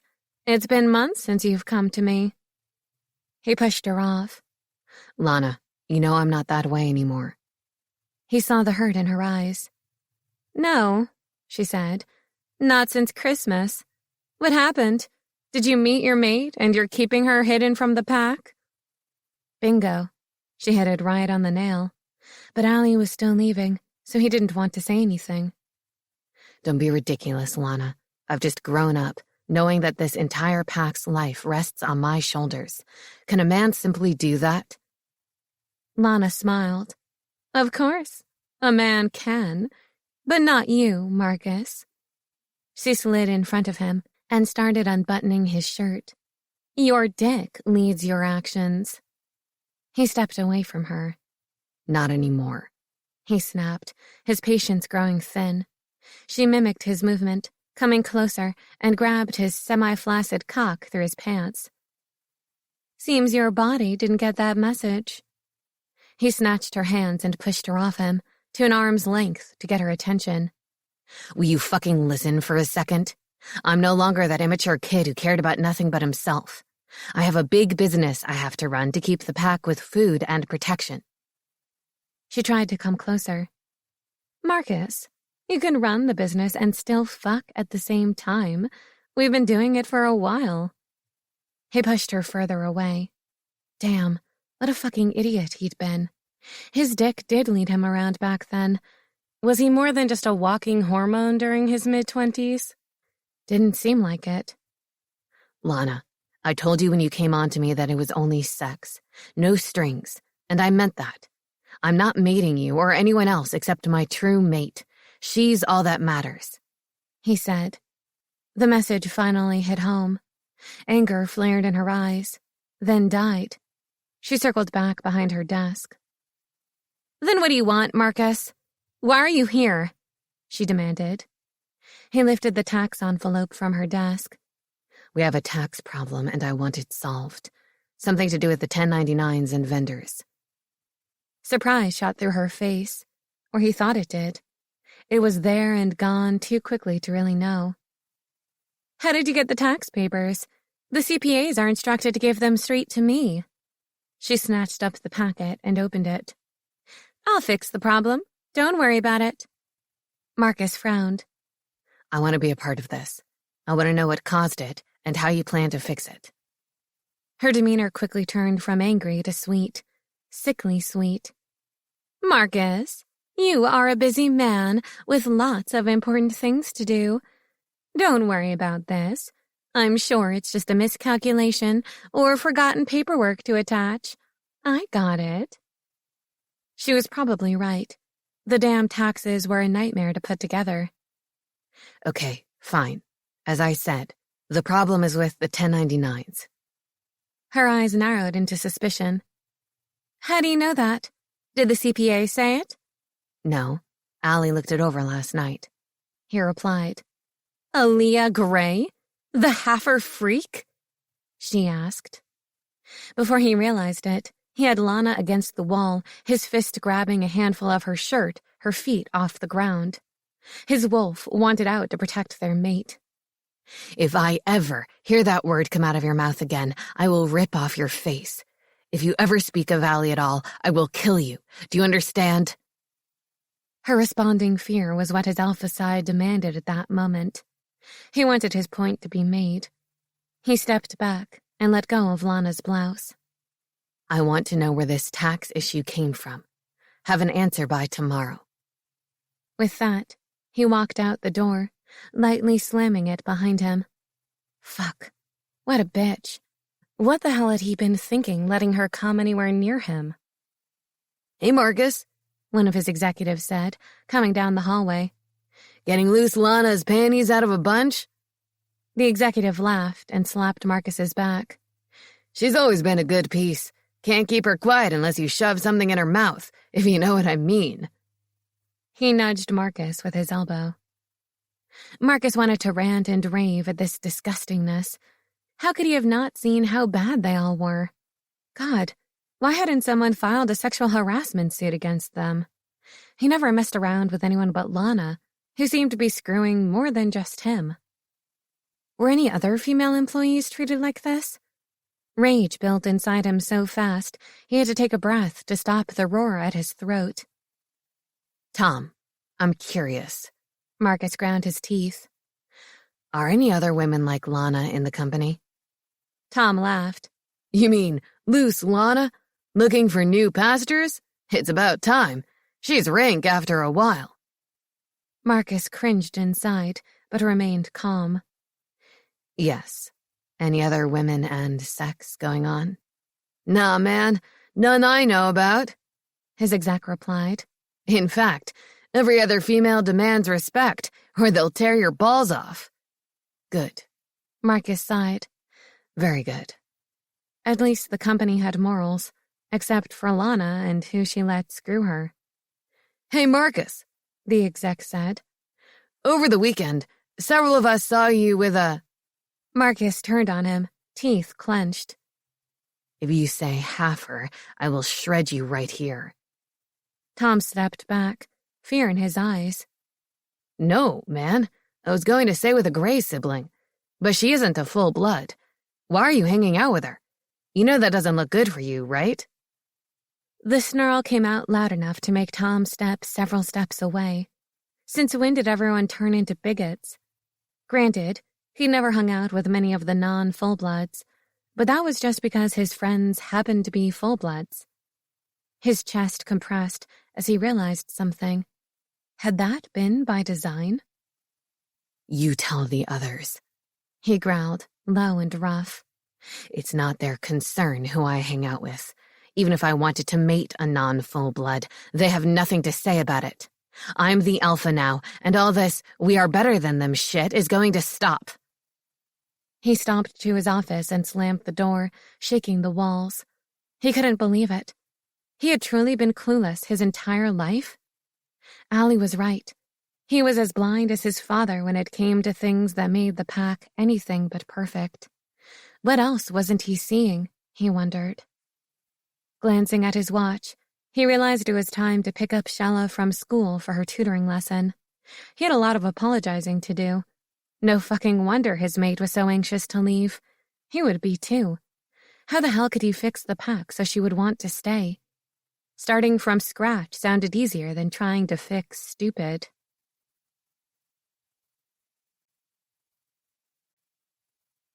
"22. Wednesday afternoon already. The week was flying by for Allie. Good thing. She wanted to get packing and move on with her life. She pushed all thoughts of Marcus and a relationship to the back of her mind and blocked it with thoughts of her upcoming work at NASA. With school being over for the day, she loaded her backpack. Tomorrow would be her last day in this room. She kinda liked the room. She'd brought in some teaching aids and guides and tacked some to the wall. Made the room more colorful than the subject of accounting could ever be. There she was, bad-mouthing that profession again. She actually loved accounting. It's what got her into the deeper, more difficult aspects of mathematics instead of going to science and physics. Physicists dealt with a lot of math, incredibly hard shit that filled a whiteboard before it was solved. A lot like a movie she watched a long time ago. Had Matt Damon and a young Ben Affleck. Damon was a math genius in hiding. She felt like that often when younger, wanting to hide so no one knew she was different from the other kids. She'd asked her class tomorrow if they knew of anyone who was bullied or hiding themselves. Maybe she could help them before she left. At least tell them her story so they knew there was a chance for change after graduating. Their entire life would not be in pain. She hoped, anyway. Seeing her car tires were still inflated, she let out a sigh of relief. Had things really gotten to the point where she was afraid to go anywhere, constantly worried that her property would be stolen or damaged because of who she was? Her freshman year in college, she'd become overly paranoid, always afraid the twins would find her alone. Seemed Marcus scared them last time they bothered her at the celebration at the community center. They had been waiting for her at her car, waiting for her to be vulnerable, alone. A shudder ran through her as she looked around and picked up her pace to her car. When she arrived at Marcus's, Shella was standing with the front door open, waving her in. What was that all about? She parked and hurried in. "What are you guys doing?" Allie asked. "Uncle Marcus is making hamburgers and french fries tonight. They're almost ready. I'm starving." "Wow, he's cooking again?" Last night he had put together a little snack-like meal, but she was too upset to eat, and Marcus took her home. Tonight, though, was a different story.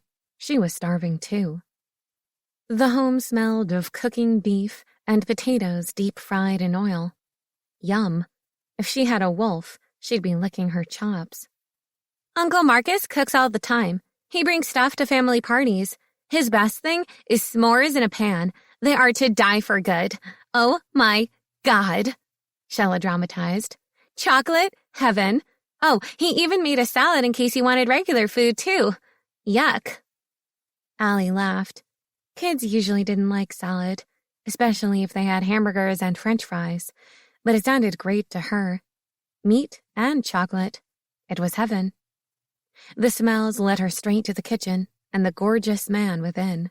She could stand and stare at him move for hours and never get bored. Then her body started reacting to what she was seeing, and she had to shut it down before Shella grossed out, or Marcus smelled it. Though the thought of Marcus knowing how ready she was for him made her panties even more wet. Their love fests had been beyond words. She didn't care if she was easy for him. It was only him, and probably would forever be. Her mood crashed, thinking about never seeing him again. Talk about being bipolar. Yikes. She had a couple more nights before she left. She'd make the most of it. Get all she could of him before he dumped her for next week's chick. Probably his mate. Screw it. She'd leave with lots of dirty memories to keep her company at night. In the kitchen, Shella went to the table where her book and papers were scattered. Allie shuffled toward Marcus to see what he was cutting. "Hey there, baby," he said, kissing her full on the lips. Allie's eyes darted to Shella to see if she was watching. The girl's eyes weren't on them, but she was covering her smile, meaning she knew what was happening and trying to keep the adults from knowing she knew. Allie's cheeks flamed. "Marcus," she whispered. What? He said out loud. Isn't that how I should greet you when you come home from a long day at work? He looked at Shella. Her head was nodding for all it was worth. Oh, yes. It's very important to get the first kiss right away. You never know. A neighbor may drop by and you'll never get the chance again. That was a strange response, Allie thought. Most kids would have been too embarrassed to have a response. Uncle Marcus has always been a loving person, Shella said. He had lots of practice, let me tell you. Marcus spun around with a frown, and Allie laughed, full-on belly laugh. Was there a conspiracy in the works? Shella mouthed the word, what, and Marcus made a gesture Allie couldn't see as she stood behind him. Marcus turned around. Never mind what the pipsqueak over there says. His voice raised. She's studying for her final tomorrow. Hey, Shella said. I'm not the pipsqueak anymore. My little brother is. I'll have you know I'm a preteen. He pointed a spatula at her. Hush and do your pathologian whatever. Pythagorean, Allie and Shella said together. Yeah, that. He flipped a burger and squished it, letting dark red juices flow. Whoops, almost too done. He scooped it from the pan and onto a thick layer of paper towels. From there, he soaked off the grease and set the patty on another plate. Well, he was trying to be health-conscious with the grease at least. Then he lifted the basket in the deep fryer. She changed her mind on that last thought. Marcus breathed deeply. Don't those smell good? Mickey D's ain't got nothing on me. Allie commented. What about the toy at the bottom of the Happy Meal box? He leaned closer to her ear. I've got a magic wand you can play with. She giggled and shook her head. She wanted to rub her hand over the growing hardness, but not with the kiddo here. He laughed at her expression. He knew exactly what she was thinking. Seemed he always did. Allie walked to the table to get away from the aphrodisiac at the stove. How's it coming? Shella put her pencil down. Now that you showed me the easy way, it's simple, she said. What about the harder ones? Allie asked. Well, I'm not good with them yet, but I was hoping we'd get there tonight. My test is tomorrow, Shella replied. We'd better stop playing around then. This is serious.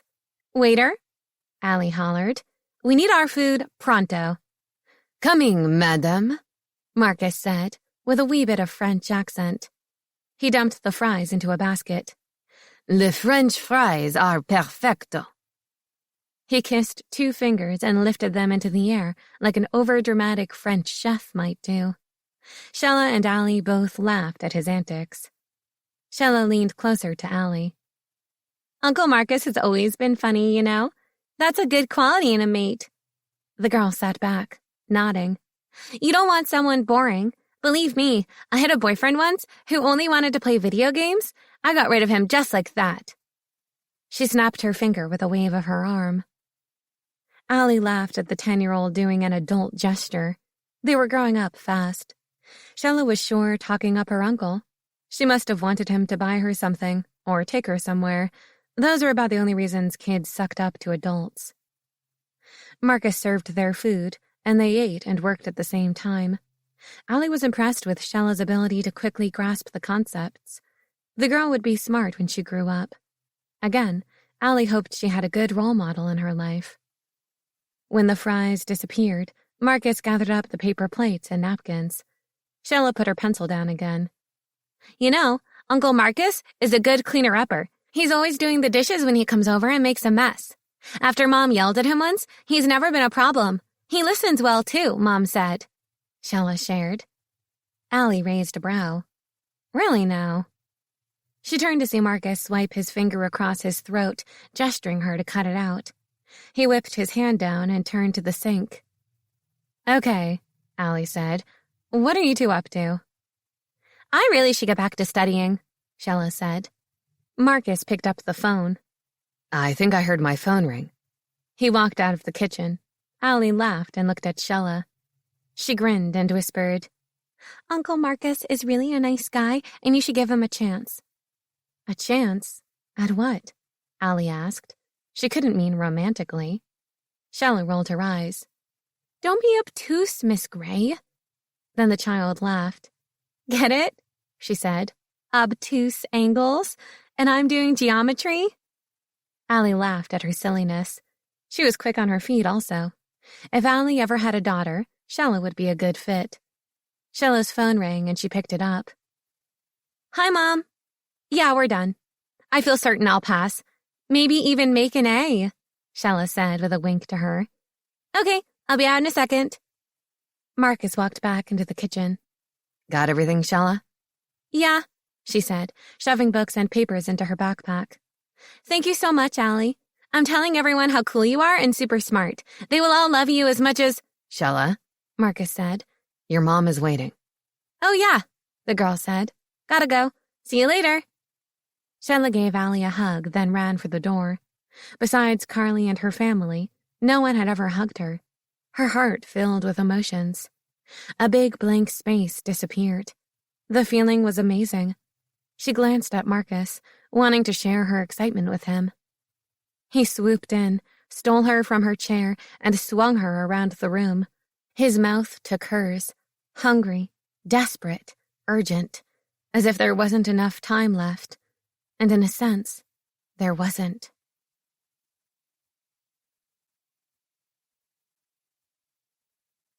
"23. Allie, He kissed her down the neck. let me love you. I need you. I have to have you. He cupped her jaw as he pressed her to the back of the door. You're fucking gorgeous. She snaked her tongue over her bottom lip and blinked, her gaze locking on his mouth. I'd debate with you right now on who's the gorgeous one of us, but all I can think about is watching your head drop between my legs. He took her mouth again. Fuck, she was making him crazy. He yanked up her skirt and slid a hand under her panties.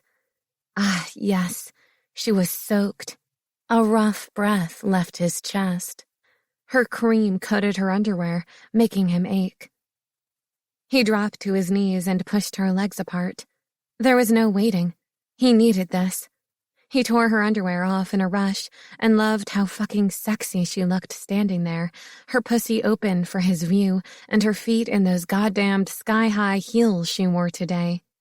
She never wore heels, so this was making him crazy. At first, he kissed the inside of her trembling thighs and listened to her suck in a few shaky breaths. Yes, that's exactly what he wanted, to make her lose control quickly. He skated his tongue over her clit, and her hands gripped his hair so hard it stung. Fuck, that only made him harder. Flattening his tongue, he pressed hard on her entrance and flicked up and down, gliding it over her slick pussy.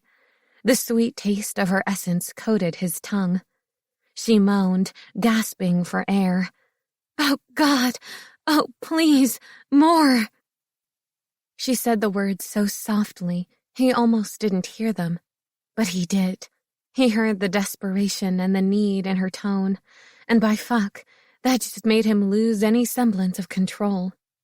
He licked faster, rising and falling and covering her pussy with his tongue down to the rim of her asshole and up to her clit. Her little pleasure nub became hard with desire. Her thigh draped over his shoulder as he held her against the wall, helping her keep her balance. Delicious, he mumbled between licks. She whimpered, her hips rocking over his face, her grip on his hair never wavered. He glanced up and met her gaze. She was biting her lip, her hair falling forward and her chest heaving from how close she was. Her pussy let out more of her sweetness, and he knew she was loving watching him lick her off. Oh, Marcus, I'm so close. Her choked words made him add speed into his movements. He licked and sucked on her pussy folds, rolling his tongue over her clit and dropping back down to her channel to fuck her with it. He rubbed 2 fingers over her entrance, coating them with her wetness before sliding them into her.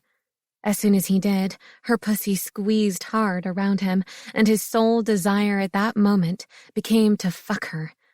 The moment she came, he was going to drive balls deep into her tight little slit and take her all fucking night. He'd come inside her to the point she'd be dripping his cum. The image alone made his dick hurt. Fingers curled into hooks. He proceeded to finger fuck her at the same time he sucked and gave her clit the best fucking licking of his life. She tensed, her rocking no longer smooth. Faster, faster. Her gasps and moans grew shorter and breathier. Then she was pressing her pussy tightly on his face, and a soft scream held her still as her pussy gushed her sweet cream on his tongue. She was fucking divine. Heaven couldn't taste this good. Lick after lick, he drank her in. She was sweet as honey. He was hooked even more if that was possible. He already didn't want another woman, another taste of anyone ever again. She was it. It was a matter of taking what was already his. She pulled away from him and he stood, his face covered in her pussy juices. He licked his lips and she blinked hazily. That look of absolute pleasure on her face wasn't one he'd ever forget. Not in this lifetime. She curled her fingers into his t-shirt and pulled him to her. Even with her fuck-me heels, she was a good 6 inches shorter than him. Roaming her hands into his hair, she pulled his head down and tasted her pussy on his lips. She moaned and pulled away.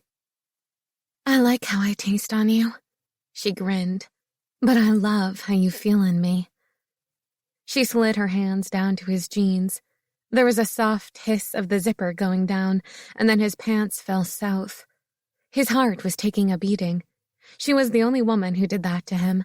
He never visualized being with anyone else since her, or hell, thinking of spending the night wrapped around her arms, his cock pulsing inside her. This tempting alley had 0 inhibitions today. What changed? With only a few words, she had made him forget who he was. His breath choked in his lungs the moment her hand was on his dick. It was like being home. She grasped his cock and caressed his hardness like she owned it. She did own it. Owned him. All of him. He tugged at her shirt and slid it over her head, wanting to see the rest of his beauty naked. He already loved it. Every single one of her curves made her perfect to fuck, perfect to keep, perfect to mate. Her black, lacy bra contrasted against the paleness of her flesh. Her chest rose and fell with each of her breaths. "Like what you see?" He met her gaze and pushed her against the door. "I'll like it better when I'm fucking you, baby." Lust filled her gaze. "I want you, all of you in me." He slid his fingers into her hair and lifted her leg, curling it around his waist as he prodded his cock into her entrance, their gazes still locked. "I'll fucking love it when my cum is sliding down your gorgeous thighs and onto your pretty shoes." She gasped, her tongue making a comeback and licking at her bottom lip. "You have a thing for shoes?" He pressed forward, his cock gliding into her and stretching her channel. Her eyes closed for a brief second while her body adjusted to his size. She dug her nails deep into his shoulders and swallowed hard. "I have a thing for your tight little pussy." She mewled. Her tiny whimper made his cock jerk. He fucking loved it, loved knowing he was the one making her legs quiver and her pussy slicken. With one hand on her thigh, he yanked down her bra and her tit popped free above the bra line. Her hard nipple made his mouth water. "I'm going to fuck you hard, baby," he said. She grinned and pushed her chest forward, tugging his head down so he could lick her nipple. "When I walk out of here, I'm going to have something good to remember." He gave a harsh laugh. "If you can walk out of here, I haven't fucked you hard enough."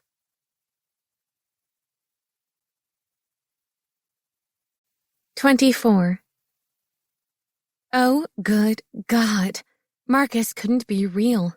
He was inside her, telling how good he was going to fuck her, and more than that, looking at her like she was Playmate of the Year. Her, Nerd Queen Allie. She didn't know what to say to that, so she allowed her mind to guide her. She pushed his head to her breast and sucked in a breath at the feel of his cool lips on her nipple. Her other leg came off the ground, and he pressed her harder on the wall for her to curl both legs around his naked waist. His cock pulled out of her slowly and immediately pressed back in, filling her with his hardness. God, he felt so good. He sucked her nipple hard as he drove in and out of her.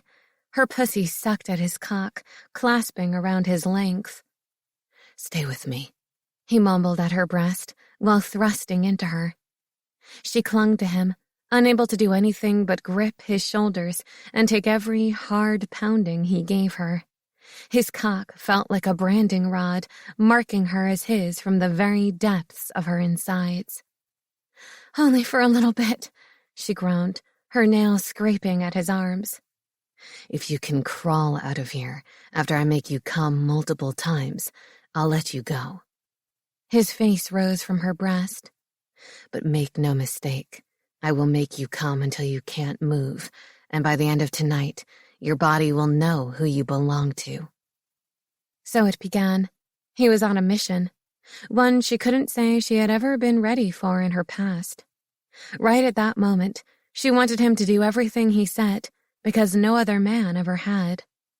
He fucked her repeatedly, taking her and giving her so much cock, she screamed her orgasms one after another. With every climax, he filled her pussy with his cum and left her channel aching and hungry. Until he did it again. He fucked her and made her orgasm with his mouth, with his fingers, with his cock. It went on for hours, and she almost believed after a while that she was having the best sexual dream of her life. Until they were on a bed, and he was curled around her, his hand on her belly. Allie knew at that point no one would ever compare to Marcus. He'd ruined her to anyone else on the planet. Whoever she ended up marrying, Marcus would always be the one in her mind. Which was unfair to her husband. So the only fair thing would be to never get married. "What's wrong, baby?" he asked. Damn shifter noses, she thought. "Nothing. Just thinking about the rest of my week," she said. He propped his head up on his hand, elbow on the bed. "What are you doing the rest of the time?" "Tomorrow's my last day with the kids," she said. "Then I'll leave Friday or Saturday morning, probably." "You can't," Marcus said matter-of-factly. She turned her head toward him, shock making her jaw fall open. "What do you mean, can't?" "I haven't found my mate yet," he explained, as if that said it all. "So, that's my problem, how?" Allie asked. "The deal we made was that if I hadn't met my mate by the mate event, you would go to it," he clarified. "Well, yeah. You have 6 months until that time," Allie said, even more confused. He smiled, and she didn't like it. "Allie, the event is semi-annual. Every 6 months. The mate event is this Saturday." 25. Marcus paced in front of his desk Thursday afternoon. He was ready to fuck someone up. To claw a few faces off, to destroy half his office. He'd been pissed with himself since Allie left him, pissed off herself, last night. When he made that damn bet, he figured Allie knew of the maid event. He hoped she didn't, secretly. He should have known she wouldn't. Allie had been with the pack one day since she'd been back. That was last Saturday for the ceremony. They didn't have any flyers or ads out for the mating event. It was all word of mouth. Her parents wouldn't know about it because they didn't care since they were mated. Carly didn't like the last one, thus not coming to this one. So she wouldn't have said anything about it. Shit. Carly needed to be there anyway as a show of support for her brother and the Alpha family. She could leave early, but he really wanted Carly to find happiness. A lot of new guys have moved in since the beginning of the year. She hadn't met most of them. Maybe one was her mate. "Sorry, Dan," he said. "I was in my own world for a second. What did you say?" "I said, whoever told you about the vendor files was correct." Marcus's company CFO, also part of the infamous twins, said. "But there's so much stuff in the damn file, I can't make heads or tails of it. We'll have to call Lana or wait till tomorrow, which I advise." "Dan, that's not what I pay you for. Lana reports directly to you. Then it dawned on him. She was fucking the CFO also to get whatever she wanted. What a fucking whore. She was fired as of now. Shit. Never mind, Dan. Fire her when you see her next. She's out today. Take off her company access to the mainframe before you do. I wouldn't put it past her to do as much damage as she can. Dan left in a hurry. Good thing. He wasn't in any mood for insolence or attitude. He started to dial Allie's number, then changed his mind and dialed a different one. "Hey, big bro," Carly said. "How's it going?" Not good, Carly. I need your help, he said.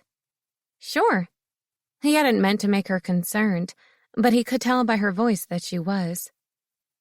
I need you to call Allie and have her come to my office ASAP. Why don't you call her? Oh, wait.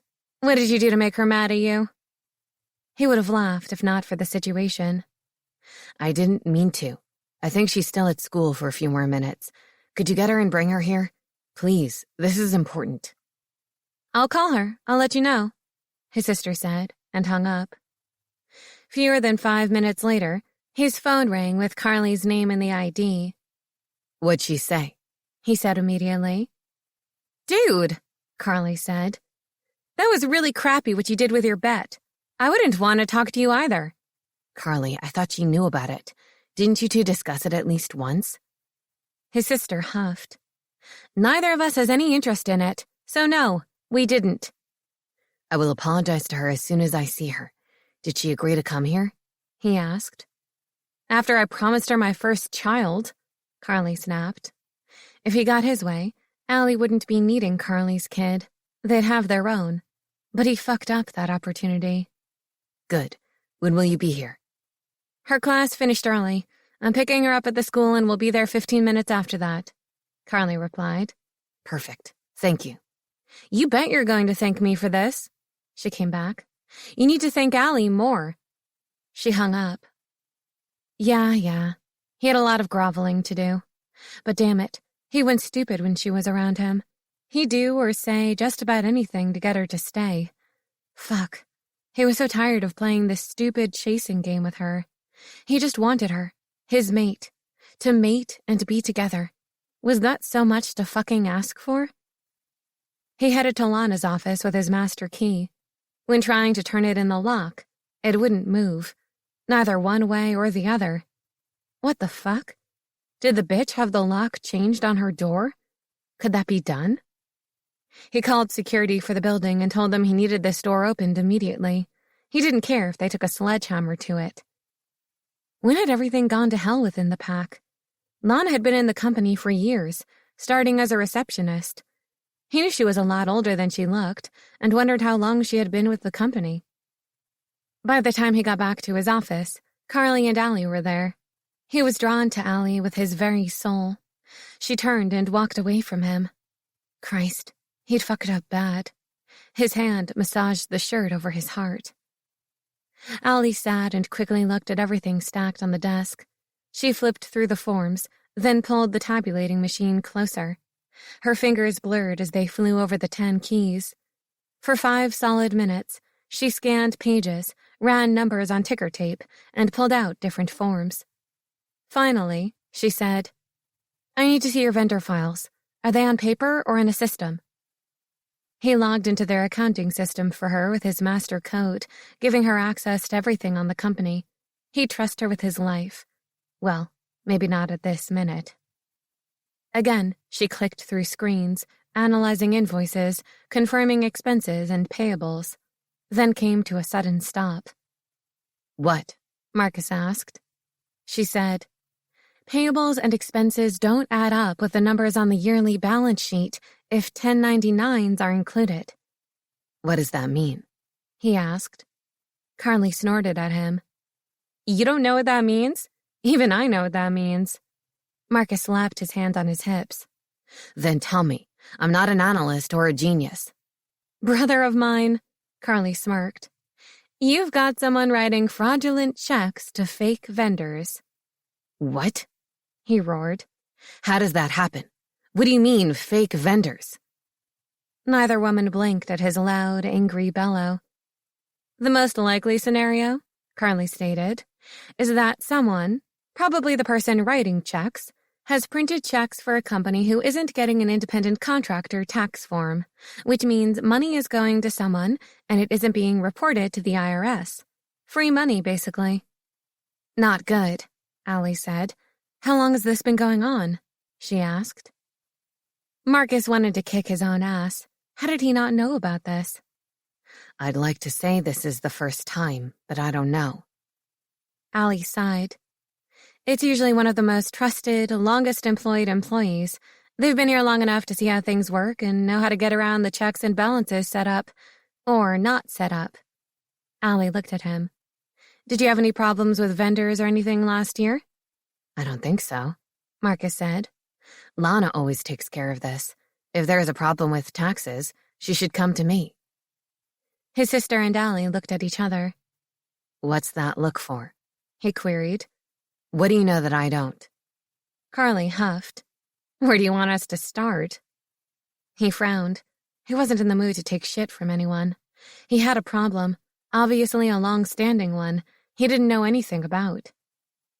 Marcus, his sister said, exasperated. You and Dad refuse to see some things, and one of those things is Lana. She's not the perfect angel slut you think she is. Carly glanced at Allie, then back to him. I'd say it was Lana who slashed Allie's tires. What? He said. Why would she? He thought about Lana and what he'd seen, but not saw about the woman. She was possessive of him. Somehow, when he needed a date for a corporate event, she was the only female available on his list. For the longest time, she kept coming to his place where they had sex, and he'd have to kick her out before time to get up to go to work. Then there was the biggest hint he didn't see. Lana's lifestyle was way above what a corporate controller made. Where did she get all the money? Any idea how much money is off? He asked. My guess is around $250,000. Allie replied. Jesus, he said. How could everyone miss that? Carly patted him on the shoulder. It's not your fault. The company deals with $1 billion a year, Marcus. If someone wants to find a way around, especially someone like Lana, they will find a way. You need to confront her with security around. She's off today. I'll have to do it tomorrow. He looked at his watch. Shit, I've got to go. I have a couple things I have to do. Carly shrugged to her brother. We can talk about this later tonight. We've got until tomorrow morning. The ladies grabbed their purses and left, Allie not even looking back. A few minutes after Marcus was headed toward his meeting, his phone rang. He pushed the phone icon on his steering wheel. This is Marcus, he said. Yeah, this is the neighbor downstairs, dear girl. Marcus knew without a name who the man was. Allie's lower neighbor who called to let him know she got home safely. The grumpy old man who wanted financial incentive. Marcus said, Allie won't be home for about 15 minutes or so. Oh, the man said. Her front door's kicked in. Before the conversation was over, Marcus had made an illegal U-turn and sped toward the other side of town.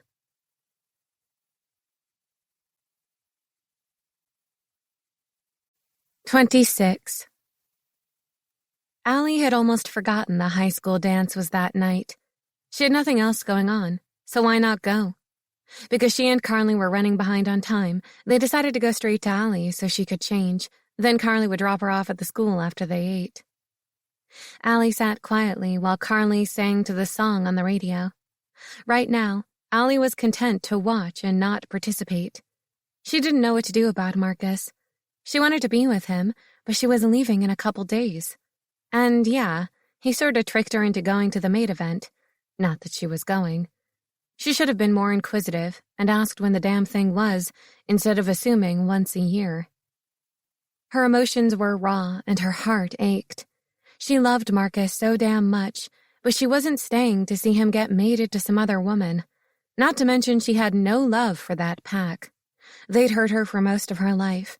She'd happily kick all the hate-mongers and everyone who discriminated against non-full-bloods. But that was Marcus's job. his and whoever he chose for a mate. It was best if Allie got out of there as soon as possible and tried to mend her already cracking heart. Then there was Lana. The woman was a true bitch in every sense. The way she used her body to get what she wanted was a disgrace to women everywhere. The female half of the world had worked hard to overcome men's dominance in everything except giving birth, and she threw us back into the Neanderthal era when everything revolved around food and sex. "Allie," Carly said, "sorry I didn't go on about the maid event when you asked the other night. I knew you didn't want to go, so I didn't think you wanted to hear about it." She let out a long sigh. "It's not your fault. It's not Marcus's either. I was just surprised and reacted badly. I felt tricked." "Do you want to go?" Carly asked. "We could have a blast. Think about it. We could sneak in a karaoke machine and do renditions of 70s songs." Allie rolled her eyes. "If that's your idea of a blast, we need to talk." "Like you can come up with something better, Mrs. Party Animal," Carly replied as she pulled into the parking lot of her apartment complex. Parking, they climbed from the car. "I could do stupid number tricks where people pick a number and I guess it," Allie said. Carly looked at her. "You can do that?" Allie climbed the stairs. "You have to follow a bunch of instructions. Then yeah, you see that kind of thing all the time online." "You know," Carly started, "I can never figure out those—" The lady stopped when seeing Allie's door was damaged and slightly open. "Oh shit, Allie." Carly put her hand on Allie's arm. "What should we do?" "I intend to go inside and see what the hell is going on." Allie pulled her arm from Carly. "What if whoever is still in there?" Allie scowled, then quietly put her ear next to the door opening. After several seconds of nothing, Allie pushed the door open and jumped to the side in case somebody was ready to shoot. When nothing happened, Allie ventured a look and froze on her threshold, mouth gaping. Carly gasped. "Oh my God, Allie! Who would do this?" Allie could only stare at her once safe, comfy home. The entire front room was completely trashed. The sofa cushions were gone, stuffing spread across the room. The body of the sofa shredded to see the wood frame beneath. Her TV was smashed in, lying on the floor. The carpet was ripped up, revealing concrete, and the window shades had slashes through them. Strange how everything looked like the result of claw marks. Allie remembered Marcus said Lana was out of the office all day. Was this what the bitch had planned? In her bedroom, her clothes were all over the floor, her sheets and pillows ripped. But what Allie noticed more was the graffiti sprayed on the wall. "Kill all halfers. Stay away from the alpha." Noise came from the front room.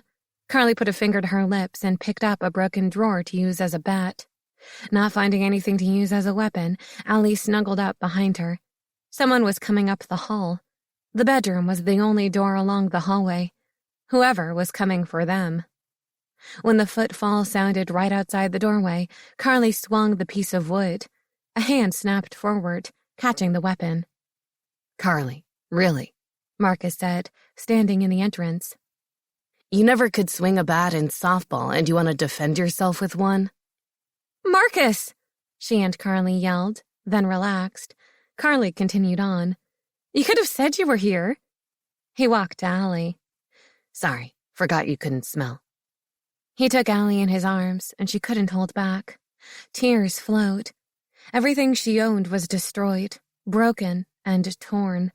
She felt violated. This was a personal attack, not only property, but everything could be bought, and it did make moving a lot easier. There was nothing left to pack. "I'm so sorry this happened, Allie," Marcus whispered into her ear as he gently swayed side to side. He turned to Carly. "I called our enforcers in. They should be here shortly. Allie's father probably sooner than the rest of the team. Would you watch for them?" Allie didn't hear Carly say anything, but heard steps hurry down the hall. His grip tightened on her. "We'll find out who did this and make sure they get what they deserve." She felt sure it was Lana, but it could be anyone in reality. She mumbled against his chest. "Who do you smell?" "Nobody," he said. They covered their scent. Allie slumped against him. How could they find the culprit now? Come on. Marcus led her into the hall. You can stay at my place tonight. The memory of the letter with her slashed tires and seeing the paint on the wall, mixed with all the feelings she had for Marcus and the fact she wouldn't see him again, imploded all at once. She jerked away from him. Stay at your place? She said with a calm exterior about to ignite. Stay at your place? Ignited and instant inferno. You're the reason all this shit is happening to me in the first place. Allie kicked at a broken side table. I was fine here until you decided I was the girl of the week. Marcus had his hands up trying to placate her. Allie. Then it dawned on him what she said. What do you mean, girl of the week? Just that. You know I'm leaving, so you chose me to fuck for the week, since no strings were attached. You knew I'd be easy because of my crush on you since I tackled you. You assured me your family isn't prejudiced. Well, I got news for you, Alpha. The rest of this goddamn pack is. She could barely talk through the tears. Aaliyah! Her dad yelled outside. She ran to him in the comfort of his strong arms. Her dad always made everything all right. All the bad dreams went away when he was there. Hey, little one. Papa Wolf is here. Everything's going to be fine. She loved the term of endearment he used when she was young. She didn't expect the peace and security that slid over her, calming the firestorm inside her. They started down the steps. Your mother is making your favorite meal tonight, Dad said. Then Allie remembered. I have to chaperone the dance at the school. I'm sure they won't mind if you're not there, her father said. Didn't you tell your mother you thought they had enough teachers and didn't know why they asked you? He replied. She drew in a brow. You heard that last weekend? He pointed to his ears. You bet I did. It's my job to hear everything to protect the pack. According to Mom, you never hear anything she says. I may hear everything, but not all of it sticks in my brain, he answered. This time, she did laugh. That's what I want to hear from my little girl. When they reached the last stair, the department's SUVs with the rest of the crew rolled up. Dad gave a nod to his second-in-command, and she let her father take her home. Life had really kicked her down just now, and she needed her family around her while she licked her wounds. She wouldn't let this keep her down, but for a little bit, she'd allow them to make her feel loved.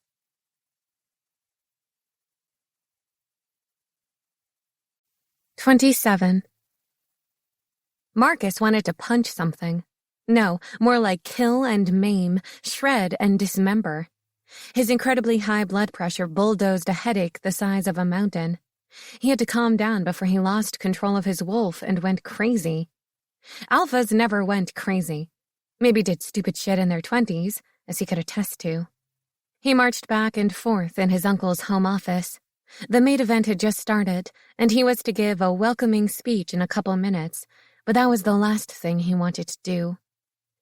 He hadn't seen Allie since yesterday afternoon and wanted his mate, whom he couldn't have because his pack was a bunch of bigots too stupid to help themselves.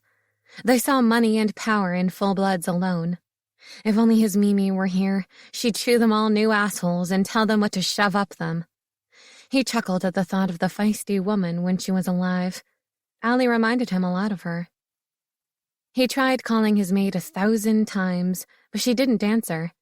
He went to her trashed apartment earlier in the day. Allie and her family were cleaning up the place. She sent her dad down the stairs to ward him off. He told Marcus Allie didn't want to see him. Her father explained she wasn't ready yet to see any shifters. The father apologized, but it wouldn't let him up to talk to her. Marcus could have fought, but her father was in charge of the enforcers. The last thing Marcus wanted was to alienate the man, so he left for the office, which wasn't much better.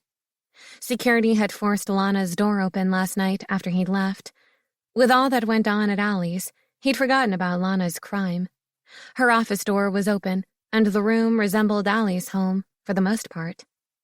Trashed with everything dumped on the floor, he didn't know if Lana or someone else did it, but Lana wasn't there. He wondered what she took with her. He was so very grateful he locked her out of the financial system yesterday and called the bank informing them of her wrongdoing. No telling what havoc she would have caused. All of that was a side street to his most important concern, his mate. He was positive she was leaving tomorrow.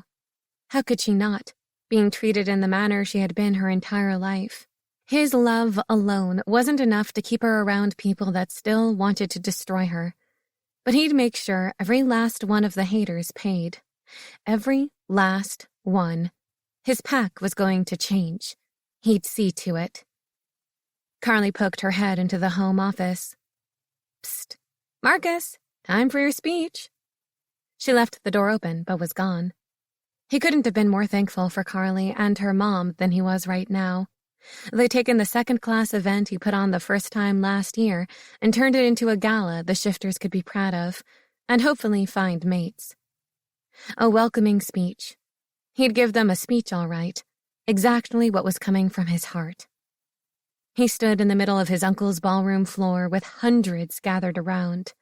He didn't need a microphone, since his voice naturally carried, and the shifters could always hear their alpha. I want to welcome you all to the second mate event. Tonight, we have some wonderful activities planned to keep up your energy and to introduce as many new shifters as possible. He paused and wondered if he should get on his soapbox once again.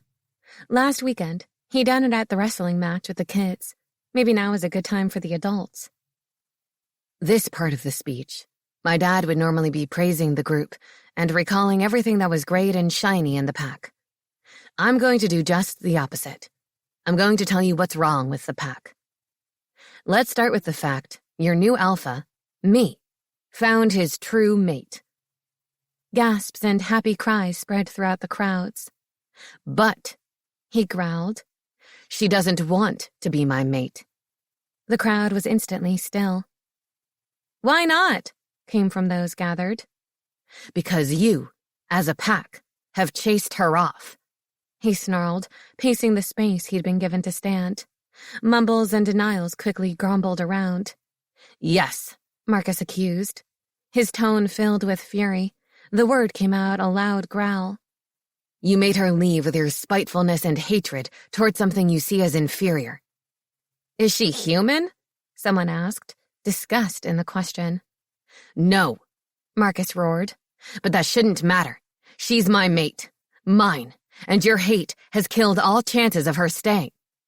But if she's a human, she's a not full shifter. He spat at the hate-mongers. Shocked gasps floated. A half-blood as an alpha's mate?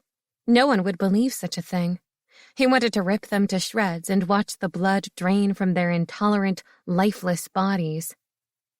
Let me ask you, if she could shift, yet still be a half-blood, would you accept her? There were yeses and nos, but mostly no. Fresh rage at their bias grew inside him. And why not? He demanded. Because she's a half-blood. They're weaker, an audience member said. He made a note of the person who said it. All the people showing their bigotry had something coming to them. He wouldn't stand for it. He wouldn't let what Allie went through keep happening to anyone else. But if they can shift, Marcus ground out, they must be strong enough. Some agreed, some didn't. You people disgust me. Your hate, your ignorance is something I refuse to believe existed in the pack, until I saw it for myself. You should be ashamed of what this pack has become. He snapped with a roar that silenced all noise. Doesn't matter now. My mate is leaving tomorrow, and there's no way I can stop her. She will be out of my life, and I may never take a mate, even if just to have an heir. The admission on his part was how his heart truly felt. It wasn't a lie to make them feel guiltier, but he hoped it did. If it didn't, he wasn't going to just allow this pack to continue their hate and bias. They were going to change, like it or not. He was giving up the love of his life because his pack was too ignorant to see what they had in front of them. He was going to leave, but he wasn't done yet. You know, being a half-blood, you believe her to be so below you, so weak. Well, she is going to put man on Mars, build a place where we can live if ever there is a need to flee Earth. How many of you can say that? It's not just one person she's thinking of, but the whole damn planet. One of the seniors from the high school stepped out from the crowd. And I can tell you, firsthand, that she gets us, the younger generation, much more than some our age. We should be begging her to stay. If she did, there would be a lot she could teach all of you. Times are changing again. She understands our needs and how this world is affecting us. How many of you not our age can say that? I know not many of you. You can say that again, Gen Zers, an older voice said. Look, Alpha, one of the men stepped forward. We didn't mean to run anybody off who you feel should be here. We're just concerned about the safety of Pack and how a weak alpha female would make us look in others' eyes. Easy pickings. Fuck that. They deserve to be torn to shreds for what they'd all made his ally feel. The world wasn't uncivilized anymore. Packs didn't battle for supremacy. They all lived in harmony, doing their own thing. They had half-bloods and mixed species, and his pack was still acting like it was the Middle Ages. How fucking fair do you think it is? He gave a loud snarl, his wolf wanting to show them how angry he was with a partial shift. You'll get to find a mate, he growled in an animalistic tone. And I'll be here, alone. Alone because of you and your narrow-mindedness and hate. The crowd winced, taking quick steps back, aware his animal was very close to starting a bloodbath. I may lose my mate, but this pack is about to lose all the hate and ignorance it possesses, he said, prowling closer to them, watching them scurry back. Even if I have to remove the haters from the pack with a swipe of my claws. He stormed back into the office and slammed the door. Maybe it was time to share his secret with his mate and follow her to Texas. He didn't want to be part of a group who hated others for being different. People like that would always find a reason to hate. If he kicked them out, or even fought them to death, more would come. It would be a battle he'd be fighting for the rest of his life.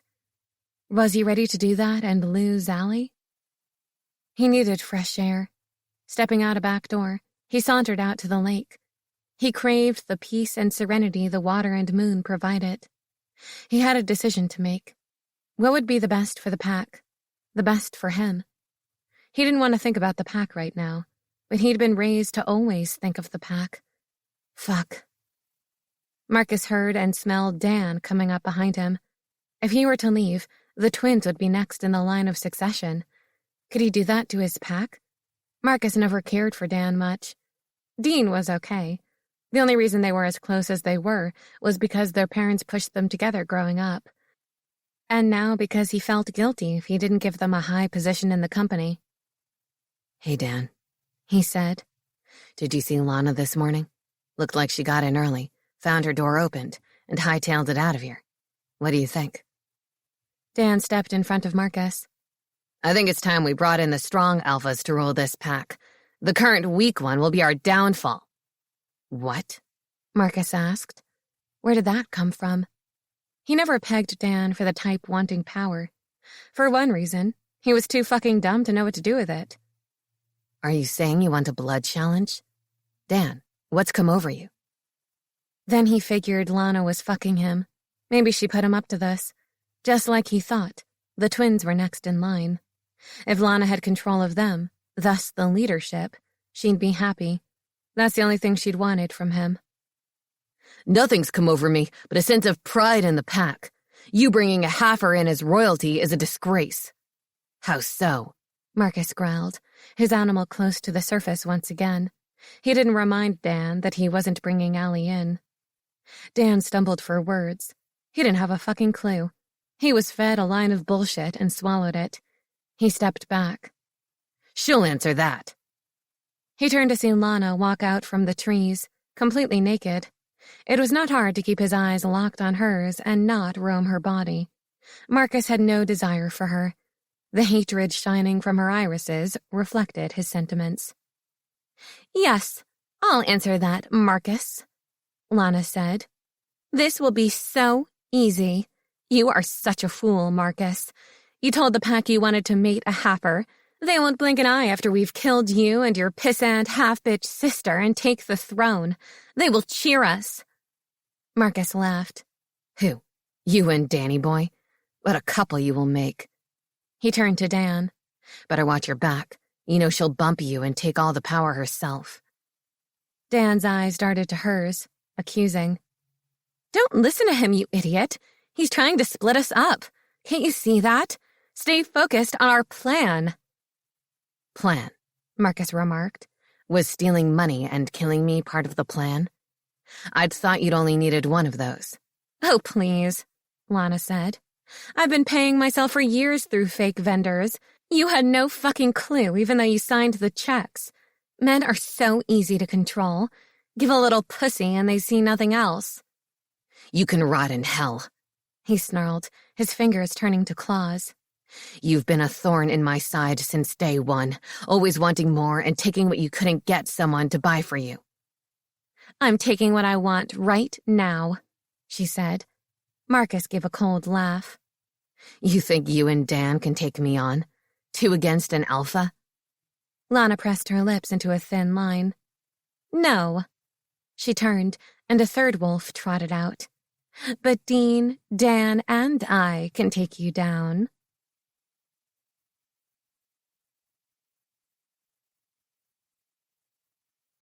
"28. After cleaning her destroyed apartment the entire day and throwing away over half her life, Allie lay on the guest bed in her parents' home in the semi-darkness. She'd packed the remaining clothes that hadn't been ripped or painted on and had her bags in the back of the car, ready to leave at first light. Her heart ached for so many reasons. She felt sick. She was pathetic, homesick, and she hadn't even left yet. Tears squeezed their way under her lids and down her face. She didn't want to leave Marcus, but this place would never be home for her. Never. The door to the room opened, casting a long shadow shaped like her mother onto the floor. "May I come in?" she asked. "Yeah," Allie replied, rolling over so her face was against the wall. She hated showing such weakness in herself. Crying wasn't the weakness, but the reason for the tears was. She'd been so proud to think she could make it on her own, a single female in a male-dominated world. In truth, she'd only been an hour from home when she'd been away. That was a daily commute for some people living in the burbs. The bed dipped down when her mother sat. "Supper will be ready soon. Are you hungry?" She wanted to say no, but she was. She hadn't eaten much for lunch, sick to her stomach as it was from having to put so much of herself in a dumpster. "I am hungry. I'll come out and help set the table in a minute," she said. Her mom's weight shifted on the mattress. "Here's your phone. Carly called and said for you to watch the clip she sent you." "Thanks. Just leave it on the table. I'll look at it after dinner." "She said it was important you watch it now," her mom insisted. Allie rolled over and took her phone. What could be so important? She's at the stupid meat event. "You mean maid event?" Mom said. "No, I meant meat event. That's all it is. Shifters walking around sniffing every female's ass who walks by." Her mom laughed. "Allie, that's how shifters tell when they meet their mates." "So they say." Allie sighed. "I just think they want to get their rocks off and—" Allie stopped when she realized she just said "get their rocks off" to her mother. Her mother laughed again and slapped the bed. "Allie, believe it or not, your parents are grown-ups and we can handle those kinds of expressions." She blushed. Thank God the room was mostly dark. How her mother knew what she was thinking was beyond her, but that's what moms did. They just knew when their children needed them. "Now sit up and watch whatever Carly sent, then come help me finish supper." "Yes, ma'am," she said, dragging herself to a sitting position and taking her phone. She scrolled to her email and tapped the video link in Carly's latest email. The YouTube page that came up showed Marcus in a tux. God, he was gorgeous in or out of a suit. He stood motionless with a lot of fancy-dressed shifters around him. Was this him at the maid event tonight? What was Carly up to? She pushed the arrow in the middle of the picture. Allie listened and wanted to be confused, wanted to deny everything. But so much was making sense now. Why Carly, and even Shella at one point, were pushing her to think highly of Marcus. of Carly making excuses to leave Allie and Marcus alone. And she thought Carly was mad at her for getting a job and leaving. God, was she an idiot or what? Real friends never did that. Oh, wait. Did that mean Carly wasn't having a going-away party? She'd totally forgotten about that. And hopefully, so had Carly. Allie didn't want a fuss made over her. Then the whole truth came out. Aaliyah Jade Gray, Haffer, was the true mate of Marcus Nero, Alpha. So Marcus thought, anyway. Could that be true? She wanted it to be in her heart. He'd said the words. He must have wanted it too. God, she loved him so much for standing up for her to everyone, for showing his love for her with every word he said. She had to find him. Still wearing the clothes from cleaning her apartment, she slipped flip-flops on and grabbed her purse. "Mom, I gotta go," she hollered, flopping through the kitchen. "Marcus is my mate and I have to find him now." The back door slammed harder than she wanted behind her. She'd apologize later, after she kissed her mate for being a dumbass the entire freaking week. Mom called out, "Don't kill him for thinking like a man these past 5 months." Yeah, like Allie said, dumbass. Allie arrived at Carly's uncle's house where the event took place. Allie may not have had the right date, but at least she got the right location. She ran inside the mansion, trying not to gawk at the frou-frou. She'd been here as a girl, and the place still had the same amazing effect on her. She stepped into the ballroom, looking for Marcus, and the room all but stopped completely, doing the mannequin game again. Has anyone seen Marcus lately?" she asked.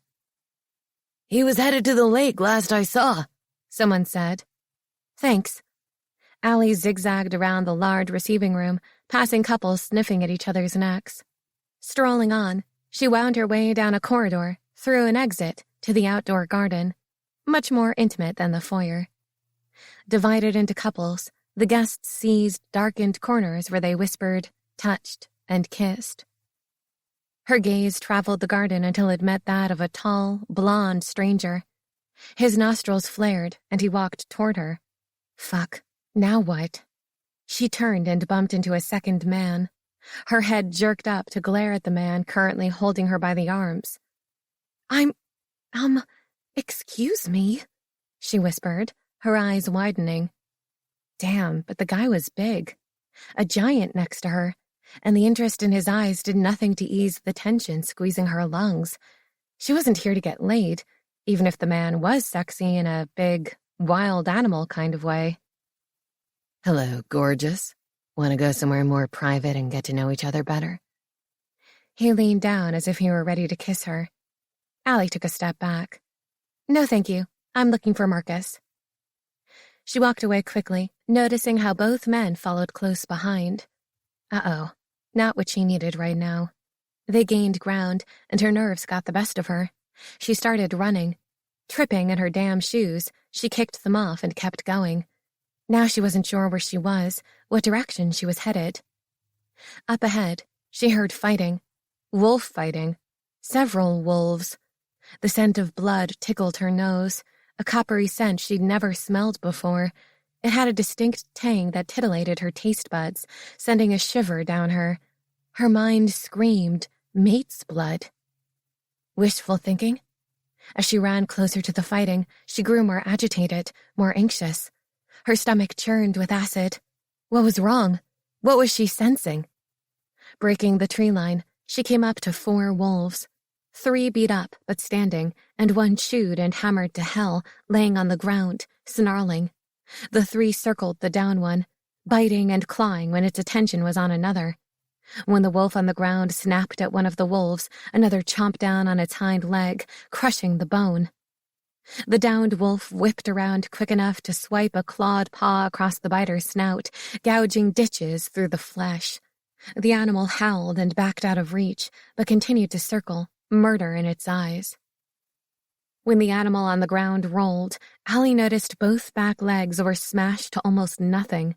No wonder the wolf was on the ground. Didn't matter who was the good or bad guy here. To Allie, this type of punishment was uncalled for. 3 against 1 was never fair.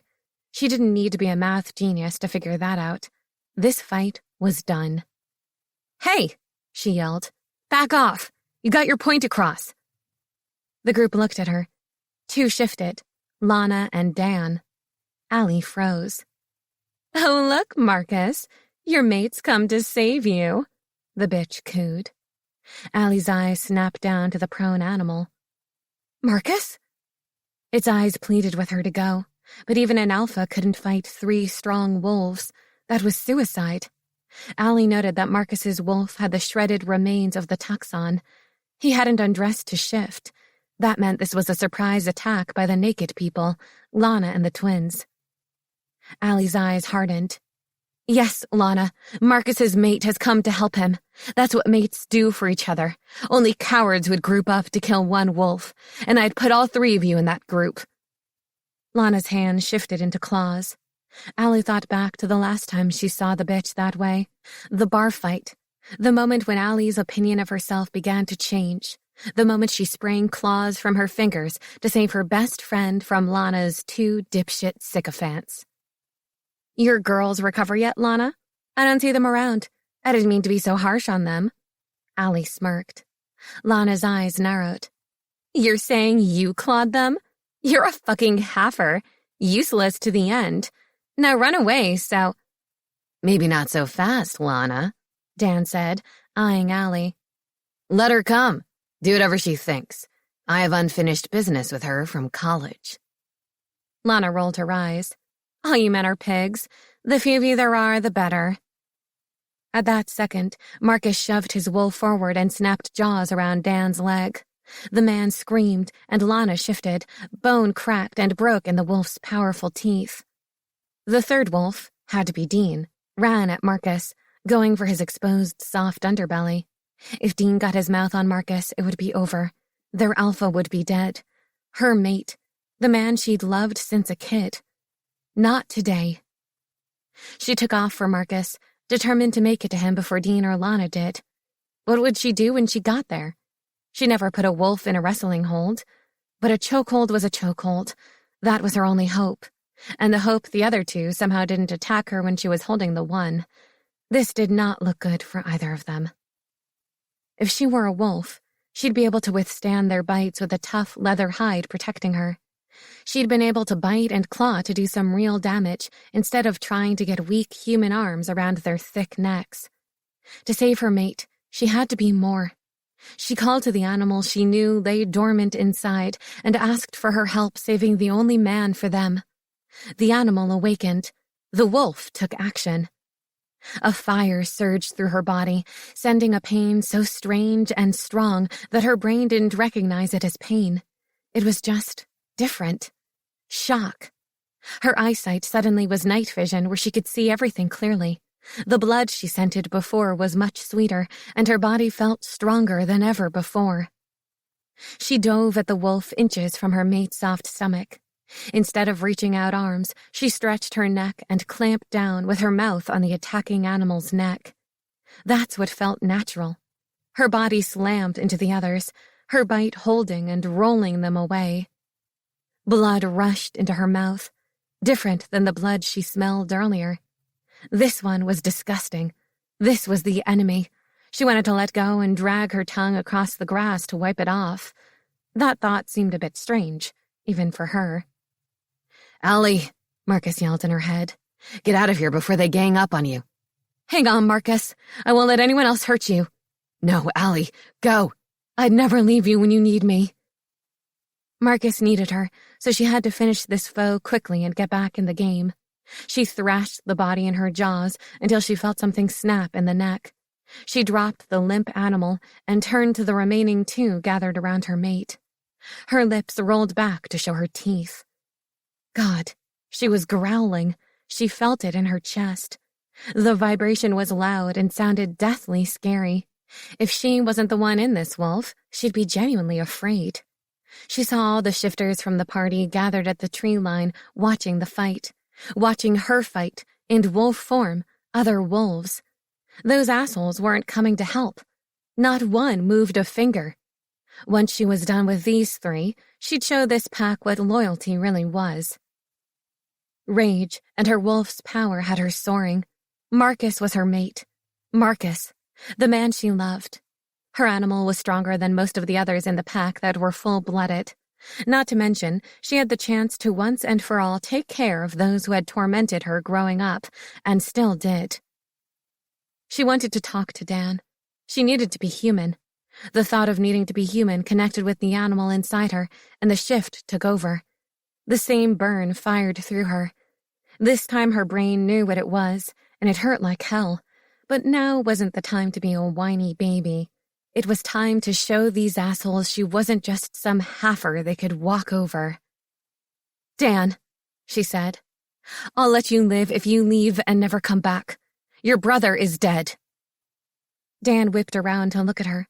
Seemed he'd forgotten about her while trying to get Marcus's jaws from around his calf. He saw his brother behind her, neck at an impossible angle. His eyes bulged, chest widened. She gave a small grin, and instead of spitting out the blood on her lips, she licked it to show him how much she'd enjoyed the kill. "You bitch! You killed my brother!" he screamed. He stalked closer, dragging Marcus's wolf body a couple inches. Then Lana almost got his belly. He released the bastard's leg to snap at the bitch. "Marcus," Allie hollered, "pay attention to Lana. I've got this slimy piece of shit." "You so do, bitch," Dan said. "You were lucky that time when the frat house mother interrupted the party and untied your naked body. Did you enjoy all the boys staring at you? All of you? I couldn't believe you, the genius, would fall for my friendship act after how we tormented you in school." He grabbed his half-hard junk. "Getting that frat friend of mine to fake being interested in you was a piece of cake when we were all going to have a turn at your pathetic ass." She had to admit, she had fallen for his scheme. All her life, she wanted to be accepted by her peers, looked upon as an equal, as a friend. When Dan came on to her, she thought he'd grown up to be a nice guy. He'd pretended he wanted to be friends, brought her flowers. He said nice things to her. He even apologized for all the things he did to her in the past. Then he brought a friend who acted like he was genuinely interested in getting to know her. When both guys said they wanted to introduce her to their frat brothers, she was elated. They wanted to show her off. And yes, they did, but in a way she never would have imagined. She sneered at his disgusting body. "Your friends were awful, but you..." She shook her head. "I've been waiting a long time to show you what I think of you." "Yeah? What do you have for me? Finally want to give me a piece of ass?" "Oh no, Dan," she growled low. "I got something a lot more hands-on for you." Marcus whined as he kept Lana's wolf at bay, and Allie snapped a finger at him. In the next breath, she dove toward Dan, shifted midair, and bit into his half-human, half-wolf form. She shifted faster than he did. Her animal was just as thirsty to get her claws and canines into that spineless prick as she was. Lana's wolf charged her, leaving Marcus. Dan wasn't dead yet, and she couldn't let go, or she might never get this close to him again. This bastard needed to die for what he'd done to her and others. He was a menace to society and would never stop his cruelty. If not her, then he'd find someone else to terrorize. Allie tensed, waiting for Lana to set her teeth in and rip her apart. When the bitch went airborne toward her, another dark figure slammed into her side. They crashed to the ground and rolled. The smaller wolf used its surprise attack to slash into Lana's jugular veins. Within seconds, the bitch was too weak to shift and fell unconscious. By then, Allie had worked her teeth deeply into Dan's neck, and he lay limp, dead. Even that had been too fast and easy for him. Allie dragged her battered body to Marcus and licked at his fur matted with blood. She wondered if shifting would really fix all his injuries. She never paid attention to shifting lessons because she couldn't do it, so why learn about it? Time to change that philosophy for everyone in the pack. They'd need to shift a few times for all their injuries to heal, and now was a good time to start. Marcus started to shift, so Allie followed suit. She set her mind to shift, and her body responded, still painfully. "Does it ever stop hurting?" she asked, huffing next to a naked Marcus. "It gets a little better. You just get used to it." he said, then squeezed her to him. Don't ever do that again. Do you have any idea how scared I was you'd be killed? Allie shrugged as best she could with him around her. Probably as scared as I was you'd be killed. Enough to kick my inner wolf's ass into gear. When you stopped answering me, I didn't know what to think. He growled at her, looking deeply into her eyes. Why did you stop answering my telepathic communication? I had to block you. It was getting distracting, and you needed me to be focused. I couldn't let anything else happen to you. His hold loosened a bit. He had to give her that one. They were both scared for each other, because losing someone you loved was hard to take. Hey, a tiny voice came from where Lana's dead body lay. Somebody, like my best friend whose life I just saved, help me here. This bitch is heavy. From under the female's animal body, Carly wiggled her head out. She stinks like a wet dog, too. Gross.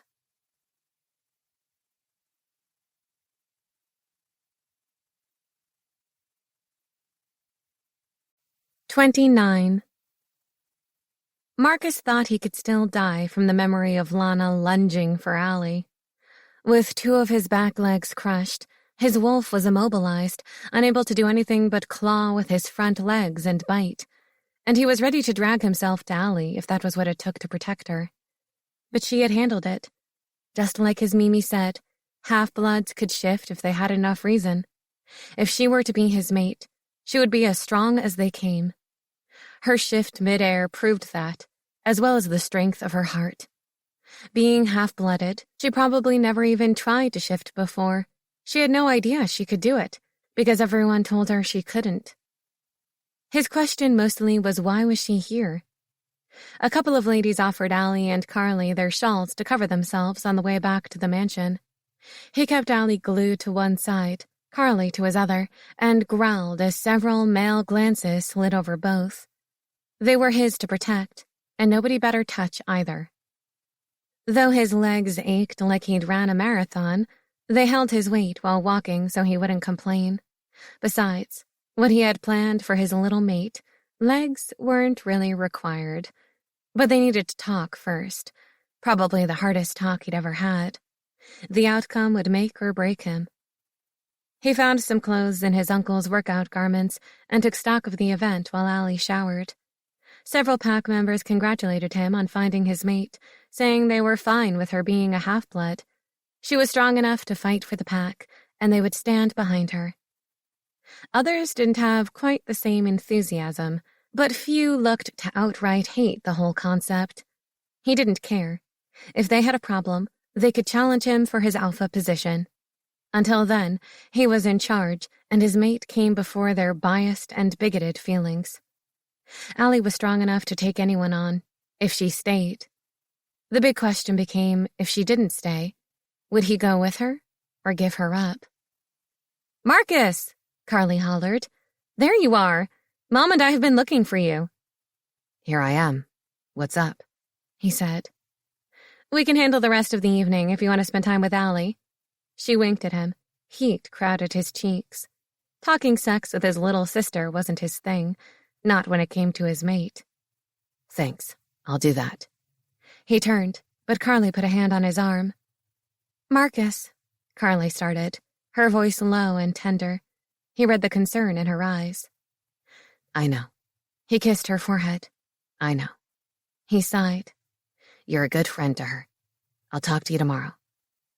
He hurried upstairs to the guest room Allie cleaned up in. He knocked, and when she replied, he opened the door and stuck his head in. "Did you find the clothes?" Allie stood in a t-shirt down to her knees and sweatpants bunched over her feet. "I found them," she said. "Can you see me in these huge things?" "I see a beautiful face and hands that fit around me perfectly." The thought of her hands wrapped around his cock woke up everything in him. He closed the door behind him and lifted Allie to sit her on the high bed. The pants hung way past her feet. He sat next to her. Allie sighed. "I dropped by the event to talk with you." He nodded, letting her talk. "Carly sent me a video of your welcome speech a little while ago." "Really?" he said, He hadn't thought about the possibility. So you saw all that? Yeah, including one of my accounting students, she said. I didn't know they thought that about me.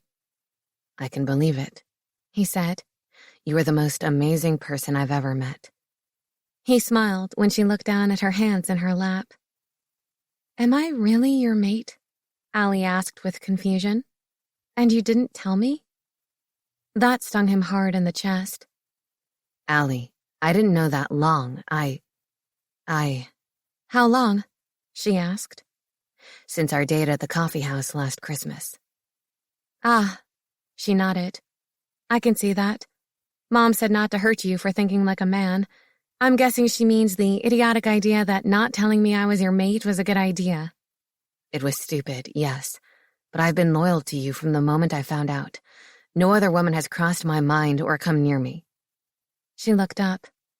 Really? She said. Yes, sweetheart. You're it for me. You've been it. She licked her bottom lip and glanced at his mouth. Desire sent electricity shooting to his cock. He'd have her again, as his mate. Just a few more things to discuss first. He slid his fingers to the side, under hers. I need your help, Allie. She raised her brows. My help? Yes, love. I don't know how to talk to these kids like you do. They like you, relate to you. I can't do this on my own, he said. Do what? She asked, shaking her head in confusion. He shrugged a shoulder. Be a good leader. Be a good person. Be a good mate and father. In order for me to do all that, I need the only person to make my life worth living. The only woman I want to be a good mate, person, leader, and father for. You. You want me to be your mate? With babies? She asked, her eyes widening. He turned toward her. Good God, Allie. You have no idea how I've been racking my brain trying to find ways to make you love me and want to stay. Our first walk in the woods, you ran away. The picnic was sort of a disaster until I got you naked. Shella almost spilled the secret that last night of tutoring. She laughed. You said, make me love you? He cringed. I know it sounds bad, but Allie. Why didn't you tell me sooner? She asked. Because Carly said you hated it here and wanted to leave, that you never made a shifter. I couldn't handle you rejecting me, so I stayed away, watching you from a distance. Maybe stalking you a little. He admitted in a low mutter. Frankly, he groaned, after everything I saw and found out about the people in this pack, I realized you were right for wanting to leave. There's so much hate in this pack. It's going to take a lot of work to change their mindset. I'm not sure if you're up to working with me on that. And you changed your mind about staying away from me? When Carly said you were really leaving with a job. He struggled to get the words past the knot in his throat. Fuck. He hated thinking of her leaving him, of not having her near him. Her scent, her smiles, touching her soft skin, kissing her. He'd never survive her leaving. I couldn't let it happen without trying. I couldn't just let you go. It was my ultimatum. Does Carly know? He swallowed hard. This could be bad for the friendship. I told her if she told you, I'd marry her off to one of the cat clans. Allie fell back on the bed, laughing. He knew as well as Allie did that Carly hated felines. He covered her body with his, lying back on the bed. You are so beautiful. It's been agony not being able to touch you these past several months. This week has been heaven for me. He kissed her, long and deep. Could he convince her to stay? How important was NASA?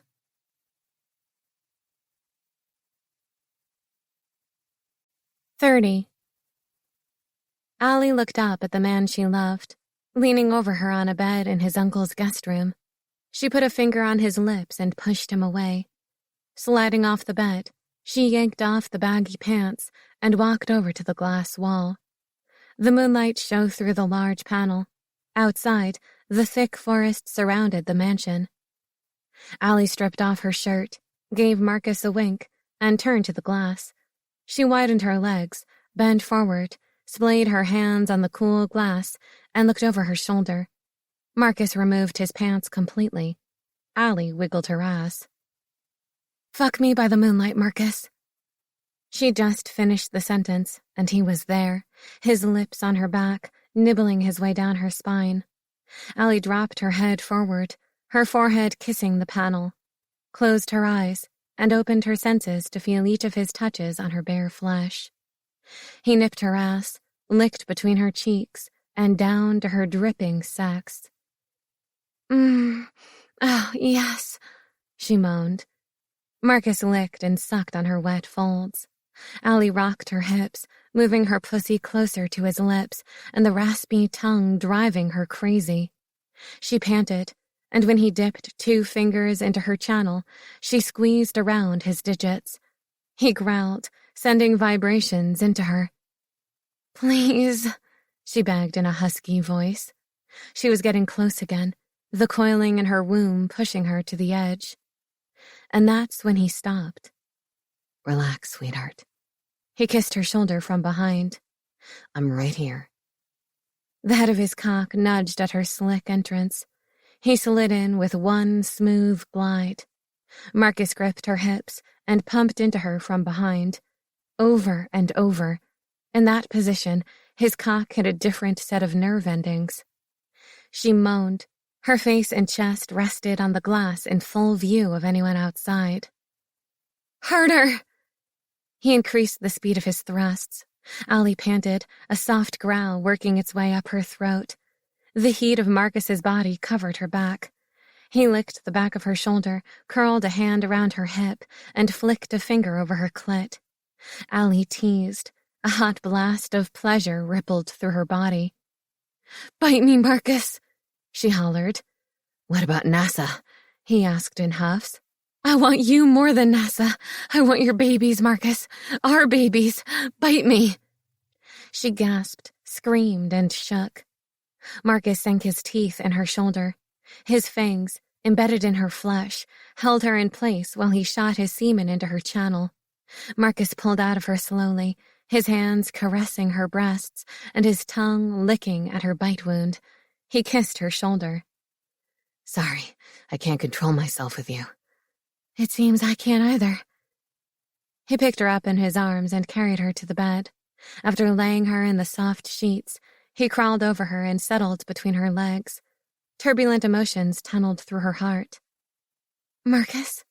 "Wait, before you say anything, listen to me." He looked down at her with a soft smile. Allie's gut clenched, making it difficult to breathe. He gave her a sexy grin. "Baby, I've known you're my mate since I saw you that snowy day. You're the only one for me." But Marcus, I haven't changed. I'm a half-breed." Marcus shook his head at her. "I thought we were past this. Half the pack saw you shift. As I keep telling you, blood percentage doesn't matter. My wolf wants you. I want you." Her heart melted instantly. "You do?" "Why do you think I haven't taken a mate yet? I've been waiting for you. Only you." He nuzzled her lips with his. "What do you say, Allie? According to the bet, if you met your mate tonight, you had to give him a chance." "Seriously?" she gaped. "You're bringing that up now?" He smiled. "Just saying. A bet's a bet." She huffed. He didn't mention love. And while she loved him, could she wait for him to fall for her? In life, there were no guarantees. Was she giving up her NASA dream for nothing? She nodded, running her nails into his short hair. "Yes." Marcus lowered his head and kissed her neck. "I love you, Allie," he whispered softly into her shoulder. She pulled his head up by his hair. "What?"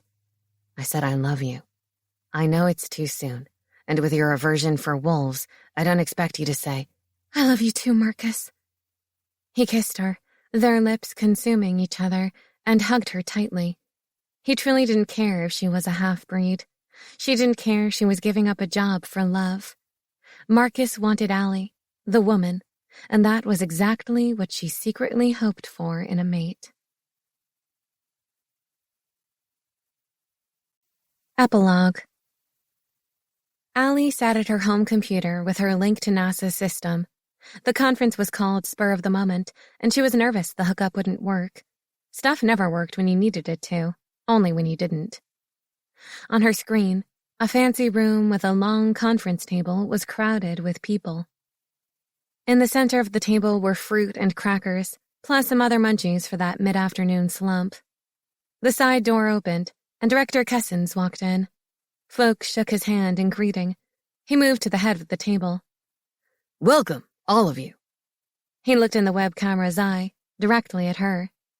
And to you, Allie. So you all know, Ms. Gray is teleconferencing into this meeting. Most of you are already aware that Allie works remotely from her home. As I always tease her, we need her brain more than her physical presence. Yeah, he did tease her a lot about that. But NASA gladly made arrangements for her to work from home with a direct connection to research and development system. It was the best of both worlds for her. Thank you all for being here on such short notice, Director Cussin said. We just got in a brand new batch of footage from Mars. The engineers who downloaded it say it is a part of the planet we've never seen before. We will be the first set of human eyes to see this side of Mars.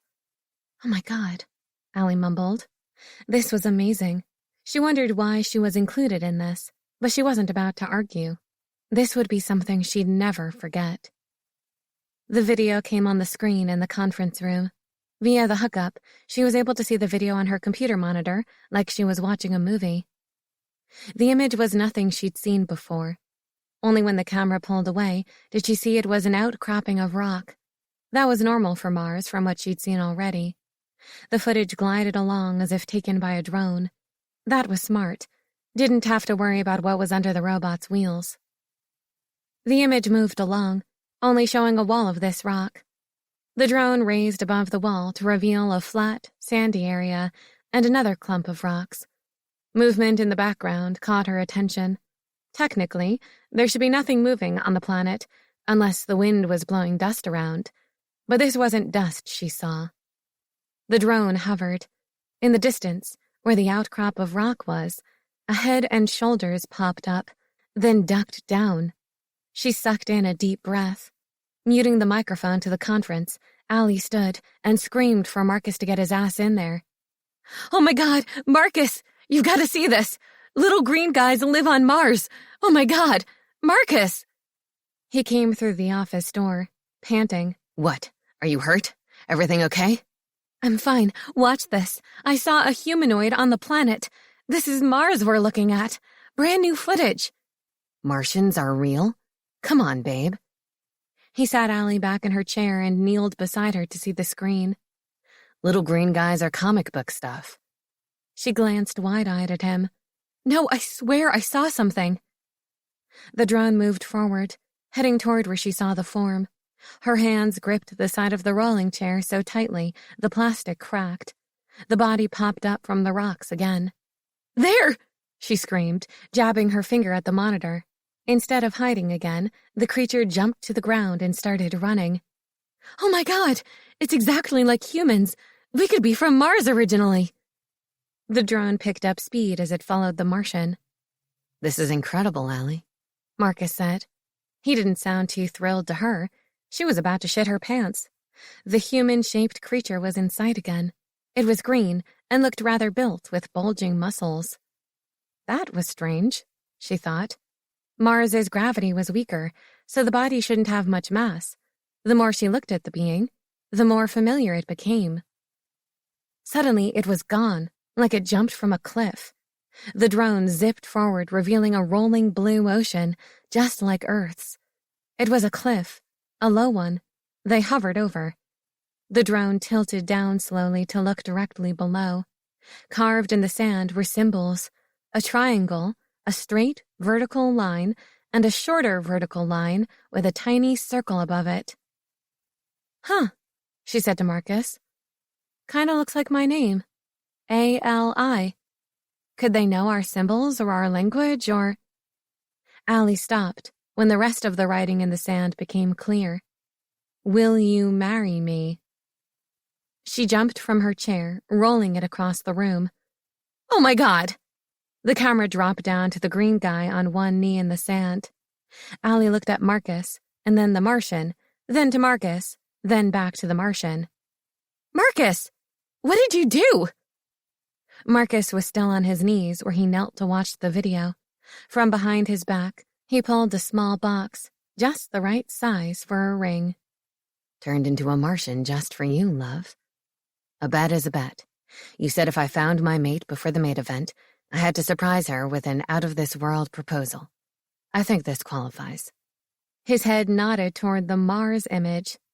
"Miss Aaliyah Jade Grey, will you honor me by being my wife and mate forever?" Her heart was overjoyed and pounding a mile a minute.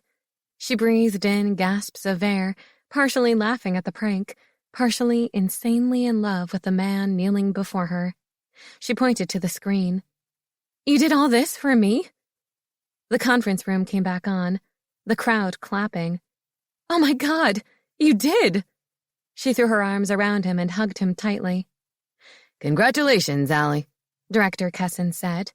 "Everyone here is happy for you and your husband-to-be. Don't be too hard on him for the prank. We had a great time shooting it at the beach. We'll talk to y'all later." The image blacked out. "Oh my God, oh my God!" She stood, shaking, looking at the box. "Sweetheart, this floor is hard on the knees," he teased. Oh, she forgot to give her answer. "Yes!" That was all she could say, because a bet was a bet. "I'll marry you and be your mate, wife, and mother of our baby." He pulled back and gave her a look. "Our baby?" She grinned. "You're not the only one who has something to tell. We're going to have a baby." He pulled her into his arm and kissed her hard enough to steal her breath away. "You don't scent differently." She laughed and kissed him all over his beard and lips. "Apparently our little one has the ability to mimic my scent, and therefore makes it impossible for you to know. I happen to know because I sensed her presence." He glanced down at her belly and then back up at her face, love shining in his eyes. "A daughter. Our daughter." She nodded. "Ours." "I love you, Allie. I'll never love anyone like you for as long as I'm on this earth." "That's okay, Marcus. I'll never love another man the way I love you, not for as long as I live, and probably not after that either." "I think we should go celebrate," he said, picking her up in his arms and carrying her out of her office. "Oh, what do you have in mind?" She kissed his neck, clinging to him and loving his scent. "Let me love you," he whispered, kissing her forehead. "Always." The end.